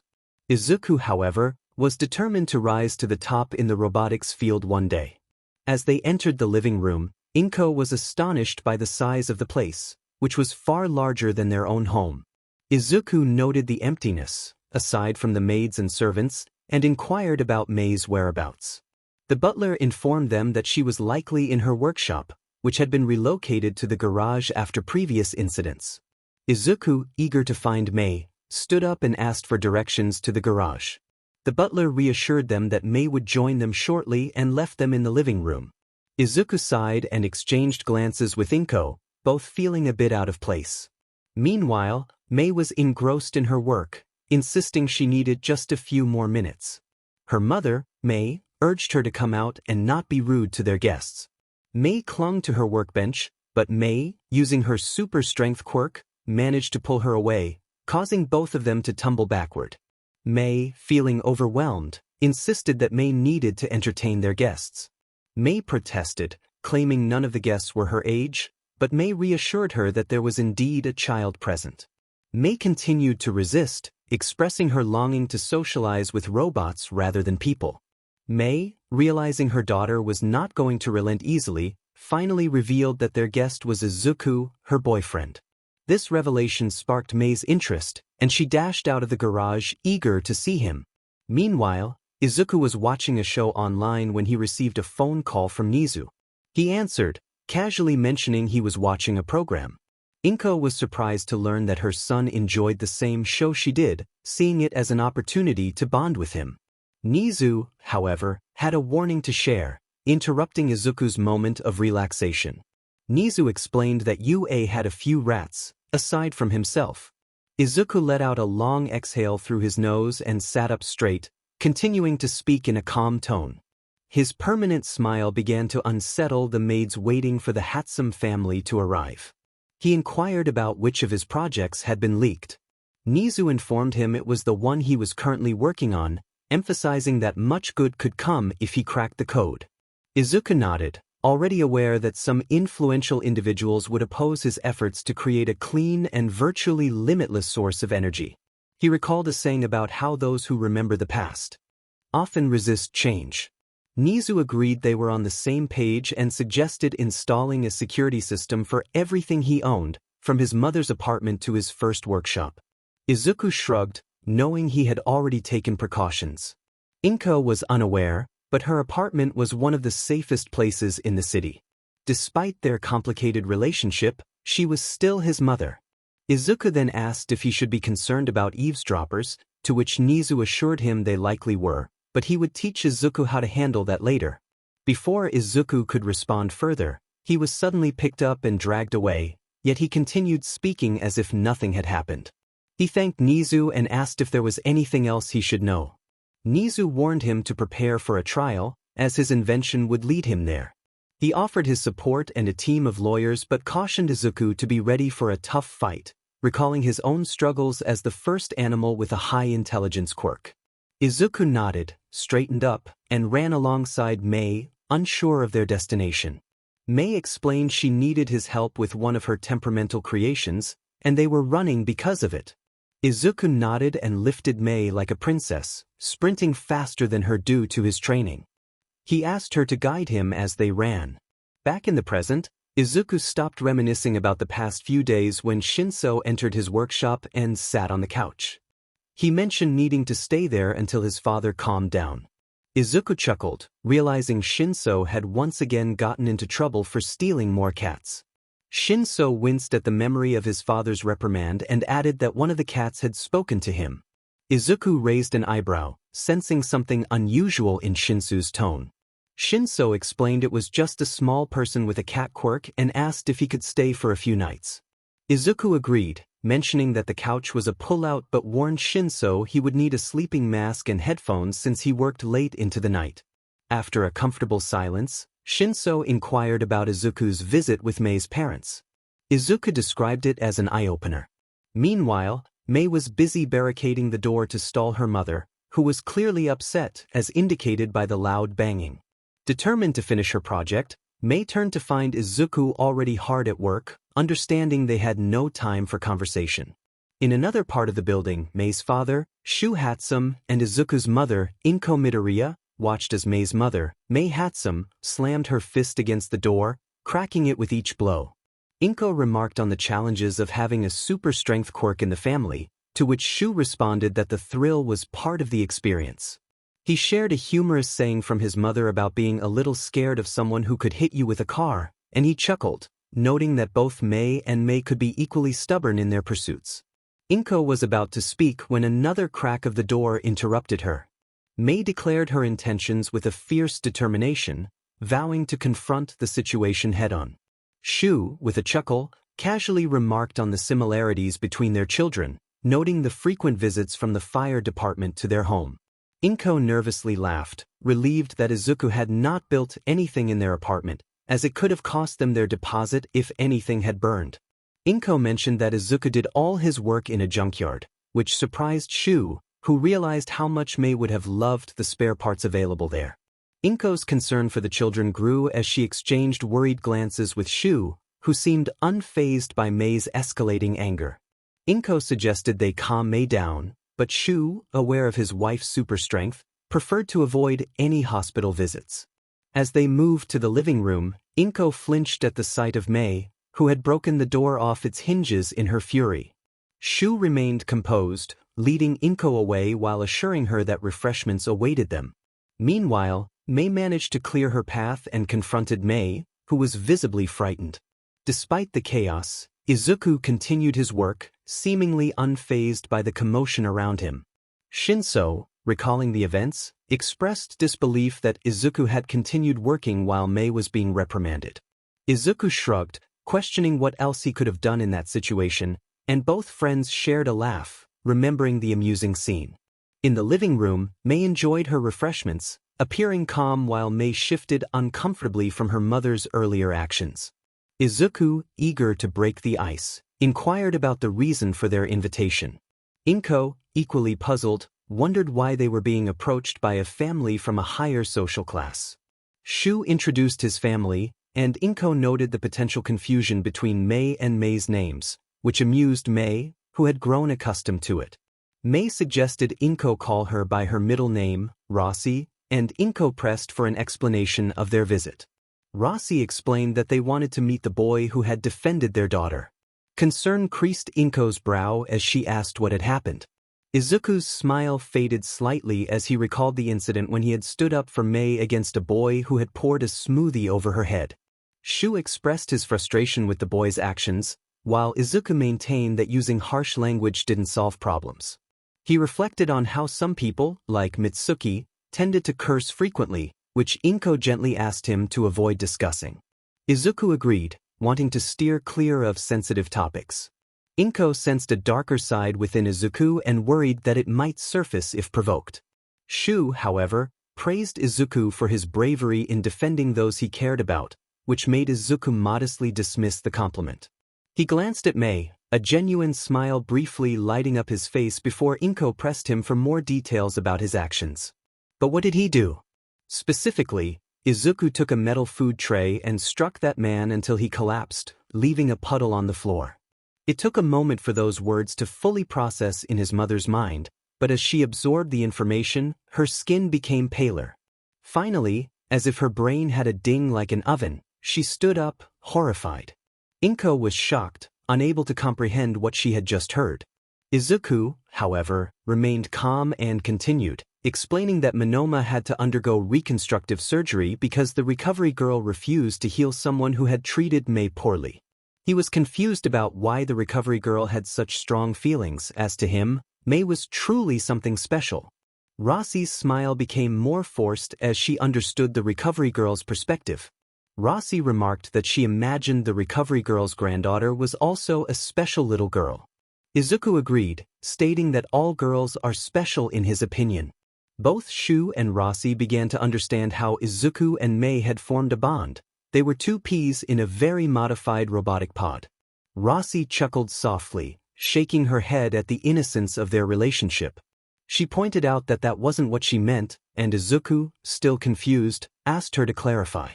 May, meanwhile, was frowning deeply, focused on her journal, contemplating Izuku's theory on how to create vibranium or an almost perfect copy of it. Rossi sighed and decided to rip the band-aid off. She explained that May was born with ADHD. Izuku, unfazed, replied that he had a secret too: the sky is blue. He already had an inclination about May's condition, but he believed that it was her passion that truly made her special. He admired her enthusiasm for building and her interests, which is what drew him to her. Both parents could see how May reacted. She pretended to read, but the deep blush on her cheeks and the wobbly smile on her face revealed her feelings. Shu laughed heartily, celebrating the revelation that May had found a wonderful boyfriend. Inko, however, was shocked that her son had a girlfriend and hadn't told her. She knew they both struggled with communication, but she didn't think it was so bad that Izuku hadn't mentioned May was more than just a friend. Izuku was taken aback by Shu's comment about being a boyfriend. In a flashback, Shinso was laughing so hard at Izuku that he fell off the sofa, holding his sides in pain. Izuku rolled his eyes, not finding that aspect amusing, but he appreciated the moral support from his friend. In another flashback, May declared that Izuku was her boyfriend, which froze everyone, even the servants, in place. Izuku was the first to regain his composure and responded with a nervous chuckle, gently explaining to May that she had made a social faux pas. He clarified that a boyfriend is someone you are romantically involved with. May looked deep in thought, confused as she had never felt romantically involved with anyone before. Rossi offered to explain it later or perhaps let her therapist handle it. As the adults continued their conversation, Izuku joined May in focusing on the mathematical equations for the laser they needed to build. He glanced at her and smiled, suggesting that maybe one day he would be her boyfriend. Back in the present, Shinso chuckled, trying to find a kind way to describe May's innocence. Izuku agreed, stating that she was indeed very innocent. They prepared to leave for school, knowing they were one day closer to their goals, including the upcoming sports festival. As they left, it was finally time to return to the subplot involving Nomuri, who had taken a day off to see her beloved Sushi. She arrived at the designated location and knocked on the door excitedly, her thoughts drifting to the savior of her Sushi. Nomuri felt her cheeks warm at the thought of seeing her again. Nomuri thought about how a girl could dream as the apartment door opened after just a few knocks. She smiled widely at the woman who answered, now wearing a new sweater that was different from the one Nomuri had lent her, which left her a bit disappointed. However, Nomuri couldn't help but think that the woman still looked cute in this outfit, largely due to the smile on her face. Though she wasn't one to stare, her gaze briefly wandered over the light curve of the sweater. She had seen more in the bathroom of the coffee shop, and while this sweater was adorable, her thoughts kept drifting back to the curves and layers she remembered underneath. Politely, she redirected her gaze to meet the woman's eyes, recalling the name on the found posters. Nomuri greeted Inko, commenting on the lovely weather they were having. Inko agreed, mentioning how her cat, Sushi, was enjoying a sunny spot on the couch. There was a hint of sadness in her voice as she thought about Sushi returning to Nomuri, but she smiled and stepped back to let Nomuri enter. As Nomuri walked through the house, she noted how neat and organized it was. It looked like the living space of someone who had their life together, unlike her own home, which resembled that of a couple of college students. She imagined Aizawa's place, complete with a dead plant on his coffee table.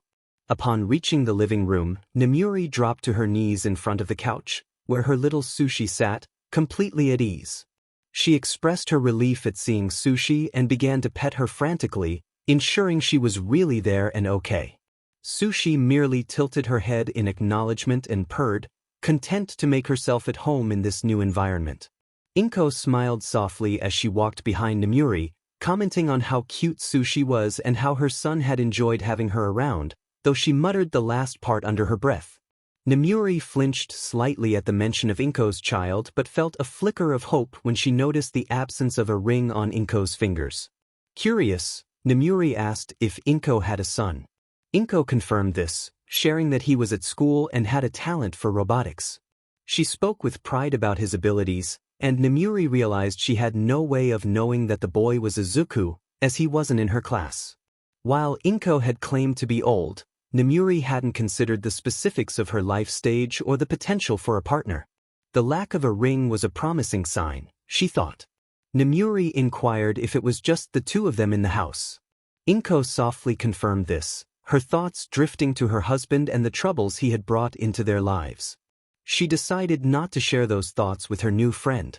For Nomiuri, the implication of 𝗏𝐻𝐻 being single was enough encouragement. She scooped up Sushi and turned to face 𝗏𝐻𝐻, expressing her gratitude for looking after the cat. 𝗏𝐻𝐻 waved off the praise, saying it was a nice change of pace from her usual routine. Having Sushi around had helped her feel less alone, as she spent most of her time by herself, except when Mitsuki invited her to events. 𝗏𝐻𝐻 was surprised when Nomiuri leaned forward and suggested a change of pace for her. 𝗏𝐻𝐻 hesitated, contemplating the idea of letting this woman take charge of her day. It had been a long time since she had done something for herself. After a moment, she agreed, mentioning that she didn't have much going on outside of housework and keeping track of her son. Meanwhile, Izuku sat with his friends in the cafeteria, enjoying a smoothie. He noticed Mei beside him, eating slowly and not engaging in conversation. Concerned, he put his cup down and looked at her, sensing that something was off. Normally, she would be excitedly talking about her projects, but today she was unusually quiet. Izuku considered suggesting they find a different table to eat at but decided to focus on Mei for now. He gently asked if she was okay, and she simply replied that she was scared. Izuku understood that when something bad happened to her, her instinct was to avoid that place. Yet, here she was again, at the same table where Monoma had attacked her. She didn't want to eat alone, and her friends wouldn't let her, so she had to endure the discomfort. Izuku smiled kindly and rubbed her back, offering physical support. He reassured her that she had nothing to fear, promising that he would protect her from any trouble. Mei asked him to promise, and although he smiled, there was a hint of concern in his expression. He had never heard such genuine fear in her voice before. He nodded and chuckled, trying to lighten the mood, confident that Monoma would be focused on him instead. Izuku promised that he would keep her safe, adding that he was sure Monoma was after him now, which would keep Mei out of harm's way. Mei expressed her relief at not being noticed, and Izuku felt a sense of determination to ensure her safety. They didn't bother her, and she could work on her creations. Mei continued to eat a bit faster than usual, but it still wasn't her normal speed. Izuku noticed this and felt uneasy about the implications of her words, so he gently sought clarification. In the background, murmurs spread as what seemed like all of Class B approached a particular table. Izuku asked what she meant by being bothered. Mei explained that it was when they called her mean names or hurt her creations. Izuku, feeling a surge of protectiveness, realized that if he had been holding anything fragile, it might have cracked under the pressure of his emotions. He was more concerned about Nizu witnessing him lose control again. He couldn't allow someone he deemed inferior to have that power over him. But that was a problem for another day. For now, he stood up, determined to address the situation. He reassured Mei that she had nothing to worry about and prepared to confront the approaching group. Mei looked fearful, and Izuku felt a pang in his chest. Someone like her shouldn't be scared. He gently petted her hair and offered a supportive smile, telling her he would keep her safe and that he could see them coming for him. Mei admitted she didn't want them near her, and Izuku grinned, ready to take care of her little problem. He told her to stay put while he had a chat, but he could use her help with something. Mina, finally noticing them, interrupted her conversation with Momo and looked at Izuku and Mei. As Mei handed Izuku something, he tucked it into his pocket and smiled at his friends. He casually mentioned needing to use the facilities and shocked Mina by pointing out that Shinso and Ochako had been holding hands since they sat down. As Mina reacted with surprise, Izuku walked away, anticipating that Monoma and his crew would follow him once he was in the hallway and Mei was far enough away. He turned around with a bright smile, greeting them with a playful tone, asking if there was any reason they were coming to see him other than being awestruck by his presence. Monoma growled that he had asked them to be there, his face healing well but still showing a few light scars from their previous encounters. Izuku's smile shifted to a smirk as he noticed a bill sticking out of Tetsu's pocket. He proposed a deal. He would pay them double to leave, offering a significant sum of money and even a brand new Nintendo Switch with games. Monoma laughed obnoxiously, doubting they would take the offer. Izuku, however, revealed a roll of $100 bills, capturing the attention of the other students in Class B. He suggested that it depended on whether Monoma was worth the trouble they would face for messing with a personal student of the principal. He hinted that some of them could lose something valuable, like their visa, for Monoma. 𝗬𝗧𝗏, one of Monoma's friends, shrugged and took the bill, explaining that he wasn't rich and that the conflict wasn't his. Izuku smiled smugly, realizing how easily money could solve problems. One by one, others from Class B approached and took the bills, until only Monoma was left. Pony, at least, gave him a sympathetic smile, explaining she couldn't risk her visa. Izuku chuckled, noting that Monoma was now alone and quirkless, with no one to support him. As the members of Class B left, Izuku kept smiling at Monoma, who looked increasingly uncomfortable. Monoma, trying to maintain his bravado, claimed he wasn't scared of Izuku. In response, Izuku stepped forward in a way that made Monoma flinch. He laughed softly, cracking his neck and addressing Monoma as if he were a petulant child. He warned Monoma to walk away and leave him and his friends alone, hinting at what could happen if he didn't. Just then, Aizawa approached, asking if there was a problem. Izuku sighed, disappointed that his fun was interrupted. He turned to Aizawa, bowing respectfully, and assured him there was no problem, at least not from his side. Monoma muttered that it was just a misunderstanding, crossing his arms as he recognized the authority of the teacher. Aizawa instructed them to separate, and Izuku complied, mentioning he needed to use the facilities anyway. As he walked away, he cryptically told Monoma to count on seeing him later. Once in the bathroom, he took out his phone and pressed a button, ensuring that Nizu would only see a looped video instead of what he was truly doing. Izuku looked around and noticed he was alone. He walked to the sink and turned on the water. As he washed his face, he caught a glimpse of himself in the mirror. His smile completely vanished. He thought about Nito Monoma and the things he would do for daring to threaten him. Intrusive thoughts urged him to punch the mirror, but this time he resisted. Unlike before, this wasn't about protecting Mei. It was about protecting his pride. Days passed in the My Hero world, and it was early morning when Izuku and Shinso entered Izuku's shop. They had just finished their workout, and Shinso collapsed onto the couch, letting out a mix of a groan and a sigh of relief that it was finally over.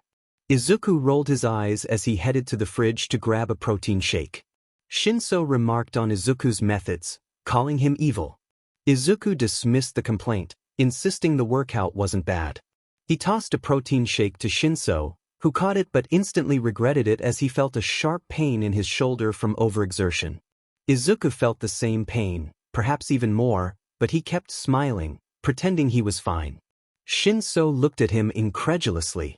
Shinso expressed his frustration about being woken up so early and not having breakfast. Izuku explained that it was for Shinso's benefit, emphasizing the importance of post-workout nutrition for muscle recovery. He sat down on his workbench chair, which was really just a gaming chair he had salvaged. Despite the discomfort, he maintained his composure, determined not to show any weakness. Shinso shook his head, drinking his protein shake, which happened to be Izuku's favorite flavor. Izuku, feeling a twinge of jealousy, acknowledged that Shinso was right about the intensity of their training. He believed that ambition drove him to push for more than he currently had. As Izuku scribbled ideas in his journal, Shinso relaxed on the couch, reflecting on how he would have fared at the sports festival without Izuku's guidance. He concluded he would have likely performed mediocrely, relying on luck. Izuku thought to himself about how he was doing double the workout compared to Shinso, prepared for any potential betrayal, even from someone he considered a friend. Izuku reminded Shinso that while his abilities were powerful, they could only take him so far without proper training.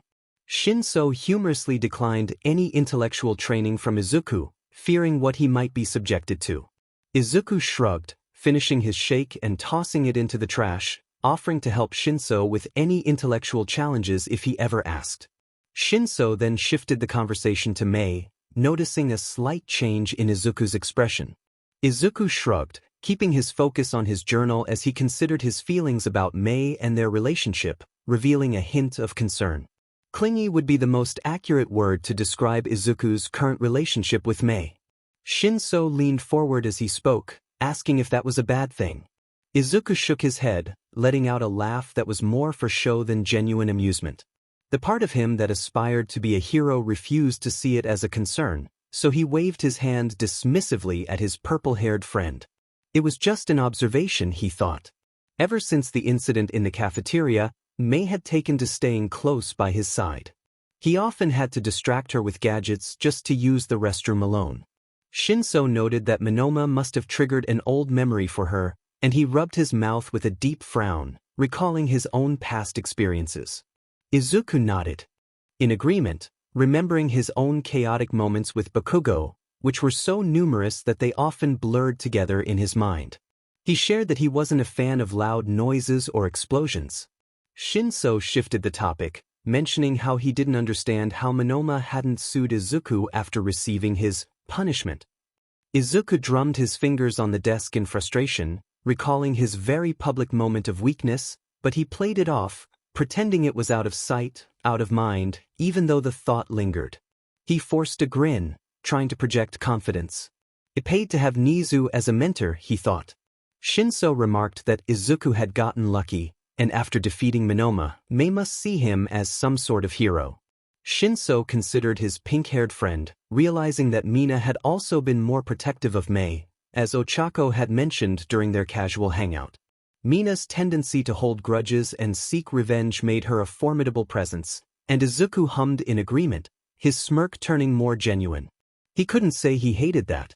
Shinso thought about how Izuku had a deep-seated hero complex but decided not to voice that opinion. Instead, he changed the subject, asking about Izuku's power source. Izuku responded that he had made a breakthrough, his grin genuine and rare. Shinso raised an eyebrow, noting that Izuku hadn't corrected his verbal mistake regarding his collaborative project with Mei. Izuku insisted that this particular breakthrough was his alone, and he owed no one credit. He looked at the blueprints for a prototype that could potentially revive an element long lost to time, man-made vibranium, also known as potassium. Shinso chuckled, seeing how quickly Izuku claimed all the credit for himself. Izuku admitted he did not enjoy relying on others, believing that one could only depend on themselves to achieve their ambitions. Shinso noted the determined look on Izuku's face and decided to steer clear of that topic.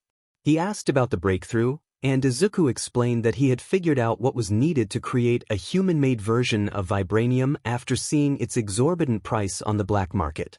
Shinso nodded, getting up to grab something to eat before class, and asked if the human-made element would work the same. Izuku replied that if their calculations were correct, it should provide what he needed for Mark III until he figured out the next steps. He caught an apple thrown by Shinso, both feeling the strain in their muscles, but only Shinso heeded the warning. As Izuku took a bite of his apple, Shinso inquired about what came next. Izuku explained that he needed to get his hands on pure vibranium and mentioned legends of its possible locations, as well as some metal called adamantium that he needed to research. But that was a problem for another day. For now, the human-made version would suffice. Shinsu's curiosity was piqued, and he recalled promising Ochako, who promised Momo, that he would gather details about this project.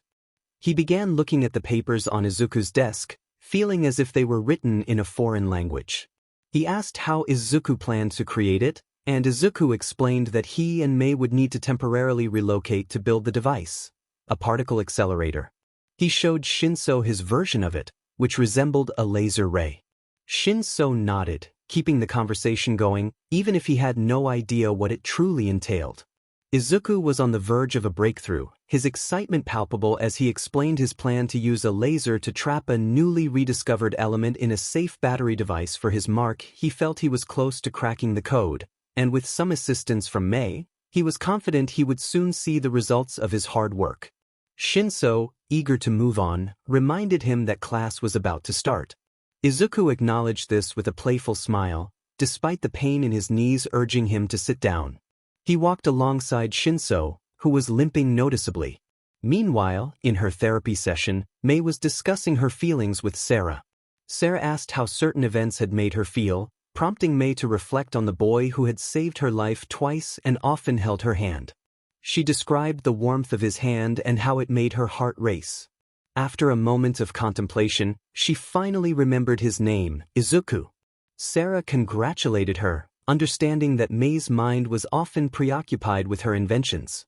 Sarah gently guided Mei to explore her feelings further, suggesting that her fondness for Izuku indicated she liked him. Mei confirmed this with a bright smile, still somewhat puzzled by the meaning of the term boyfriend. Sarah chuckled, aware of the need to clarify this concept for Mei. In another part of the school, Namuri was in the teacher's lounge, feeling the pressure of time as she prepared for class. She decided to take a leap of faith in love and made a phone call, her nerves palpable as she left a voicemail for 𝗏𝗏. Meanwhile, 𝗏𝗏 was enjoying her day off, relaxing on the couch and watching a quirky Japanese game show when she received the call. Not wanting to speak with Namuri at that moment, she let the answering machine pick up. Namuri's voicemail expressed her longing to apologize for a previous encounter and suggested meeting for coffee. 𝗏𝗏, reflecting on their last outing, recalled her discomfort at the loud club Namuri had taken her to. Despite her nervous smile, she had not enjoyed herself. The bar area had been a refuge, and when Namuri offered to buy drinks, 𝗏𝗏 hesitated but accepted, wanting to appear unfazed by the expensive shots. As they shared drinks, Namuri inquired about what 𝗏𝗏 was looking for in life. 𝗏𝗏 admitted that she felt out of touch since becoming a mother, unsure of how to navigate the dating scene again. That was almost 15 years ago, 𝗏𝗏 reflected with a heavy sigh. She surprised herself, realizing how long it had been since she had shared her bed with someone, since she had felt the warmth of another body beside her. It dawned on her just how much she missed that connection. Namuri, slightly taken aback, nodded. She couldn't imagine going a month without some excitement, let alone 15 years. This only fueled her determination to help her new friend.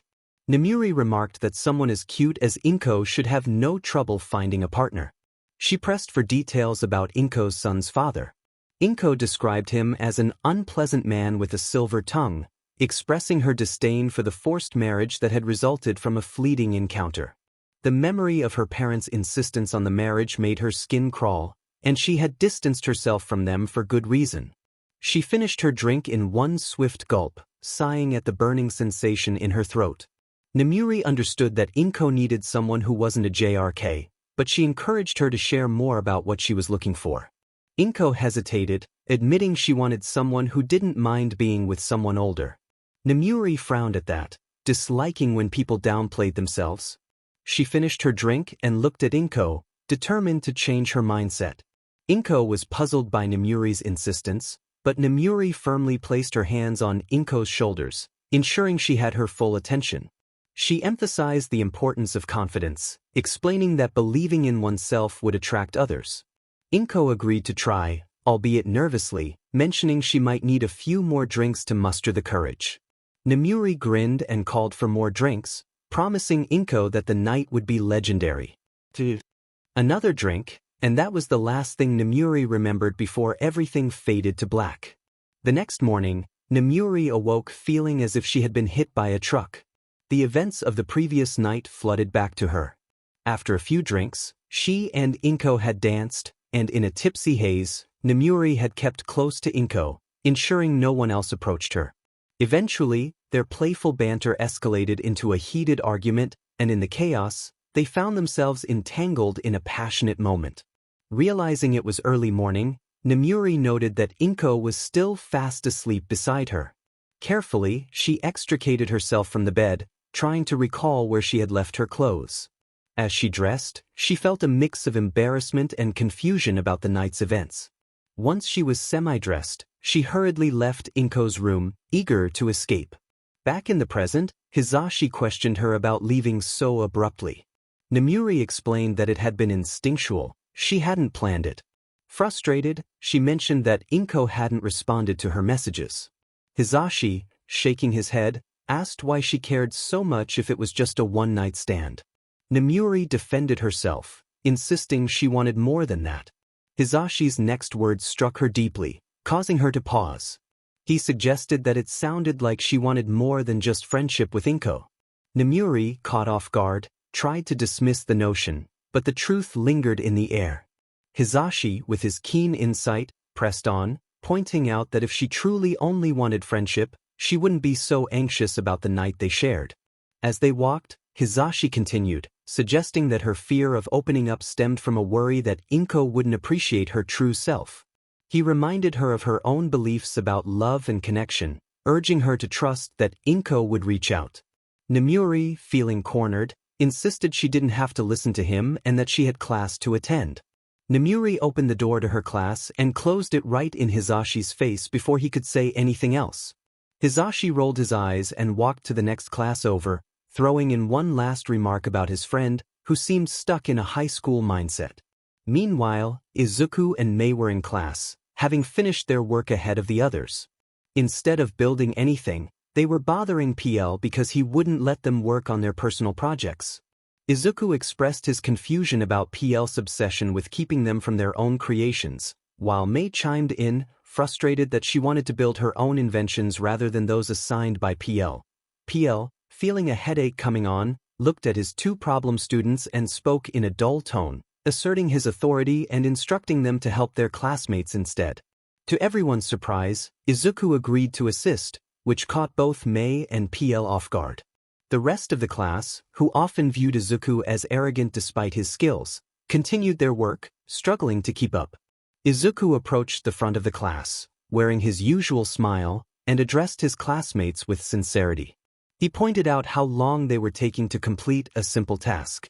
One classmate, Aki, snapped back, telling Izuku to be quiet. Izuku, noticing Aki's struggle with his work, decided not to let it frustrate him.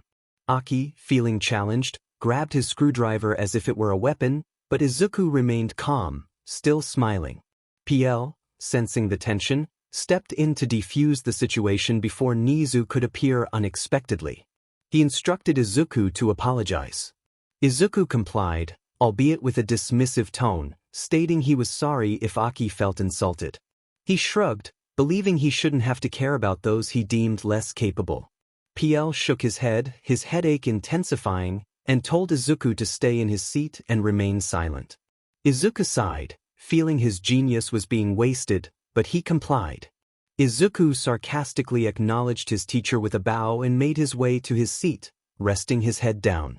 He figured he could take a nap while waiting for class to end, as the school policy prohibited the use of cell phones or reading materials during this time. 𝗵 observed the smiling student with a raised eyebrow and inquired if he would assist his classmates. Izuku responded that he had already done so, but if they chose not to heed his advice, that was their decision. He noted that it was not too late for them to find a profession better suited to their abilities. He felt confident in his own skills, believing he could complete all their assignments effortlessly before lunchtime, and questioned why he would help those he considered less capable.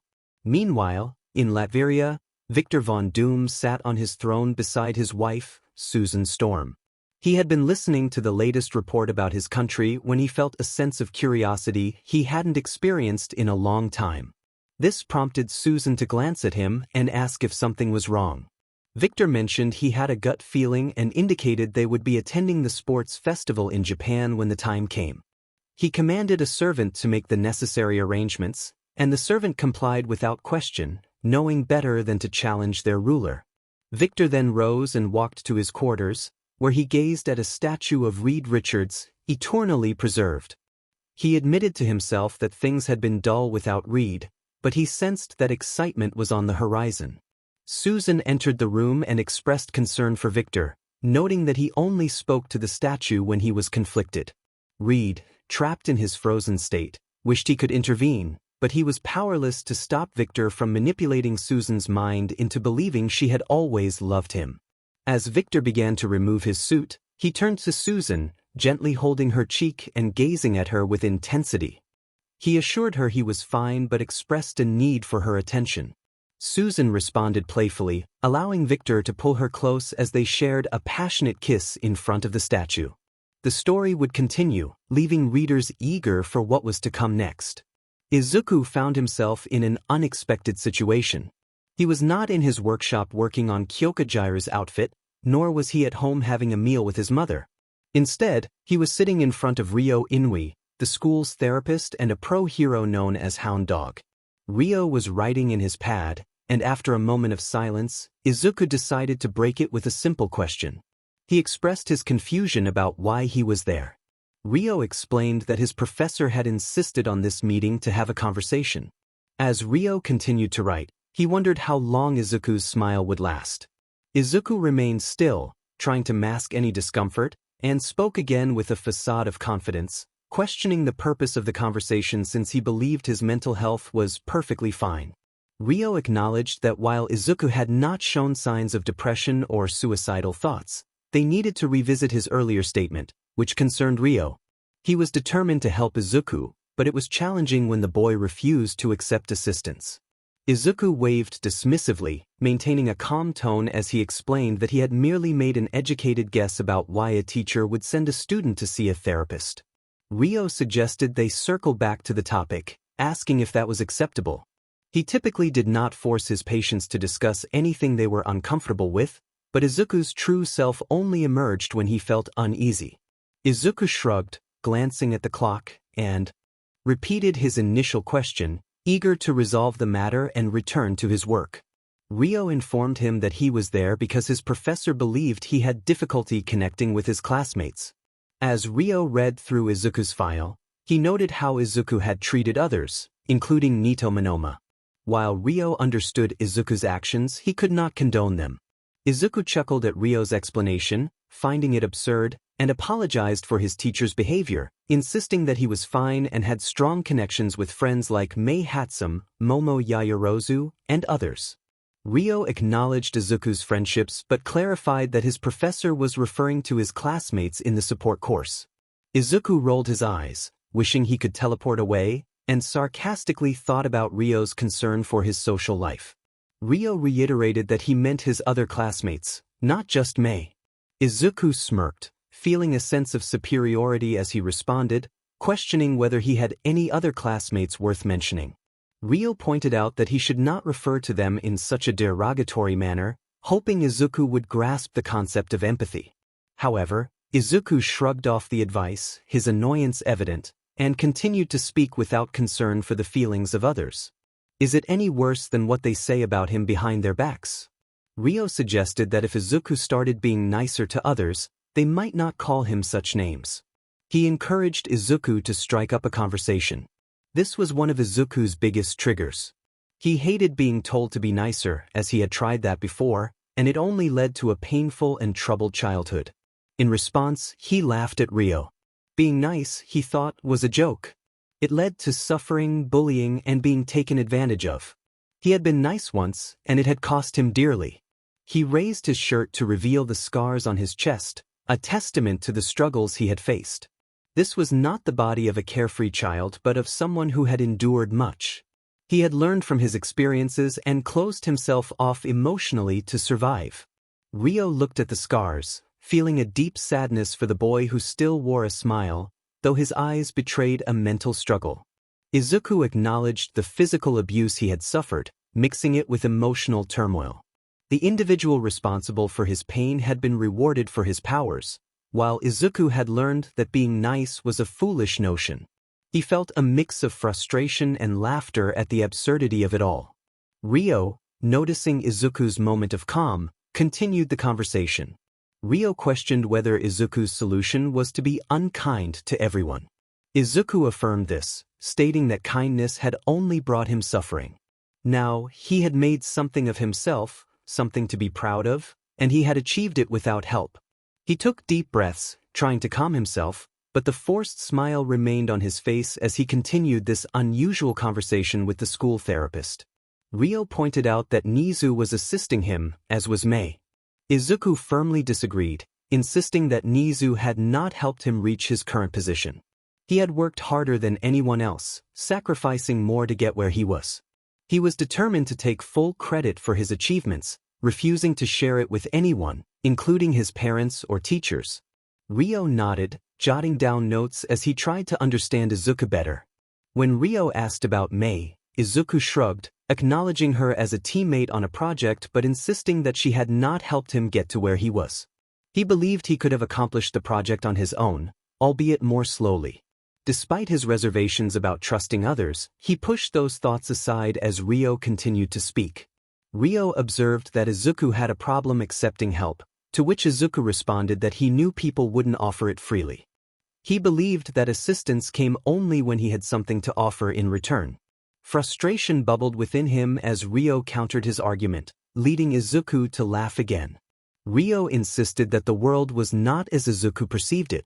Izuku found this amusing, feeling that Ryo was trying to convince him he was wrong for his beliefs. He had seen enough to know that people often wielded betrayal like a weapon. He warned Ryo that everyone would eventually face this reality, including those close to him. Izuku took a deep breath, reflecting on his words, and then glanced at the clock, realizing his time was up. So he composed himself as Ryo discussed the best course of action for Izuku. Ryo noted that Izuku had some deeply rooted beliefs about how the world worked. He expressed that with time, if Izuku wished to continue their sessions, he could help him see that not everyone was bad. Izuku, with a final breath, got up and stretched, his usual smile returning as he began to collect his things. Ryo looked at him, confused by what Izuku meant by "seen," and he wasn't afraid to ask for clarification. He inquired about Izuku's comment, and Izuku explained that his teacher believed he needed to see Ryo, so he decided to have some fun and act as if he were just a scared little boy when, in reality, he felt quite differently. He mentioned that the conversation had been entertaining, but he had better things to do. As he walked toward the door, Ryo wanted to offer Izuku a safe space to vent, as he did with all his students. Before Izuku stepped out, Ryo called out, reminding him that he was available during school hours if Izuku ever wanted to talk. Izuku acknowledged him with a short nod, hands behind his back, humming a soft tune. As he spotted Bakugo approaching, his humming transformed into lyrics of a song he had just made up. He sang softly about making Bakugo wish he had stayed gone, confident in his own abilities. Bakugo, too proud to acknowledge it, dismissed Izuku's words as a pathetic attempt at intimidation. As they passed each other, Izuku turned his head and smiled genuinely at Bakugo, so wide that he felt a bit of blood trickle from his mouth, but he didn't care. He thought to himself that this would be fun. Days later, Izuku walked back to his old neighborhood, wearing a face mask. It was one of the rare moments he didn't feel like smiling in public because he was preparing to fulfill his end of a bargain, having a meal and a conversation with his mother. His mood was not the highest. Masaru greeted him, and Izuku internally groaned, wishing for a day without Bakugo ruining his mood. He removed his mask and turned around, forcing a smile that felt strained. Masaru, noticing the expression, stood firm, arms crossed. He remarked that it had been a long time since they had a conversation, to which Izuku replied that it hadn't been long enough. He jokingly suggested scheduling a talk on April 31st, knowing that date didn't exist, which only annoyed Masaru further.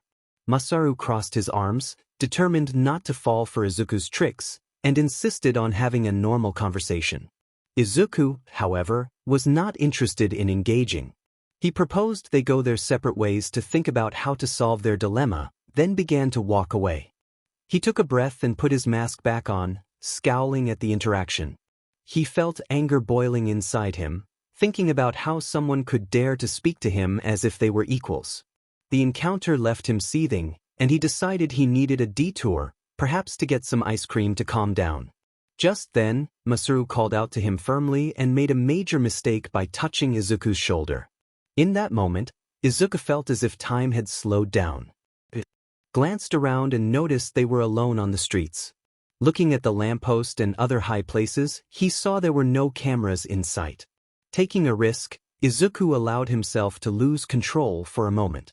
A chuckle escaped him, quickly morphing into a wild laughter as he spoke. He removed his face mask, letting the fabric dangle from one ear. He then addressed Masaru, acknowledging the unexpected touch on his shoulder with an unsettling glee. Masaru urged Izuku to calm down, but before he could finish, Izuku spun around with lightning speed, grabbing Masaru's wrist and twisting his arm in a way that forced him to kneel. A genuine, albeit manic, smile spread across Izuku's face. He expressed his disdain for being touched, emphasizing how much he disliked it. Masaru, grimacing in pain, pleaded for Izuku to let him go. The pressure on his arm was intense, and he feared it might dislocate. He wanted to use his ability to escape, but the chilly weather left him without the necessary sweat to do so.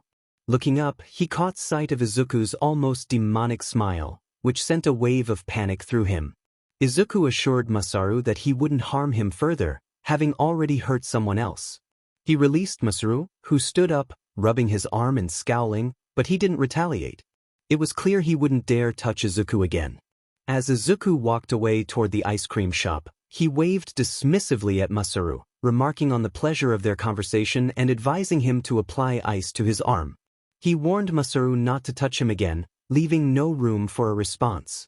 Meanwhile, Masaru, unwilling to let Izuku get away with nearly dislocating his arm, pulled out his phone and called Izuku's mother.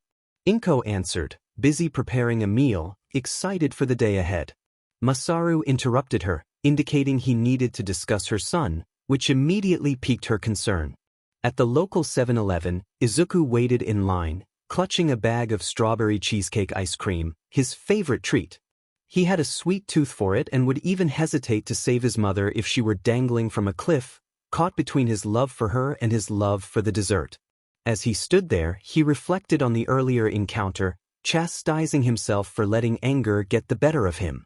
Just then, the door chimed as two individuals entered. One was Tsuka Kendo, and the other was the American exchange student, Pony Tsunatori. Luckily, Izuku had his hoodie and face mask on, which offered him some anonymity.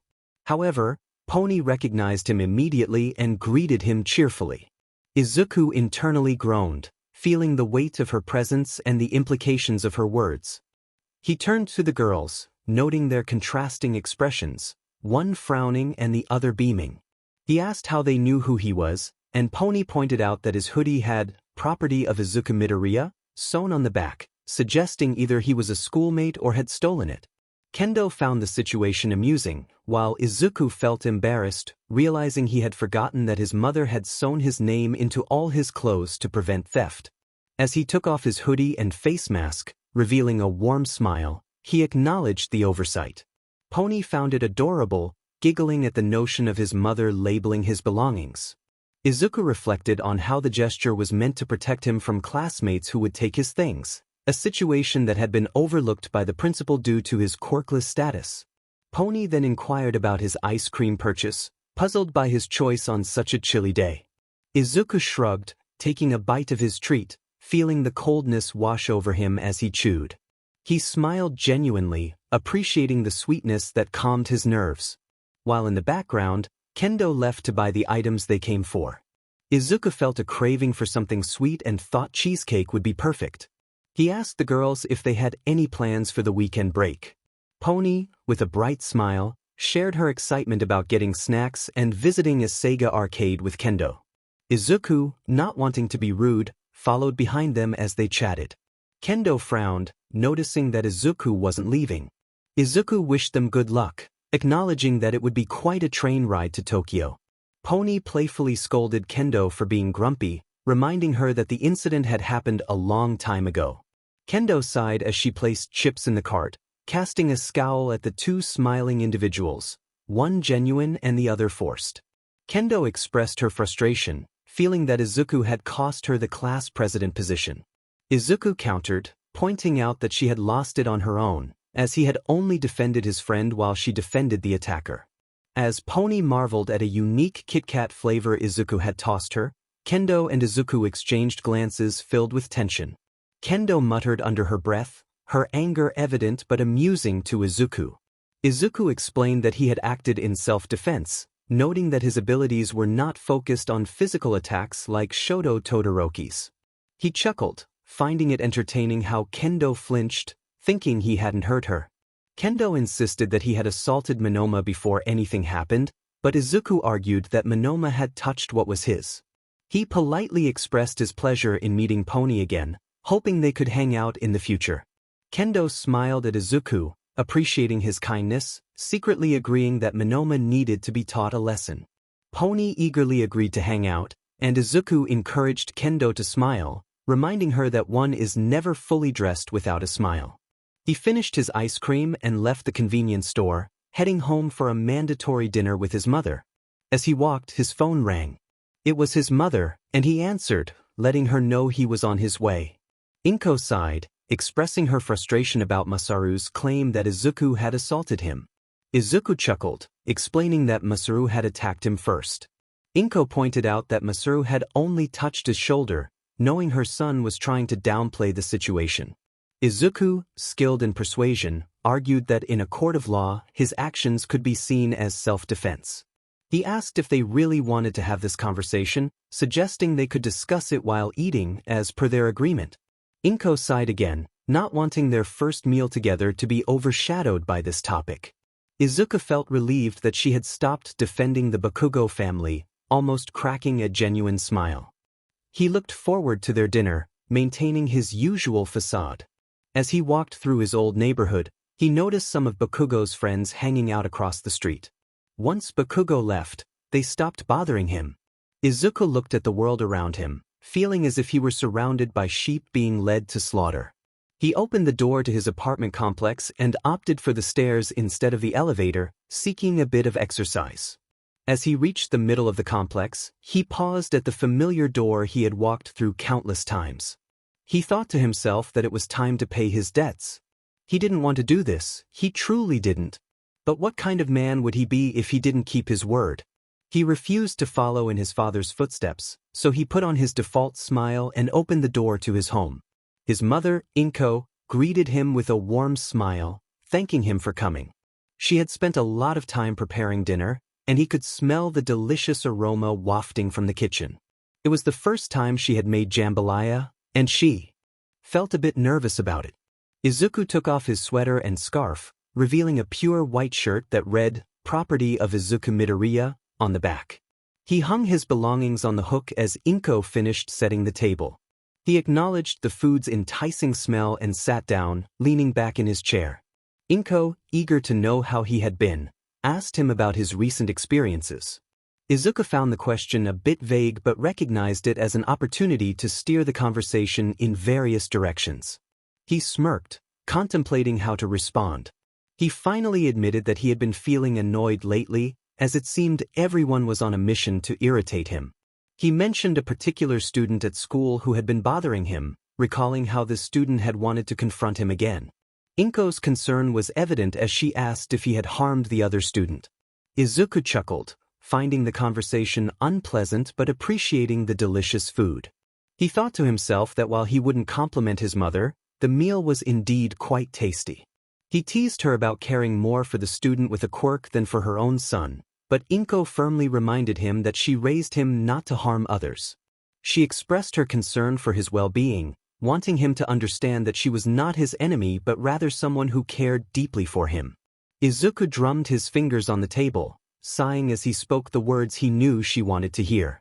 He assured her that he hadn't laid a finger on the student, as a teacher had intervened before he could truly gauge the situation. 𝗂𝐭, eager to change the subject, asked what else had been happening in his life. Izuku took a moment to think while enjoying his meal, then shared that the #1 hero had asked him to build a suit for his successor. He mentioned that the hero's name was Toshinori Yagi. 𝗂𝐭's eyes lit up with excitement, thrilled that her son had such a fantastic opportunity. She believed it would help him gain recognition for his work. Izuku shrugged, not particularly interested in fame, but he acknowledged that it was a good opportunity. Curious, 𝐒𝐭 asked what had happened to his admiration for All Might, recalling how his room had once been filled with memorabilia. Izuku shook his head, pushing away the memories of his past. He explained that he had come to see the type of person All Might was, someone who had forgotten his roots and left others behind. 𝗏𝐭 was taken aback, struggling to comprehend his feelings. 𝗏𝐭 was shocked, realizing that her son implied the number one hero was once quirkless, just like him. Izuku drummed his fingers on the table, his frustration evident as he continued to eat. After swallowing his food, he addressed his mother, who was frozen in disbelief. He explained that the number one hero had once been quirkless too, a revelation that had surprised him as well. 𝗏𝐭, still processing this information, questioned how that could be possible, given that quirkless individuals typically did not gain powers. Izuku shared that even Nizu, the principal, seemed unsure about how the hero acquired his abilities, though he suspected Nizu knew more than he let on. 𝗏𝐭 decided to change the subject, feeling overwhelmed by the implications of their conversation. She asked if Izuku had met the hero's successor. He nodded, taking a sip of water as 𝗏𝐭 enjoyed her juice, both seeking a brief pause in their discussion for different reasons. Once he set his glass down, he mentioned that he had met 𝗘𝐁𝐵𝐺, a nice girl who seemed to have a crush on his friend Momo. 𝗏𝐭 found this delightful, recalling how special first crushes could be, and inquired if Izuku had any crushes of his own. Izuku, however, deflected the question, stating that it was outside the scope of their conversation. 𝗏𝐭 sighed, wishing he would simply say no instead of elaborating. She noted his tendency to complicate things unnecessarily. Izuku shrugged, a smirk forming on his lips, and explained that he knew she would continue to press him for answers, which would lead to a more complicated discussion. 𝗏𝐭 shifted the topic again, asking about his iron suits and if they were relevant to their conversation. Izuku leaned back, contemplating the question. He revealed that the Mark III suit was 35% complete, admitting that creating a version with offensive capabilities was more challenging than he had anticipated.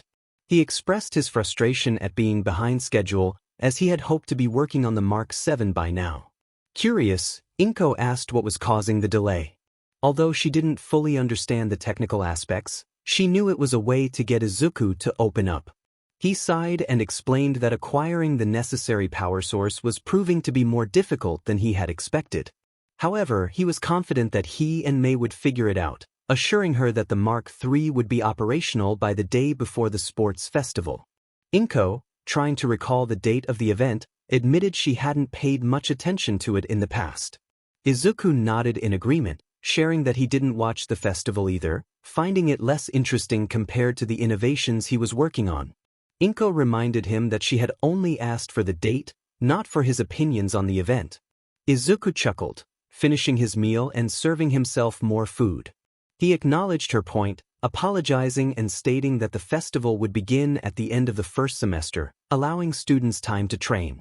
𝗏𝐭 felt a mix of excitement and disappointment when she suggested they watch the festival together. Izuku shook his head, explaining that he would be busy that day, as all classes at UA were required to participate, even those studying law.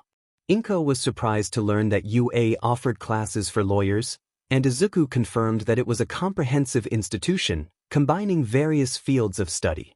It was as if they had attended any other university for lawyers. They were recognized as legitimate. 𝗏𝐭 expressed her surprise, acknowledging that it was a conversation beyond her understanding. She suggested they move on and asked how things were going. The conversation continued as they enjoyed their meal, and despite Izuku's initial annoyance, he found himself appreciating the time spent with his mother. It was better than he had expected. As the story progressed, Izuku was often late for class, as usual, holding a cup of coffee in one hand and a bag of glazed donuts in the other. He knew he should arrive on time, but with no penalties for tardiness, just a minor loss of money for his bribe, he saw little reason to rush. Lost in thought, he listened to music on his Walkman, completely absorbed in the moment. As he entered the classroom, a few classmates glanced at him before looking away, their expressions revealing a hint of envy. Izuku approached the professor's desk, placing his bribe on the table before sitting next to May, who immediately shifted closer to him. He smiled at her, removed his headset, and focused on the lesson. The professor began the class by reiterating that they would be tackling more complicated items. He assigned Izuku and Mei the most advanced tasks, perhaps hoping it would keep them quiet for the duration of the lesson. Izuku, with his characteristic grin, wondered aloud if it hurt to be wrong so often, eliciting an eye roll from the professor as he distributed the assignments. 30 minutes later, Izuku and Mei had completed their work. The professor, astonished, questioned how they had finished so quickly. Izuku leaned back in his chair, a smug smile on his face, while Mei remained indifferent, focused on her inventions. Izuku pointed out that fixing computers was not a challenge for them, given their backgrounds in creating suits and functional inventions. The professor sighed, wishing he had more coffee to get through the day. To keep themselves entertained, Izuku and Mei played games like tic-tac-toe and rock-paper-scissors, but their interest waned quickly. The professor, aware of their boredom, had prohibited them from using a Nintendo SW, leaving him to deal with their restlessness. Feeling it was unfair that they had to wait while others struggled, Mei complained about not being allowed to work on their project. The professor, tired, insisted they either assist their classmates or sit quietly. Izuku, feigning laughter, was clearly uninterested in helping those he deemed less capable. He leaned back, wearing a grin that suggested he intended to make the professor's life difficult. A fellow student, 𝗲𝗏𝗧𝗏, slammed his fists on the table, challenging Izuku's confidence. Izuku glanced at him, unimpressed, and continued to smile as he spoke, asserting that he didn't think he was smart. He knew he was. He dismissed 𝗲𝗏𝗧𝗏's intelligence, comparing their IQ difference to speaking to a pig, humorously suggesting that he should invest in shampoo. The professor intervened, warning Izuku that any further comments would result in detention. Izuku raised his hands in mock surrender, crossing his arms and closing his eyes, ready to take a nap as the class continued. It wasn't a real nap, as if he slept, he would stop smiling. With a feigned yawn, he spoke up, acknowledging the situation. The professor sighed and pointed to a girl at the back of the class, asking Mei to help 𝗲𝗏𝗄, who was struggling. From Izuku's perspective, pairing Mei with the shy and sensitive 𝗲𝗏𝗄 was a mistake. However, he was supposed to be taking a nap, so he remained silent. Mei glanced at 𝗲𝗏𝗄, who flinched at the attention from one of the top students in the class, then looked back at the professor. She eagerly agreed to help but asked if she could spend time with her projects afterward. The professor waved dismissively, knowing he wouldn't grant that request but hoping it would motivate Mei to assist someone other than her usual partner. Izuku's smile faded slightly as he opened one eye, catching the professor's gaze. The professor felt the weight of Izuku's intense green eyes, silently reprimanding him for trying to manipulate Mei. Meanwhile, Mei approached 𝗲𝗏𝗄, who was visibly distressed by the situation. Mei began to assess 𝗲𝗏𝗄's work, expressing genuine curiosity about how the girl had managed to make so many mistakes. 𝗲𝗏𝗄 felt a lump in her throat, sensitive as she was, and didn't appreciate Mei's commentary, which was more directed at herself than at 𝗲𝗏𝗄. Izuku thought to himself that he should remain quiet to avoid detention. Mei continued to point out the flaws in 𝗲𝗏𝗄's work, suggesting that it was so broken that starting over might be the best option. Though Mei intended to be helpful, the class perceived her words differently, and 𝗲𝗏𝗄, feeling overwhelmed, left the classroom in tears, mentioning something about involving her cousin. Mei looked up, confused about 𝗲𝗏𝗄's sudden departure. Later, during lunch, Izuku and Mei recounted the events from class, with Izuku taking full responsibility for Mei's actions. Their classmates reacted negatively to the story. Izuku, unfazed by their disapproving looks, continued eating as Shinso started with a low whistle, commenting on the situation. Izuku defended his honesty, stating that 𝗲𝗏𝗄 was at the bottom of their class and required tutoring just to keep up. He questioned whether he should sugarcoat the truth or offer false encouragement. With an innocent smile and playful gestures, he expressed the absurdity of being labeled the villain for speaking the truth. Momo, setting down her tea, looked at Izuku sternly, unaware of his intentions to protect Mei. She pointed out that it wasn't heroic to act that way and questioned whether they felt an obligation to help their classmates. Izuku shrugged, asserting that no one had helped him get to where he was, and life would not offer assistance when challenges arose. He emphasized the importance of standing up for oneself rather than relying on others. As he continued eating, his classmates absorbed his words, recognizing the harsh realities of life he described. They understood that if one was poor, unattractive, or quirkless, help was unlikely to come. Jiryu, feeling the need to respond, remarked that Izuku didn't have to be so harsh. Izuku countered with a smirk, pointing out that if Mei had said the same thing, no one would have reacted negatively. He dismissed the idea that Mei deserved special treatment simply because she was different, asserting that she shared the same thoughts as him but chose to remain silent. Just as he was about to take another bite, the classroom door burst open, revealing a very angry Rumi Usajiyama. Rumi, her face flushed with anger, roared loudly enough for the entire lunchroom to hear her. She demanded to know who had made her little cousin cry. Izuku felt a shiver run up his spine as he noticed his friends looking at him, still smiling as he set his spoon down on his food tray. He contemplated his options, realizing he had only two. He could either make a run for it to his lab, which would reveal his bluff, or he could stand up and face the music, knowing he would be in for a rough time. He silently prayed for mercy, hoping to survive the encounter. Izuku called out to Shinso, asking him to retrieve the Mark I from his workshop, emphasizing that time was of the essence.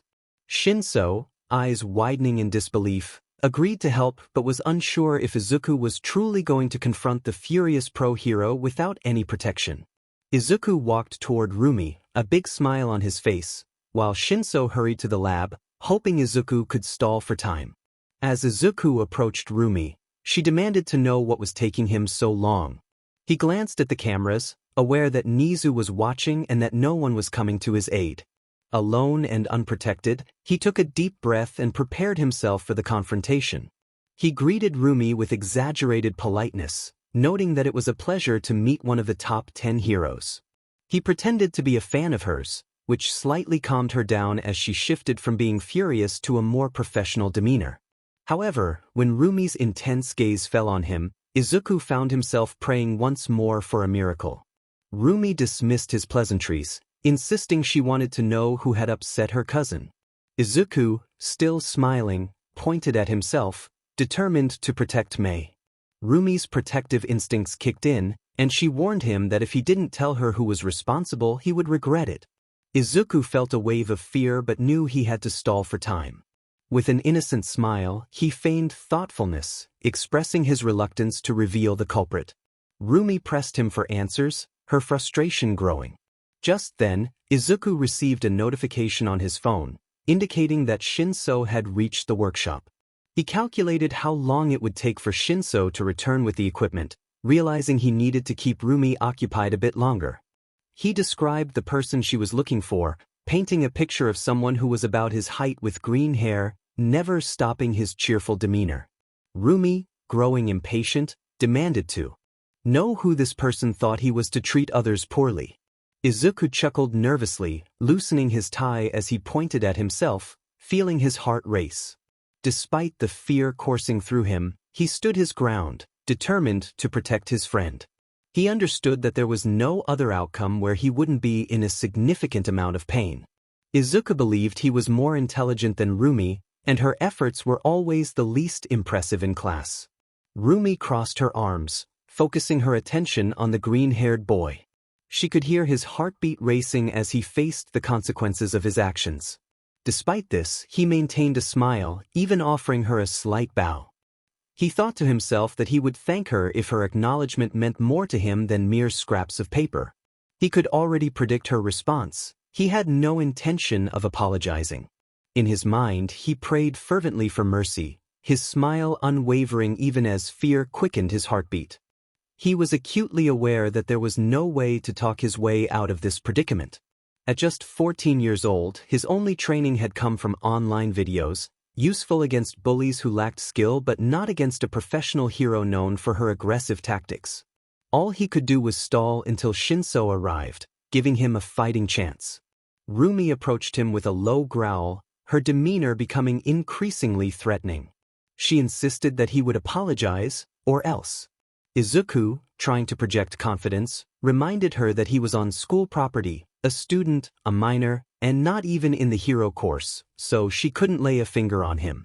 Deep down, he knew that wouldn't matter, Rumi was the type who wouldn't hesitate to confront a 14-year-old. Yet, he was too entrenched in this situation to consider apologizing, and even if he did, he wouldn't take that route. He kept his charming grin as he spoke, refusing to back down. Instead of acknowledging her cousin's feelings, he accused her of being overly sensitive, suggesting she seek help from other heroes to manage her emotions. His heart raced faster than it ever had before, even more so than during his encounters with the Nomu, as he realized he was not in control of this situation. The world around him fell silent, giving him one last opportunity to plead for mercy from a higher power he didn't truly believe in. Meanwhile, Nizu observed the unfolding drama from his office, amused by the spectacle. He was curious to see how his student would navigate a situation where he was clearly outmatched.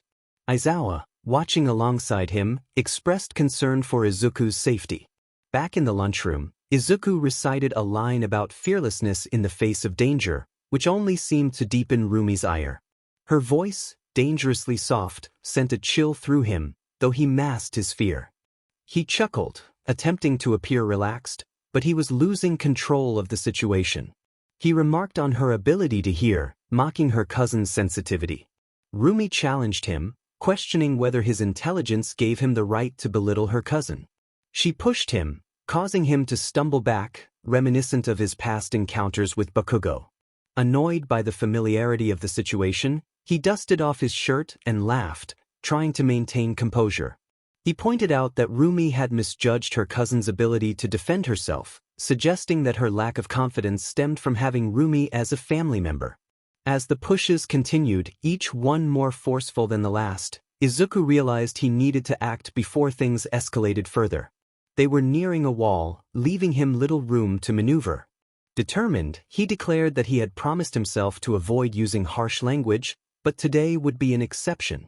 As Rumi lunged at him again, he dodged and managed to trip her, surprising everyone around him. It was an unexpected turn of events, demonstrating that even a 14-year-old could hold his own against one of the top 10 heroes. Izuku could end this right now if he chose to act without restraint, but he knew there was no honor in such a move. He looked down at the bunny hero, contemplating his next words.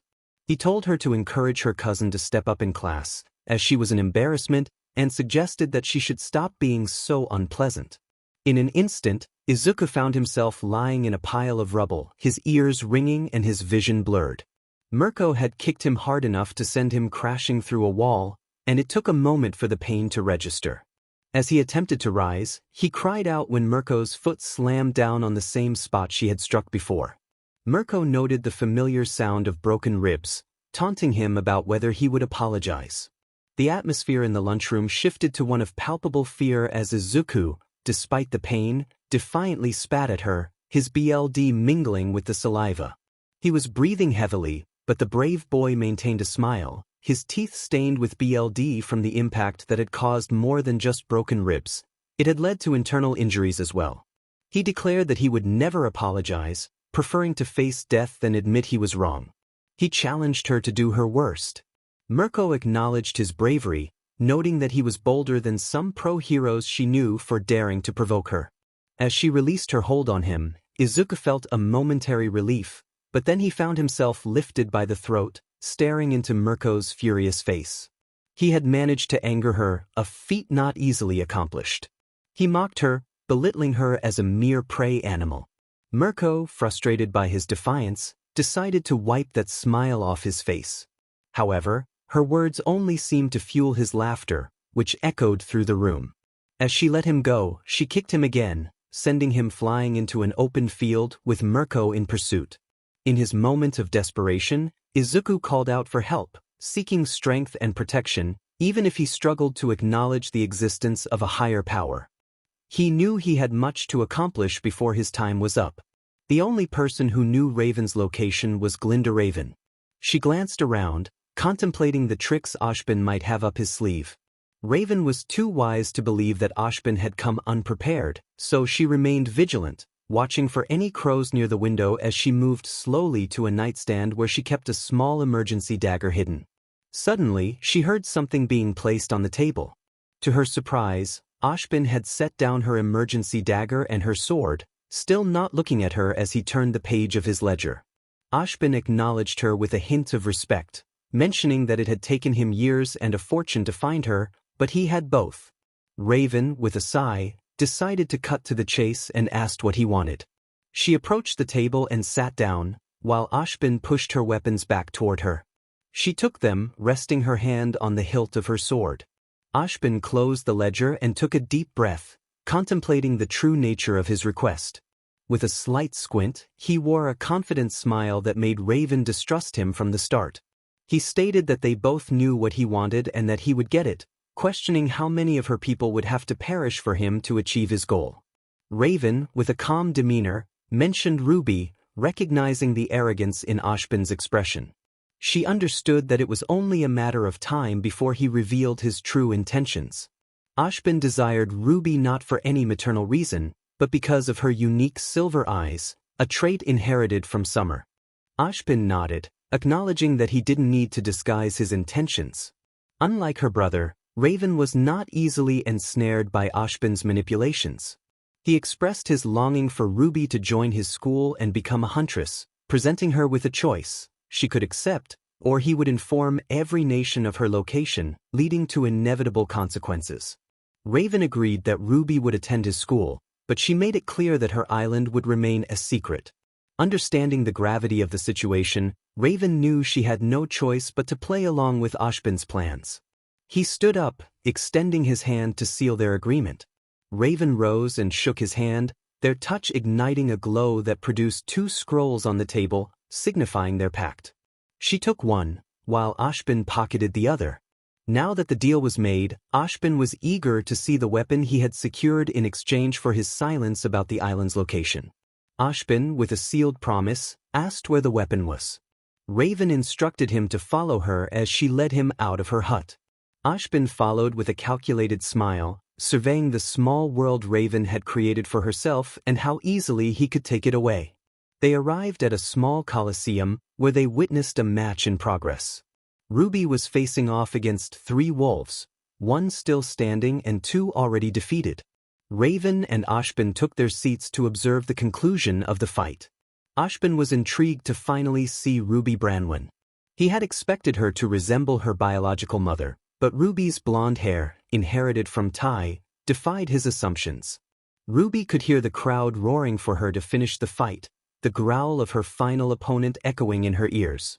She felt her mother's gaze upon her, scrutinizing her every move. With determination, she squared off against the creature, which was poised to attack. In a split second, they lunged at each other. As the creature aimed for her throat, Ruby struck its eye with her dagger, feeling the weight of its body fall upon her. Yet she stood firm, refusing to falter.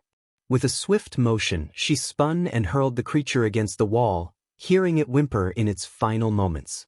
She approached it, extracting her dagger from its eye, a small piece of its essence clinging to the blade.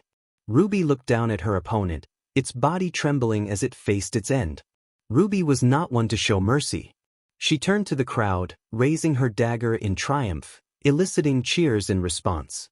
The final wolf had fallen, but in truth, Ruby had fought against 3 wolf faunas, prisoners of a failed invasion, battling for their freedom while she fought for her pride. And the pride won over freedom as it usually does. Raven glanced at 𝗂𝗵𝗲 and frowned, sensing his interest. She closed her eyes for a moment and then looked down at her daughter, who was walking away from the arena to allow the workers to clean up. Once Ruby was gone, 𝗂𝗵𝗲 spoke again, making Raven's skin crawl. He remarked on the formidable weapon she had trained, confident that Ruby would be a fine addition to his war against Salem. Raven acknowledged her daughter's skills, believing Ruby was destined for greatness within their tribe. She recalled all that she had taught Ruby. She was her greatest accomplishment, molded into a warrior even Raven could not become. When the time came for Raven to step aside, she was certain Ruby would elevate their village to new heights. 𝗂𝗵𝗲 nodded, but while Raven saw a ruthless fighter, he perceived something different. A warrior was too human for his liking. He saw the potential for his greatest weapon against Salem, one who would not refuse him as Summer had when given a mission. But first, he needed to separate her from outside influences. He commented on the small size of the tribe, suggesting it was unfair to keep such potential confined under her so-called protection. Raven, feeling the weight of his presence, responded harshly, insisting that he had what he wanted and that Ruby would be present at initiation. She wanted him to leave. Raven's mind raced with thoughts of how to alter her plans, the routes she would take to ensure 𝗲𝗵𝗲 would not interfere with her people. She even considered burning her home and everything inside it, fearing he might plant bugs and cameras to spy on her. Shaking her head slightly, she dismissed the paranoia creeping in but resolved to acquire technology from Atlas to detect any surveillance devices on her island. Her thoughts were interrupted by 𝗲𝗵𝗲's chuckle, which only fueled her irritation. He expressed a longing to speak with Ruby before he left, requesting that she set it up for him while he waited for the next fight. Reluctantly, Raven agreed and left, subtly signaling her guards to keep an eye on 𝗲𝗵𝗲.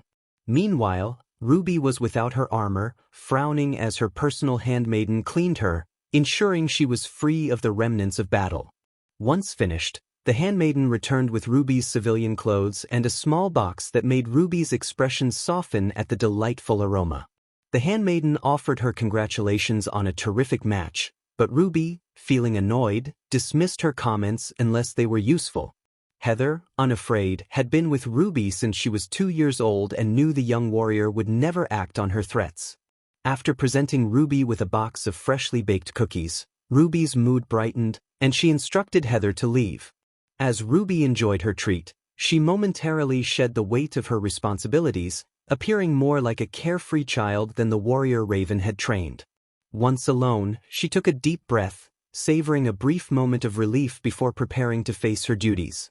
She still needed to catch up on her reading, as the month was drawing to a close. After finishing her cookies and milk, Ruby prepared to dress when a knock sounded at the door. She called for the person to enter, and soon her mother stepped inside, leaning against the door and gazing down at her. The steady hand of the village and its future ambitions stood together in that room, silently observing one another. Raven spoke first, her tone filled with expectations and a hint of pride, knowing Ruby always met them. Raven informed her daughter that she had kept her hidden from the world for 16 years, but now it had discovered her. A man wished to speak with Ruby, and the decision had already been made: she would leave with him. Ruby accepted her mother's words with determination, vowing not to disappoint and promising to become the greatest warrior the outside world had ever seen, bringing honor to their village. She showed no fear in her gaze or tone. Whatever this person wanted, Ruby was determined to do it to keep her village safe. Raven nodded and stood up, kissing Ruby's forehead before releasing her hands from her daughter's shoulders. As she walked to the door and opened it, she looked back at Ruby, aware that she was sending her daughter into a dangerous situation.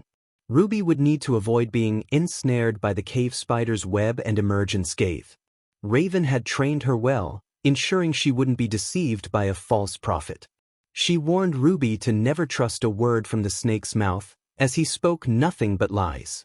Ruby acknowledged her mother's words and expressed her readiness to meet the snake. As Ruby walked past her mother and stepped outside the small coliseum of their village, Raven couldn't help but remember her daughter as the little girl who would steal her clothes and wield a stick as a sword to emulate her. Sigh. She closed the door and followed Ruby to confront the snake, hoping he would leave their village in peace. Later, 𝗲𝗵𝗲 observed Ruby with keen interest as he saw her up close. At 16, she stood as tall as her biological mother at a firm 5 feet 7 inches. He speculated about what Raven had been feeding this silver weapon, noting her well-defined muscles. It was clear that Raven had trained her daughter to peak human condition for her age. Ruby's outfit matched that of the other villagers, and her eyes held the same coldness that Raven possessed, indicating that she had inherited her mother's distrust of him. 𝗲𝗵𝗲 smiled and nodded at her. He stated his intention for Ruby to join his school and become a huntress, explaining that it was a 6-year commitment but would make her stronger than she could ever become on the small island. Ruby agreed to go but insisted on accommodations for her pet, 𝗧𝗏, making it clear she wouldn't leave without him. 𝗲𝗵𝗲 readily accepted this request, assuring her that many of his students had pets, including himself.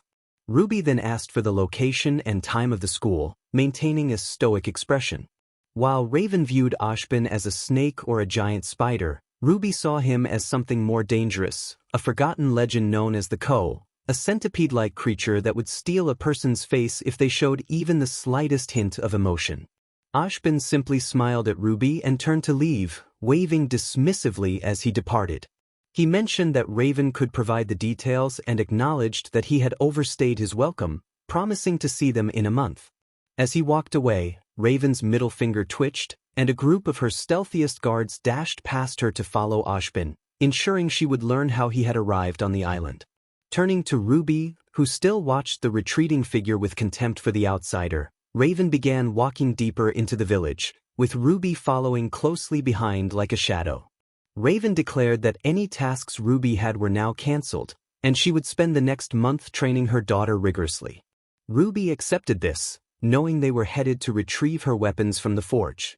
After that, they would train until Ruby could no longer stand from exhaustion. Despite the intensity of the training, Ruby was determined to push through, embodying the warrior spirit that refused to yield. As they walked, Raven hugged Ruby's shoulder, a rare moment of motherly affection that would be fleeting in the coming month. Meanwhile, Izuku felt a sharp pain in his back as he collided with a pole, halting his flight. He groaned as he slowly got up, his legs trembling from fear and pain. The situation worsened when he heard Rumi land nearby, taunting him about his earlier bravado. Despite being only 14 and aware of his limitations against a top hero, Izuku refused to back down. He got into a fighting stance, ready to face Rumi. As she charged at him, Izuku executed his plan, dodging her kick and causing her to strike the steel pole instead. He hoped the impact would slow her down, increasing his chances of survival. However, his thoughts were interrupted by the sound of the pole breaking in half and crashing to the ground, leaving him to glance at Rumi's leg, which appeared perfectly fine. Rumi was bouncing with anticipation for her next move. Izuku realized that his only chance for survival was to run, and he did just that, sprinting toward the hero in hopes of making a difference. He began throwing punches, mimicking the techniques from his training videos. However, Rumi was far from impressed. She easily dodged his attacks and landed a swift kick to his ribs, sending him tumbling several feet to the side. As Izuku got back on his feet, he shot a determined glare at the top hero, returning to a fighting stance despite the sharp pain radiating from his ribs. Rumi approached him, and he knew he needed a plan, and quickly. He questioned why she relied solely on kicks, wondering if she ever used punches. Rumi retorted, pointing out that he couldn't even land a clean hit. In a moment of distraction, Izuku threw dirt into her eyes, seizing the opportunity to shuffle to the side and throw another punch. Yet, he quickly realized the gravity of his mistake when he saw her bunny ears twitch in his direction. With one hand, she caught his punch while the other wiped the dirt from her eyes. Izuku attempted to kick her, but it felt like striking a stone wall. Rumi taunted him, suggesting he might guess what would happen next. Izuku, breathless yet defiant, braced himself for another blow, but the impact sent him crashing to the ground. He struggled to rise, the pain from the bruise on his chest overwhelming. Tears streamed down his face as he fought to maintain his composure, his spirit refusing to break. As Rumi smirked at his vulnerable state, Izuku rubbed his eyes, only to be met with another swift kick that knocked the wind out of him. He doubled over, feeling sick from the force of the blow. Rumi seized him by the hair, teasingly suggesting it would be amusing to slam his face into his own vomit. She offered him a chance to give up, sensing that his body was nearing its limit. Despite the pain, Izuku defiantly insisted he could take it, even as he winced from her relentless attacks. Rumi, unamused, continued to target his kidney, counting each hit while waiting for him to yield. With each punch, Izuku felt himself slipping closer to unconsciousness, yet he maintained a defiant smile, even as tears fell. Rumi, feeling a mix of disgust and pity, remarked on his stubbornness, questioning why he clung to his pride in such a dire situation. Just then, a voice broke through the tension. A purple-haired boy in armor appeared, calling out to Rumi. She turned, momentarily stunned, allowing Izuku to escape her grasp. Grateful for his friend's timely arrival, Izuku rolled away from the mess and looked up at the sky, relieved. He called out to Shinso, asking what had taken him so long. Shinso, surprised to see Izuku in tears, rushed to help him up. Izuku winced in pain as he leaned against the suit of armor for support, his forced smile betraying the agony he felt. He detailed his injuries to 𝗫𝗄, explaining the extent of his suffering. 𝗫𝗄, concerned, wondered what their next move would be, hoping Izuku would consider surrendering. In his current state, it was clear that continuing the fight would only lead to disaster. Izuku dismissed 𝗫𝗄's concerns, determined not to back down. He couldn't let the situation end this way, especially after only throwing some dirt in the woman's eye. He needed to at least make an impact on his opponent. If he gave up, he would have to apologize, and everyone would know it was Mei who had said those things. A hero who couldn't protect his friends was no hero at all. In his desperation, a theory formed in his mind. He suggested to 𝗫𝗄 that he should use his powers on him to block out all pain receptors in his body. 𝗫𝗄 was shocked by the request but complied, activating his mind control. Izuku waved his hand, attempting to project confidence, though it came off more strained than anything else. Nevertheless, he had to try. His willpower surged, even if his body struggled to keep up. 𝗫𝗄, still concerned, warned Izuku that not feeling pain didn't mean his body was unharmed. Izuku acknowledged this but insisted he would don his armor and fight. He knew his chances of victory had only slightly improved, but he was resolved to fight regardless. 𝗬𝗧 shook his head, realizing this was Izuku's battle to face alone, and decided to step back to a safer distance. As Izuku put on his armor, he joked about watching TV in the hospital, then charged at Rumi, delivering a punch that sent her flying and broke her from 𝗫𝗄's control. Meanwhile, Nizu and the UA staff were watching the fight on a screen in the meeting room, engaging in their usual betting. Nizu, observing Izuku on the ground, placed a bet on Rumi winning. Hisashi expressed surprise that Nizu would bet against his own student, but Nizu remained unfazed, raising his bet further. Hisashi found it disheartening that Nizu would act so coldly toward Izuku, but Nizu insisted it was a matter of analysis. As the bets continued, Toshinori surprised everyone by betting on Izuku, citing his love for an underdog story. He believed someone needed to support the boy, even if it was a long shot. Aizawa then urged them to activate the cameras, wanting to give the audience a show. In the cafeteria, students continued their meals, some worried about Izuku while others hoped Rumi would defeat him. Suddenly, multiple screens displayed the moment Izuku punched Rumi, showcasing his unexpected resilience. Nizu had waited for the perfect moment to reveal the fight, aiming to improve Izuku's public image. Back at the fight, Rumi shook her head, caught in a state between mind control and 𝗫𝗄's orders. She had heard everything and realized Izuku was now in armor. Izuku challenged her, asking if he was now a worthy opponent. Rumi calmly declared her intention to destroy his suit and rip him out of it, demonstrating her readiness to take the fight seriously. So he got into a fighting position and waited. Now that Izuku had his super suit back and was free from pain, he wore a confident smile. As Rumi dashed toward him, delivering another kick like before, Izuku caught her leg without hesitation. He lifted her and threw her toward the wall.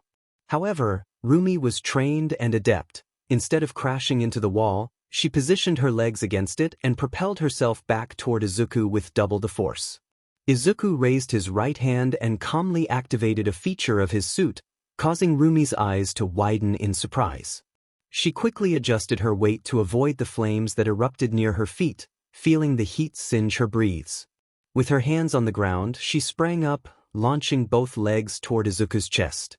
This time, while it didn't send him flying, it did cause him to stumble back a few steps. Izuku turned off the flamethrower to conserve fuel, getting back on his feet just as Rumi rolled on the ground to extinguish the flames on her breaths. She managed to put out the fire but felt annoyed when she heard Izuku laughing inside his suit. He remarked on the burns she had sustained, noting their severity, which only fueled Rumi's determination. She dismissed his taunts, asserting that he could not win with such tricks and that she was too fast to be caught by his flames, especially now that she understood his abilities. Despite her words, Izuku was aware that his failed move had cost him a significant amount of fuel for the flamethrower. Yet, he remained unfazed, confident in his skills beyond just fire. He chuckled and assumed a fighting stance reminiscent of a certain pro hero, ready to showcase his upgrades. As he charged at 𝗵𝗲, he poured a large percentage of his suit's battery power into a single punch. It was a showy move, but Izuku often prioritized flair over strategy. He announced his attack, calling it a move that wasn't entirely his own. The teachers watching were amused. Toshinori felt a conversation about originality was in order, chuckling as he observed 𝗵𝗲 dodge the punch, a mistake Izuku made by announcing it. Toshinori noted that while he admired Izuku's enthusiasm, the punch lacked the power of his own signature move. Nizu chimed in, suggesting that Izuku was simply a kid eager to impress. Toshinori agreed but pointed out that Izuku's punch, while powerful, was not on par with his own abilities. He estimated that the suit enhanced Izuku's strength significantly, making him comparable to another hero student. As the fight continued, Izuku smirked behind his mask, having learned from his earlier mistake. This time, when 𝗵𝗲 grabbed his arm, she was met with a sudden jolt of electricity, catching her off guard. Seizing the moment, Izuku turned off the electricity in one hand to activate the super strength in the other, aiming a punch at her ribs. 𝗵𝗲, however, was quick and managed to block the punch with her free hand, but the force was enough to fracture her ulna. 𝗵𝗲 jumped back, discomfort evident on her face. To her surprise, she heard another voice emanating from the robot suit. Jarvis informed Izuku that the first superpowered punch had drained 20% of the power, the electricity took away 15%, and the second power punch consumed another 20%. This left him with only 45% power before the suit would become inoperable. Izuku, with a nervous chuckle, acknowledged that it wasn't a good time for numbers, especially as he noticed 𝗵𝗲's predatory grin, sensing victory now that she was aware of his limitations. She understood how to counter him. This was a fight Izuku could not win. 𝗵𝗲 got back into a fighting position, protecting her damaged arm as she bounced on her feet, preparing for another attack. She taunted Izuku, stating that he had a limit and that his earlier lucky punch had caught her by surprise, promising it wouldn't happen again. Izuku, feeling the pressure, blamed Jarvis for their predicament. He needed a strategy. Using the flamethrower again might push her back, but she would likely notice before he could activate it. He could wait for another lucky break to use his electricity or super strength punch, but he doubted he would get another chance like that soon. With only one option left, Izuku charged at 𝗵𝗲, ready to endure another round of hits. Jarvis advised him to dodge left, but Izuku decided to dodge right instead, catching 𝗵𝗲 off guard.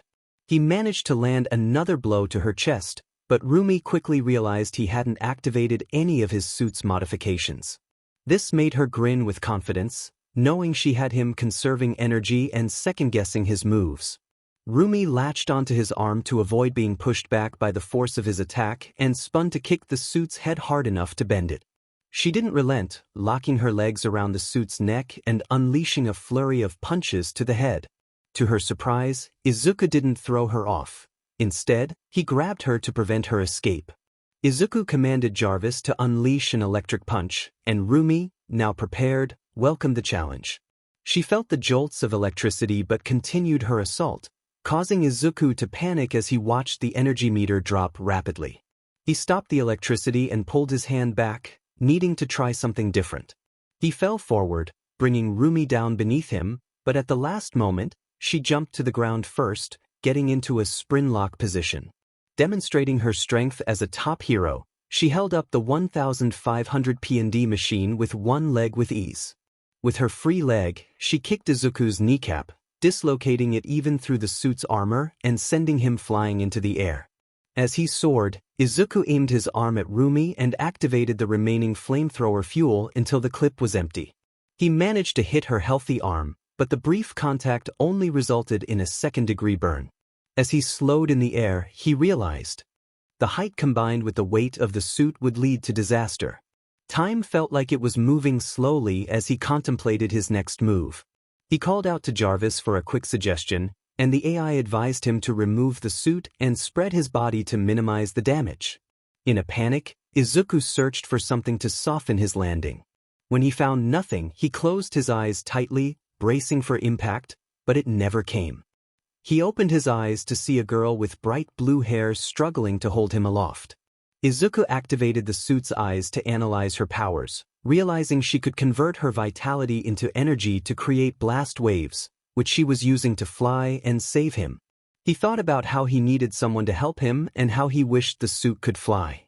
As he slowly descended, he nodded in gratitude to the girl, noticing Rumi being scolded by someone resembling a mini All Might. Mirio was reprimanding Rumi for her actions, emphasizing that the boy was only 14 and warning her of the consequences if she laid a finger on him. Izuku, feeling anger boil within him, not from losing to Rumi, but from needing help, limped toward Mirio, fueled by frustration. Jarvis informed him that he had enough energy for what he was contemplating. As he approached Mirio, who was distracted, Izuku charged up his attack and struck Mirio with both super strength and electricity, sending him crashing against the wall. The onlookers were shocked by his actions. Izuku removed his helmet and tossed it aside, revealing his injuries, yet he wore a bloodied smile. Rumi observed him taking off the suit, realizing it was futile to keep it on without power. In the background, Nijire and Tamaki rushed to check on their friend. Izuku apologized for the unexpected interference, assuring them he had not called for help. They were an unwelcome interruption. Rumi acknowledged that Izuku had lost his chance at victory, even if it was due to technicalities that forced her to leave. Izuku, however, felt that winning had never been a possibility for him. Despite this, he had managed to inflict second-degree burns on her legs and left arm, electrocute her, punch her chest, and even break her other arm. For someone labeled a loser with no real combat experience, he felt he had done quite well for himself. He nodded to himself with a closed-eye smile, satisfied to have faced Rumi. Rumi laughed, not in a mocking way, but in good spirits as she gazed up at the sky. She respected Izuku for taking the defeat like a true fighter, but she reminded him that he was going to lose. The opponent he had just faced was his chance to escape without further injuries, and the more she looked at him, the more she felt bad for hitting him so much.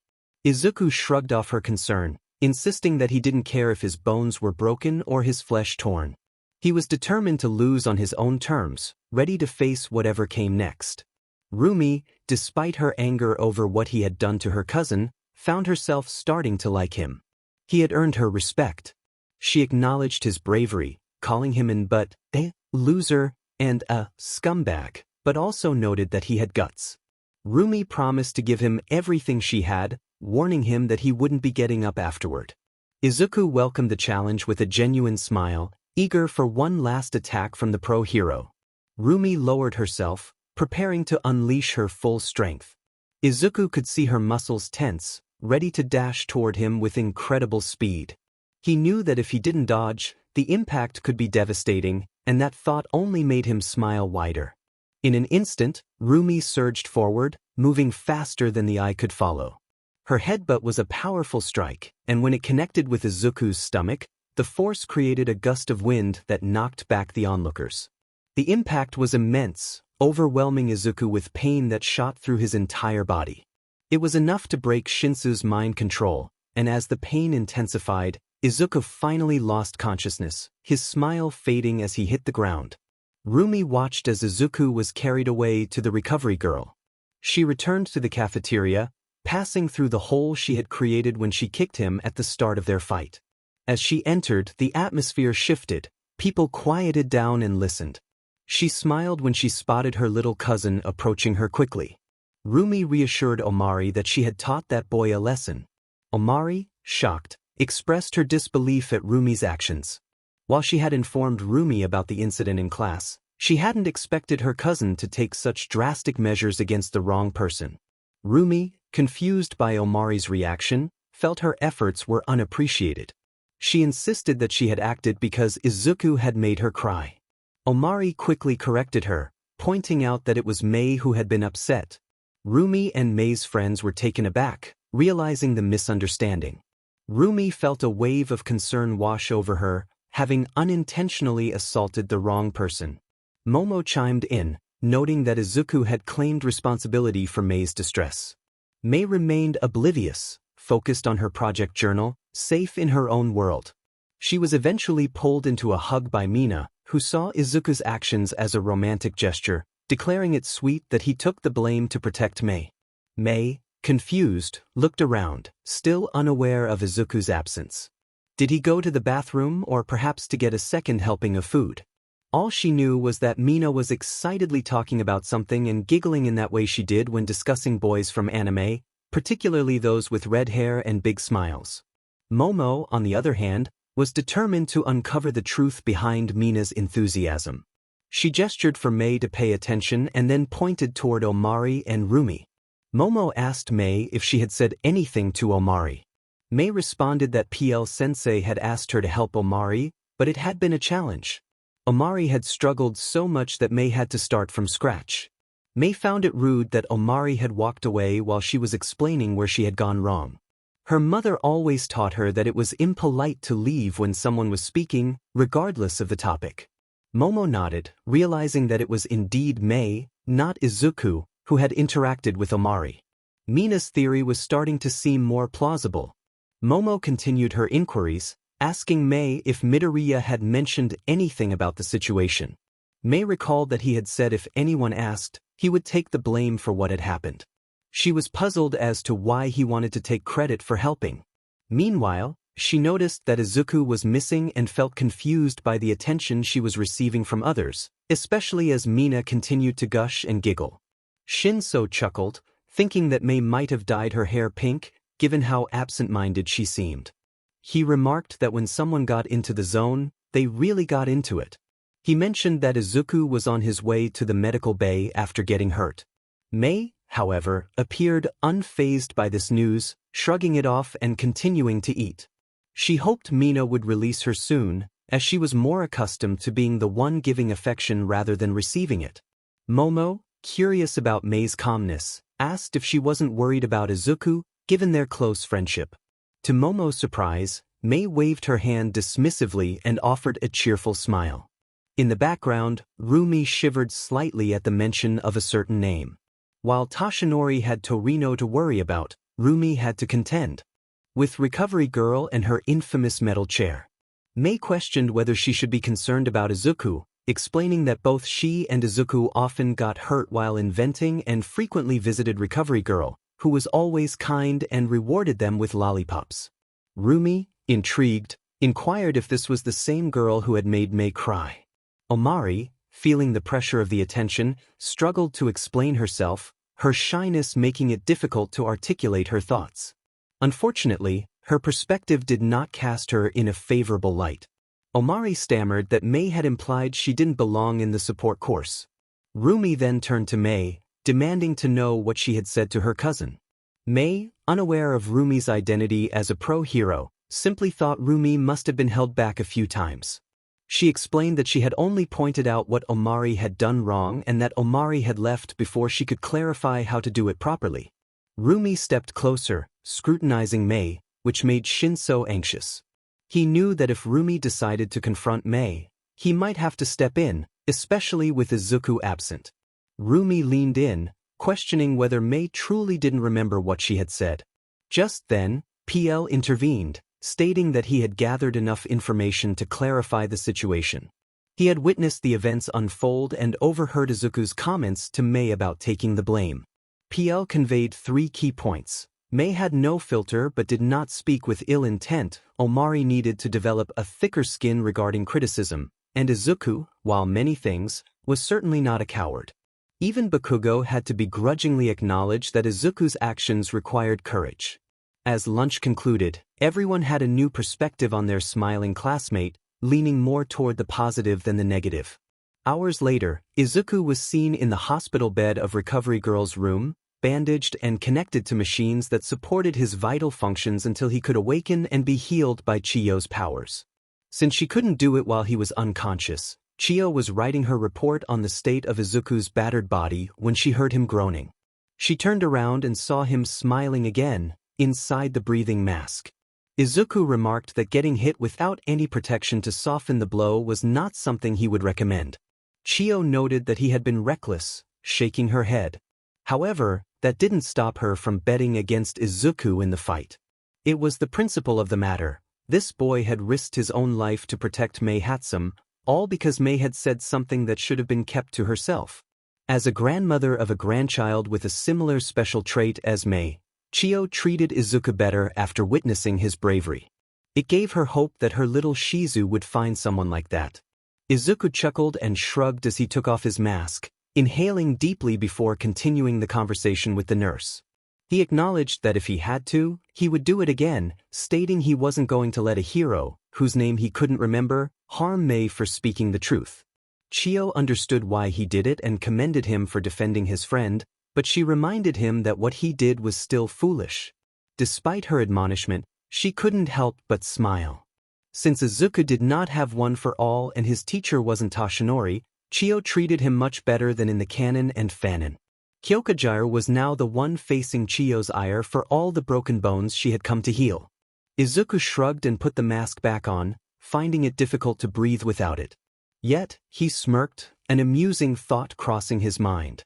He joked that as a man, doing stupid things was part of the package, which was why they tended to die young. Chiyo chuckled, pleased to see his sense of humor intact. However, when he laughed too hard, he winced, and Chiyo quickly returned to her medical mode. She walked over to Izuku's fore and injected it with a type of morphine that eased his pain somewhat. It wasn't a complete relief, as he had sustained serious injuries from his reckless stunt. Internally, Chiyo scolded herself. Now that she was back in her medical role, she could hear the pain in Izuku's voice. Izuku expressed that while he was in pain, he needed her to heal him. Chiyo confirmed that she could help, but there was a caveat. She walked to her desk and reviewed his injuries, noting that it would be faster to mention what wasn't injured: his heart, eyes, and a few other parts. Everything else was wounded in some way, even his skull had fractures. He looked as if he had endured a fierce battle. Izuku nodded, understanding the extent of his injuries. Chiyo explained that the damage was too great for a single kiss to heal completely. The plan was that she would kiss him, he would fall asleep from exhaustion, rest, and then the process would repeat. She needed to be careful with Izuku, as he was in a fragile state. Izuku nodded in understanding but wanted to know how long the recovery would take. Chiyo estimated it would take about 3 to 4 days, no more than 5. Izuku accepted this, knowing he wouldn't be able to hide his condition from his mother. He anticipated the questions she would have when he woke up. He suggested that they should inform his mother, providing her number. Chiyo noted it and assured him she would call after he fell asleep. She also mentioned that his little girlfriend and friend had tried to visit, but she had to turn them away since he was not in a condition to entertain guests. Izuku grunted in acknowledgement, not wanting to move much, as any movement sent jolts of pain through him. It felt as if his body was punishing him for angering the fierce rabbit in battle. Yet, he knew he wouldn't have it any other way. As the medication began to take effect, Izuku closed his eyes and fell asleep. Chiyo smiled and kissed his forehead, initiating the healing process for his body. She sat at an outdoor table of a coffee shop, sipping a cup of tea as she took a deep breath to calm her nerves. The sight of her son connected to numerous machines had left her shaken. While she was relieved he was stable, frustration bubbled within her due to the lack of information about his condition. To distract herself until he woke up, she decided to focus on her friend's visit, especially since the nurse had mentioned today would be her last session. Nomiuri arrived, apologizing for her tardiness due to a conversation with her boss about her recent behavior. 𝐭𝐴 reassured her that it was fine, but curiosity about the nature of Nomiuri's behavior lingered. 𝐭𝐴 felt a twinge of guilt, as if she were using Nomiuri to escape her worries about her son. However, she reminded herself that she wasn't the one who had left after a night of passion. As Nomiuri settled in, 𝐭𝐴 pushed a drink toward her, which Nomiuri accepted with a smile. Taking a sip, she felt a sense of relief wash over her. Nomiuri explained that her boss had been concerned about her mood, as she had been down lately. 𝐭𝐴 asked if sushi was okay, recalling that it was one of the few things she knew about Nomiuri. The thought of their previous encounter made 𝐭𝐴 blush, prompting her to sip her tea to hide her embarrassment. Nomiuri dismissed the concern, finding it sweet that 𝐭𝐴 cared. She reassured 𝐭𝐴 that sushi was fine but admitted to feeling anxious about whether 𝐭𝐴 would give her another chance. Inko hesitated, admitting that she had almost decided against it, feeling ashamed of their previous encounter. She held her cup tightly,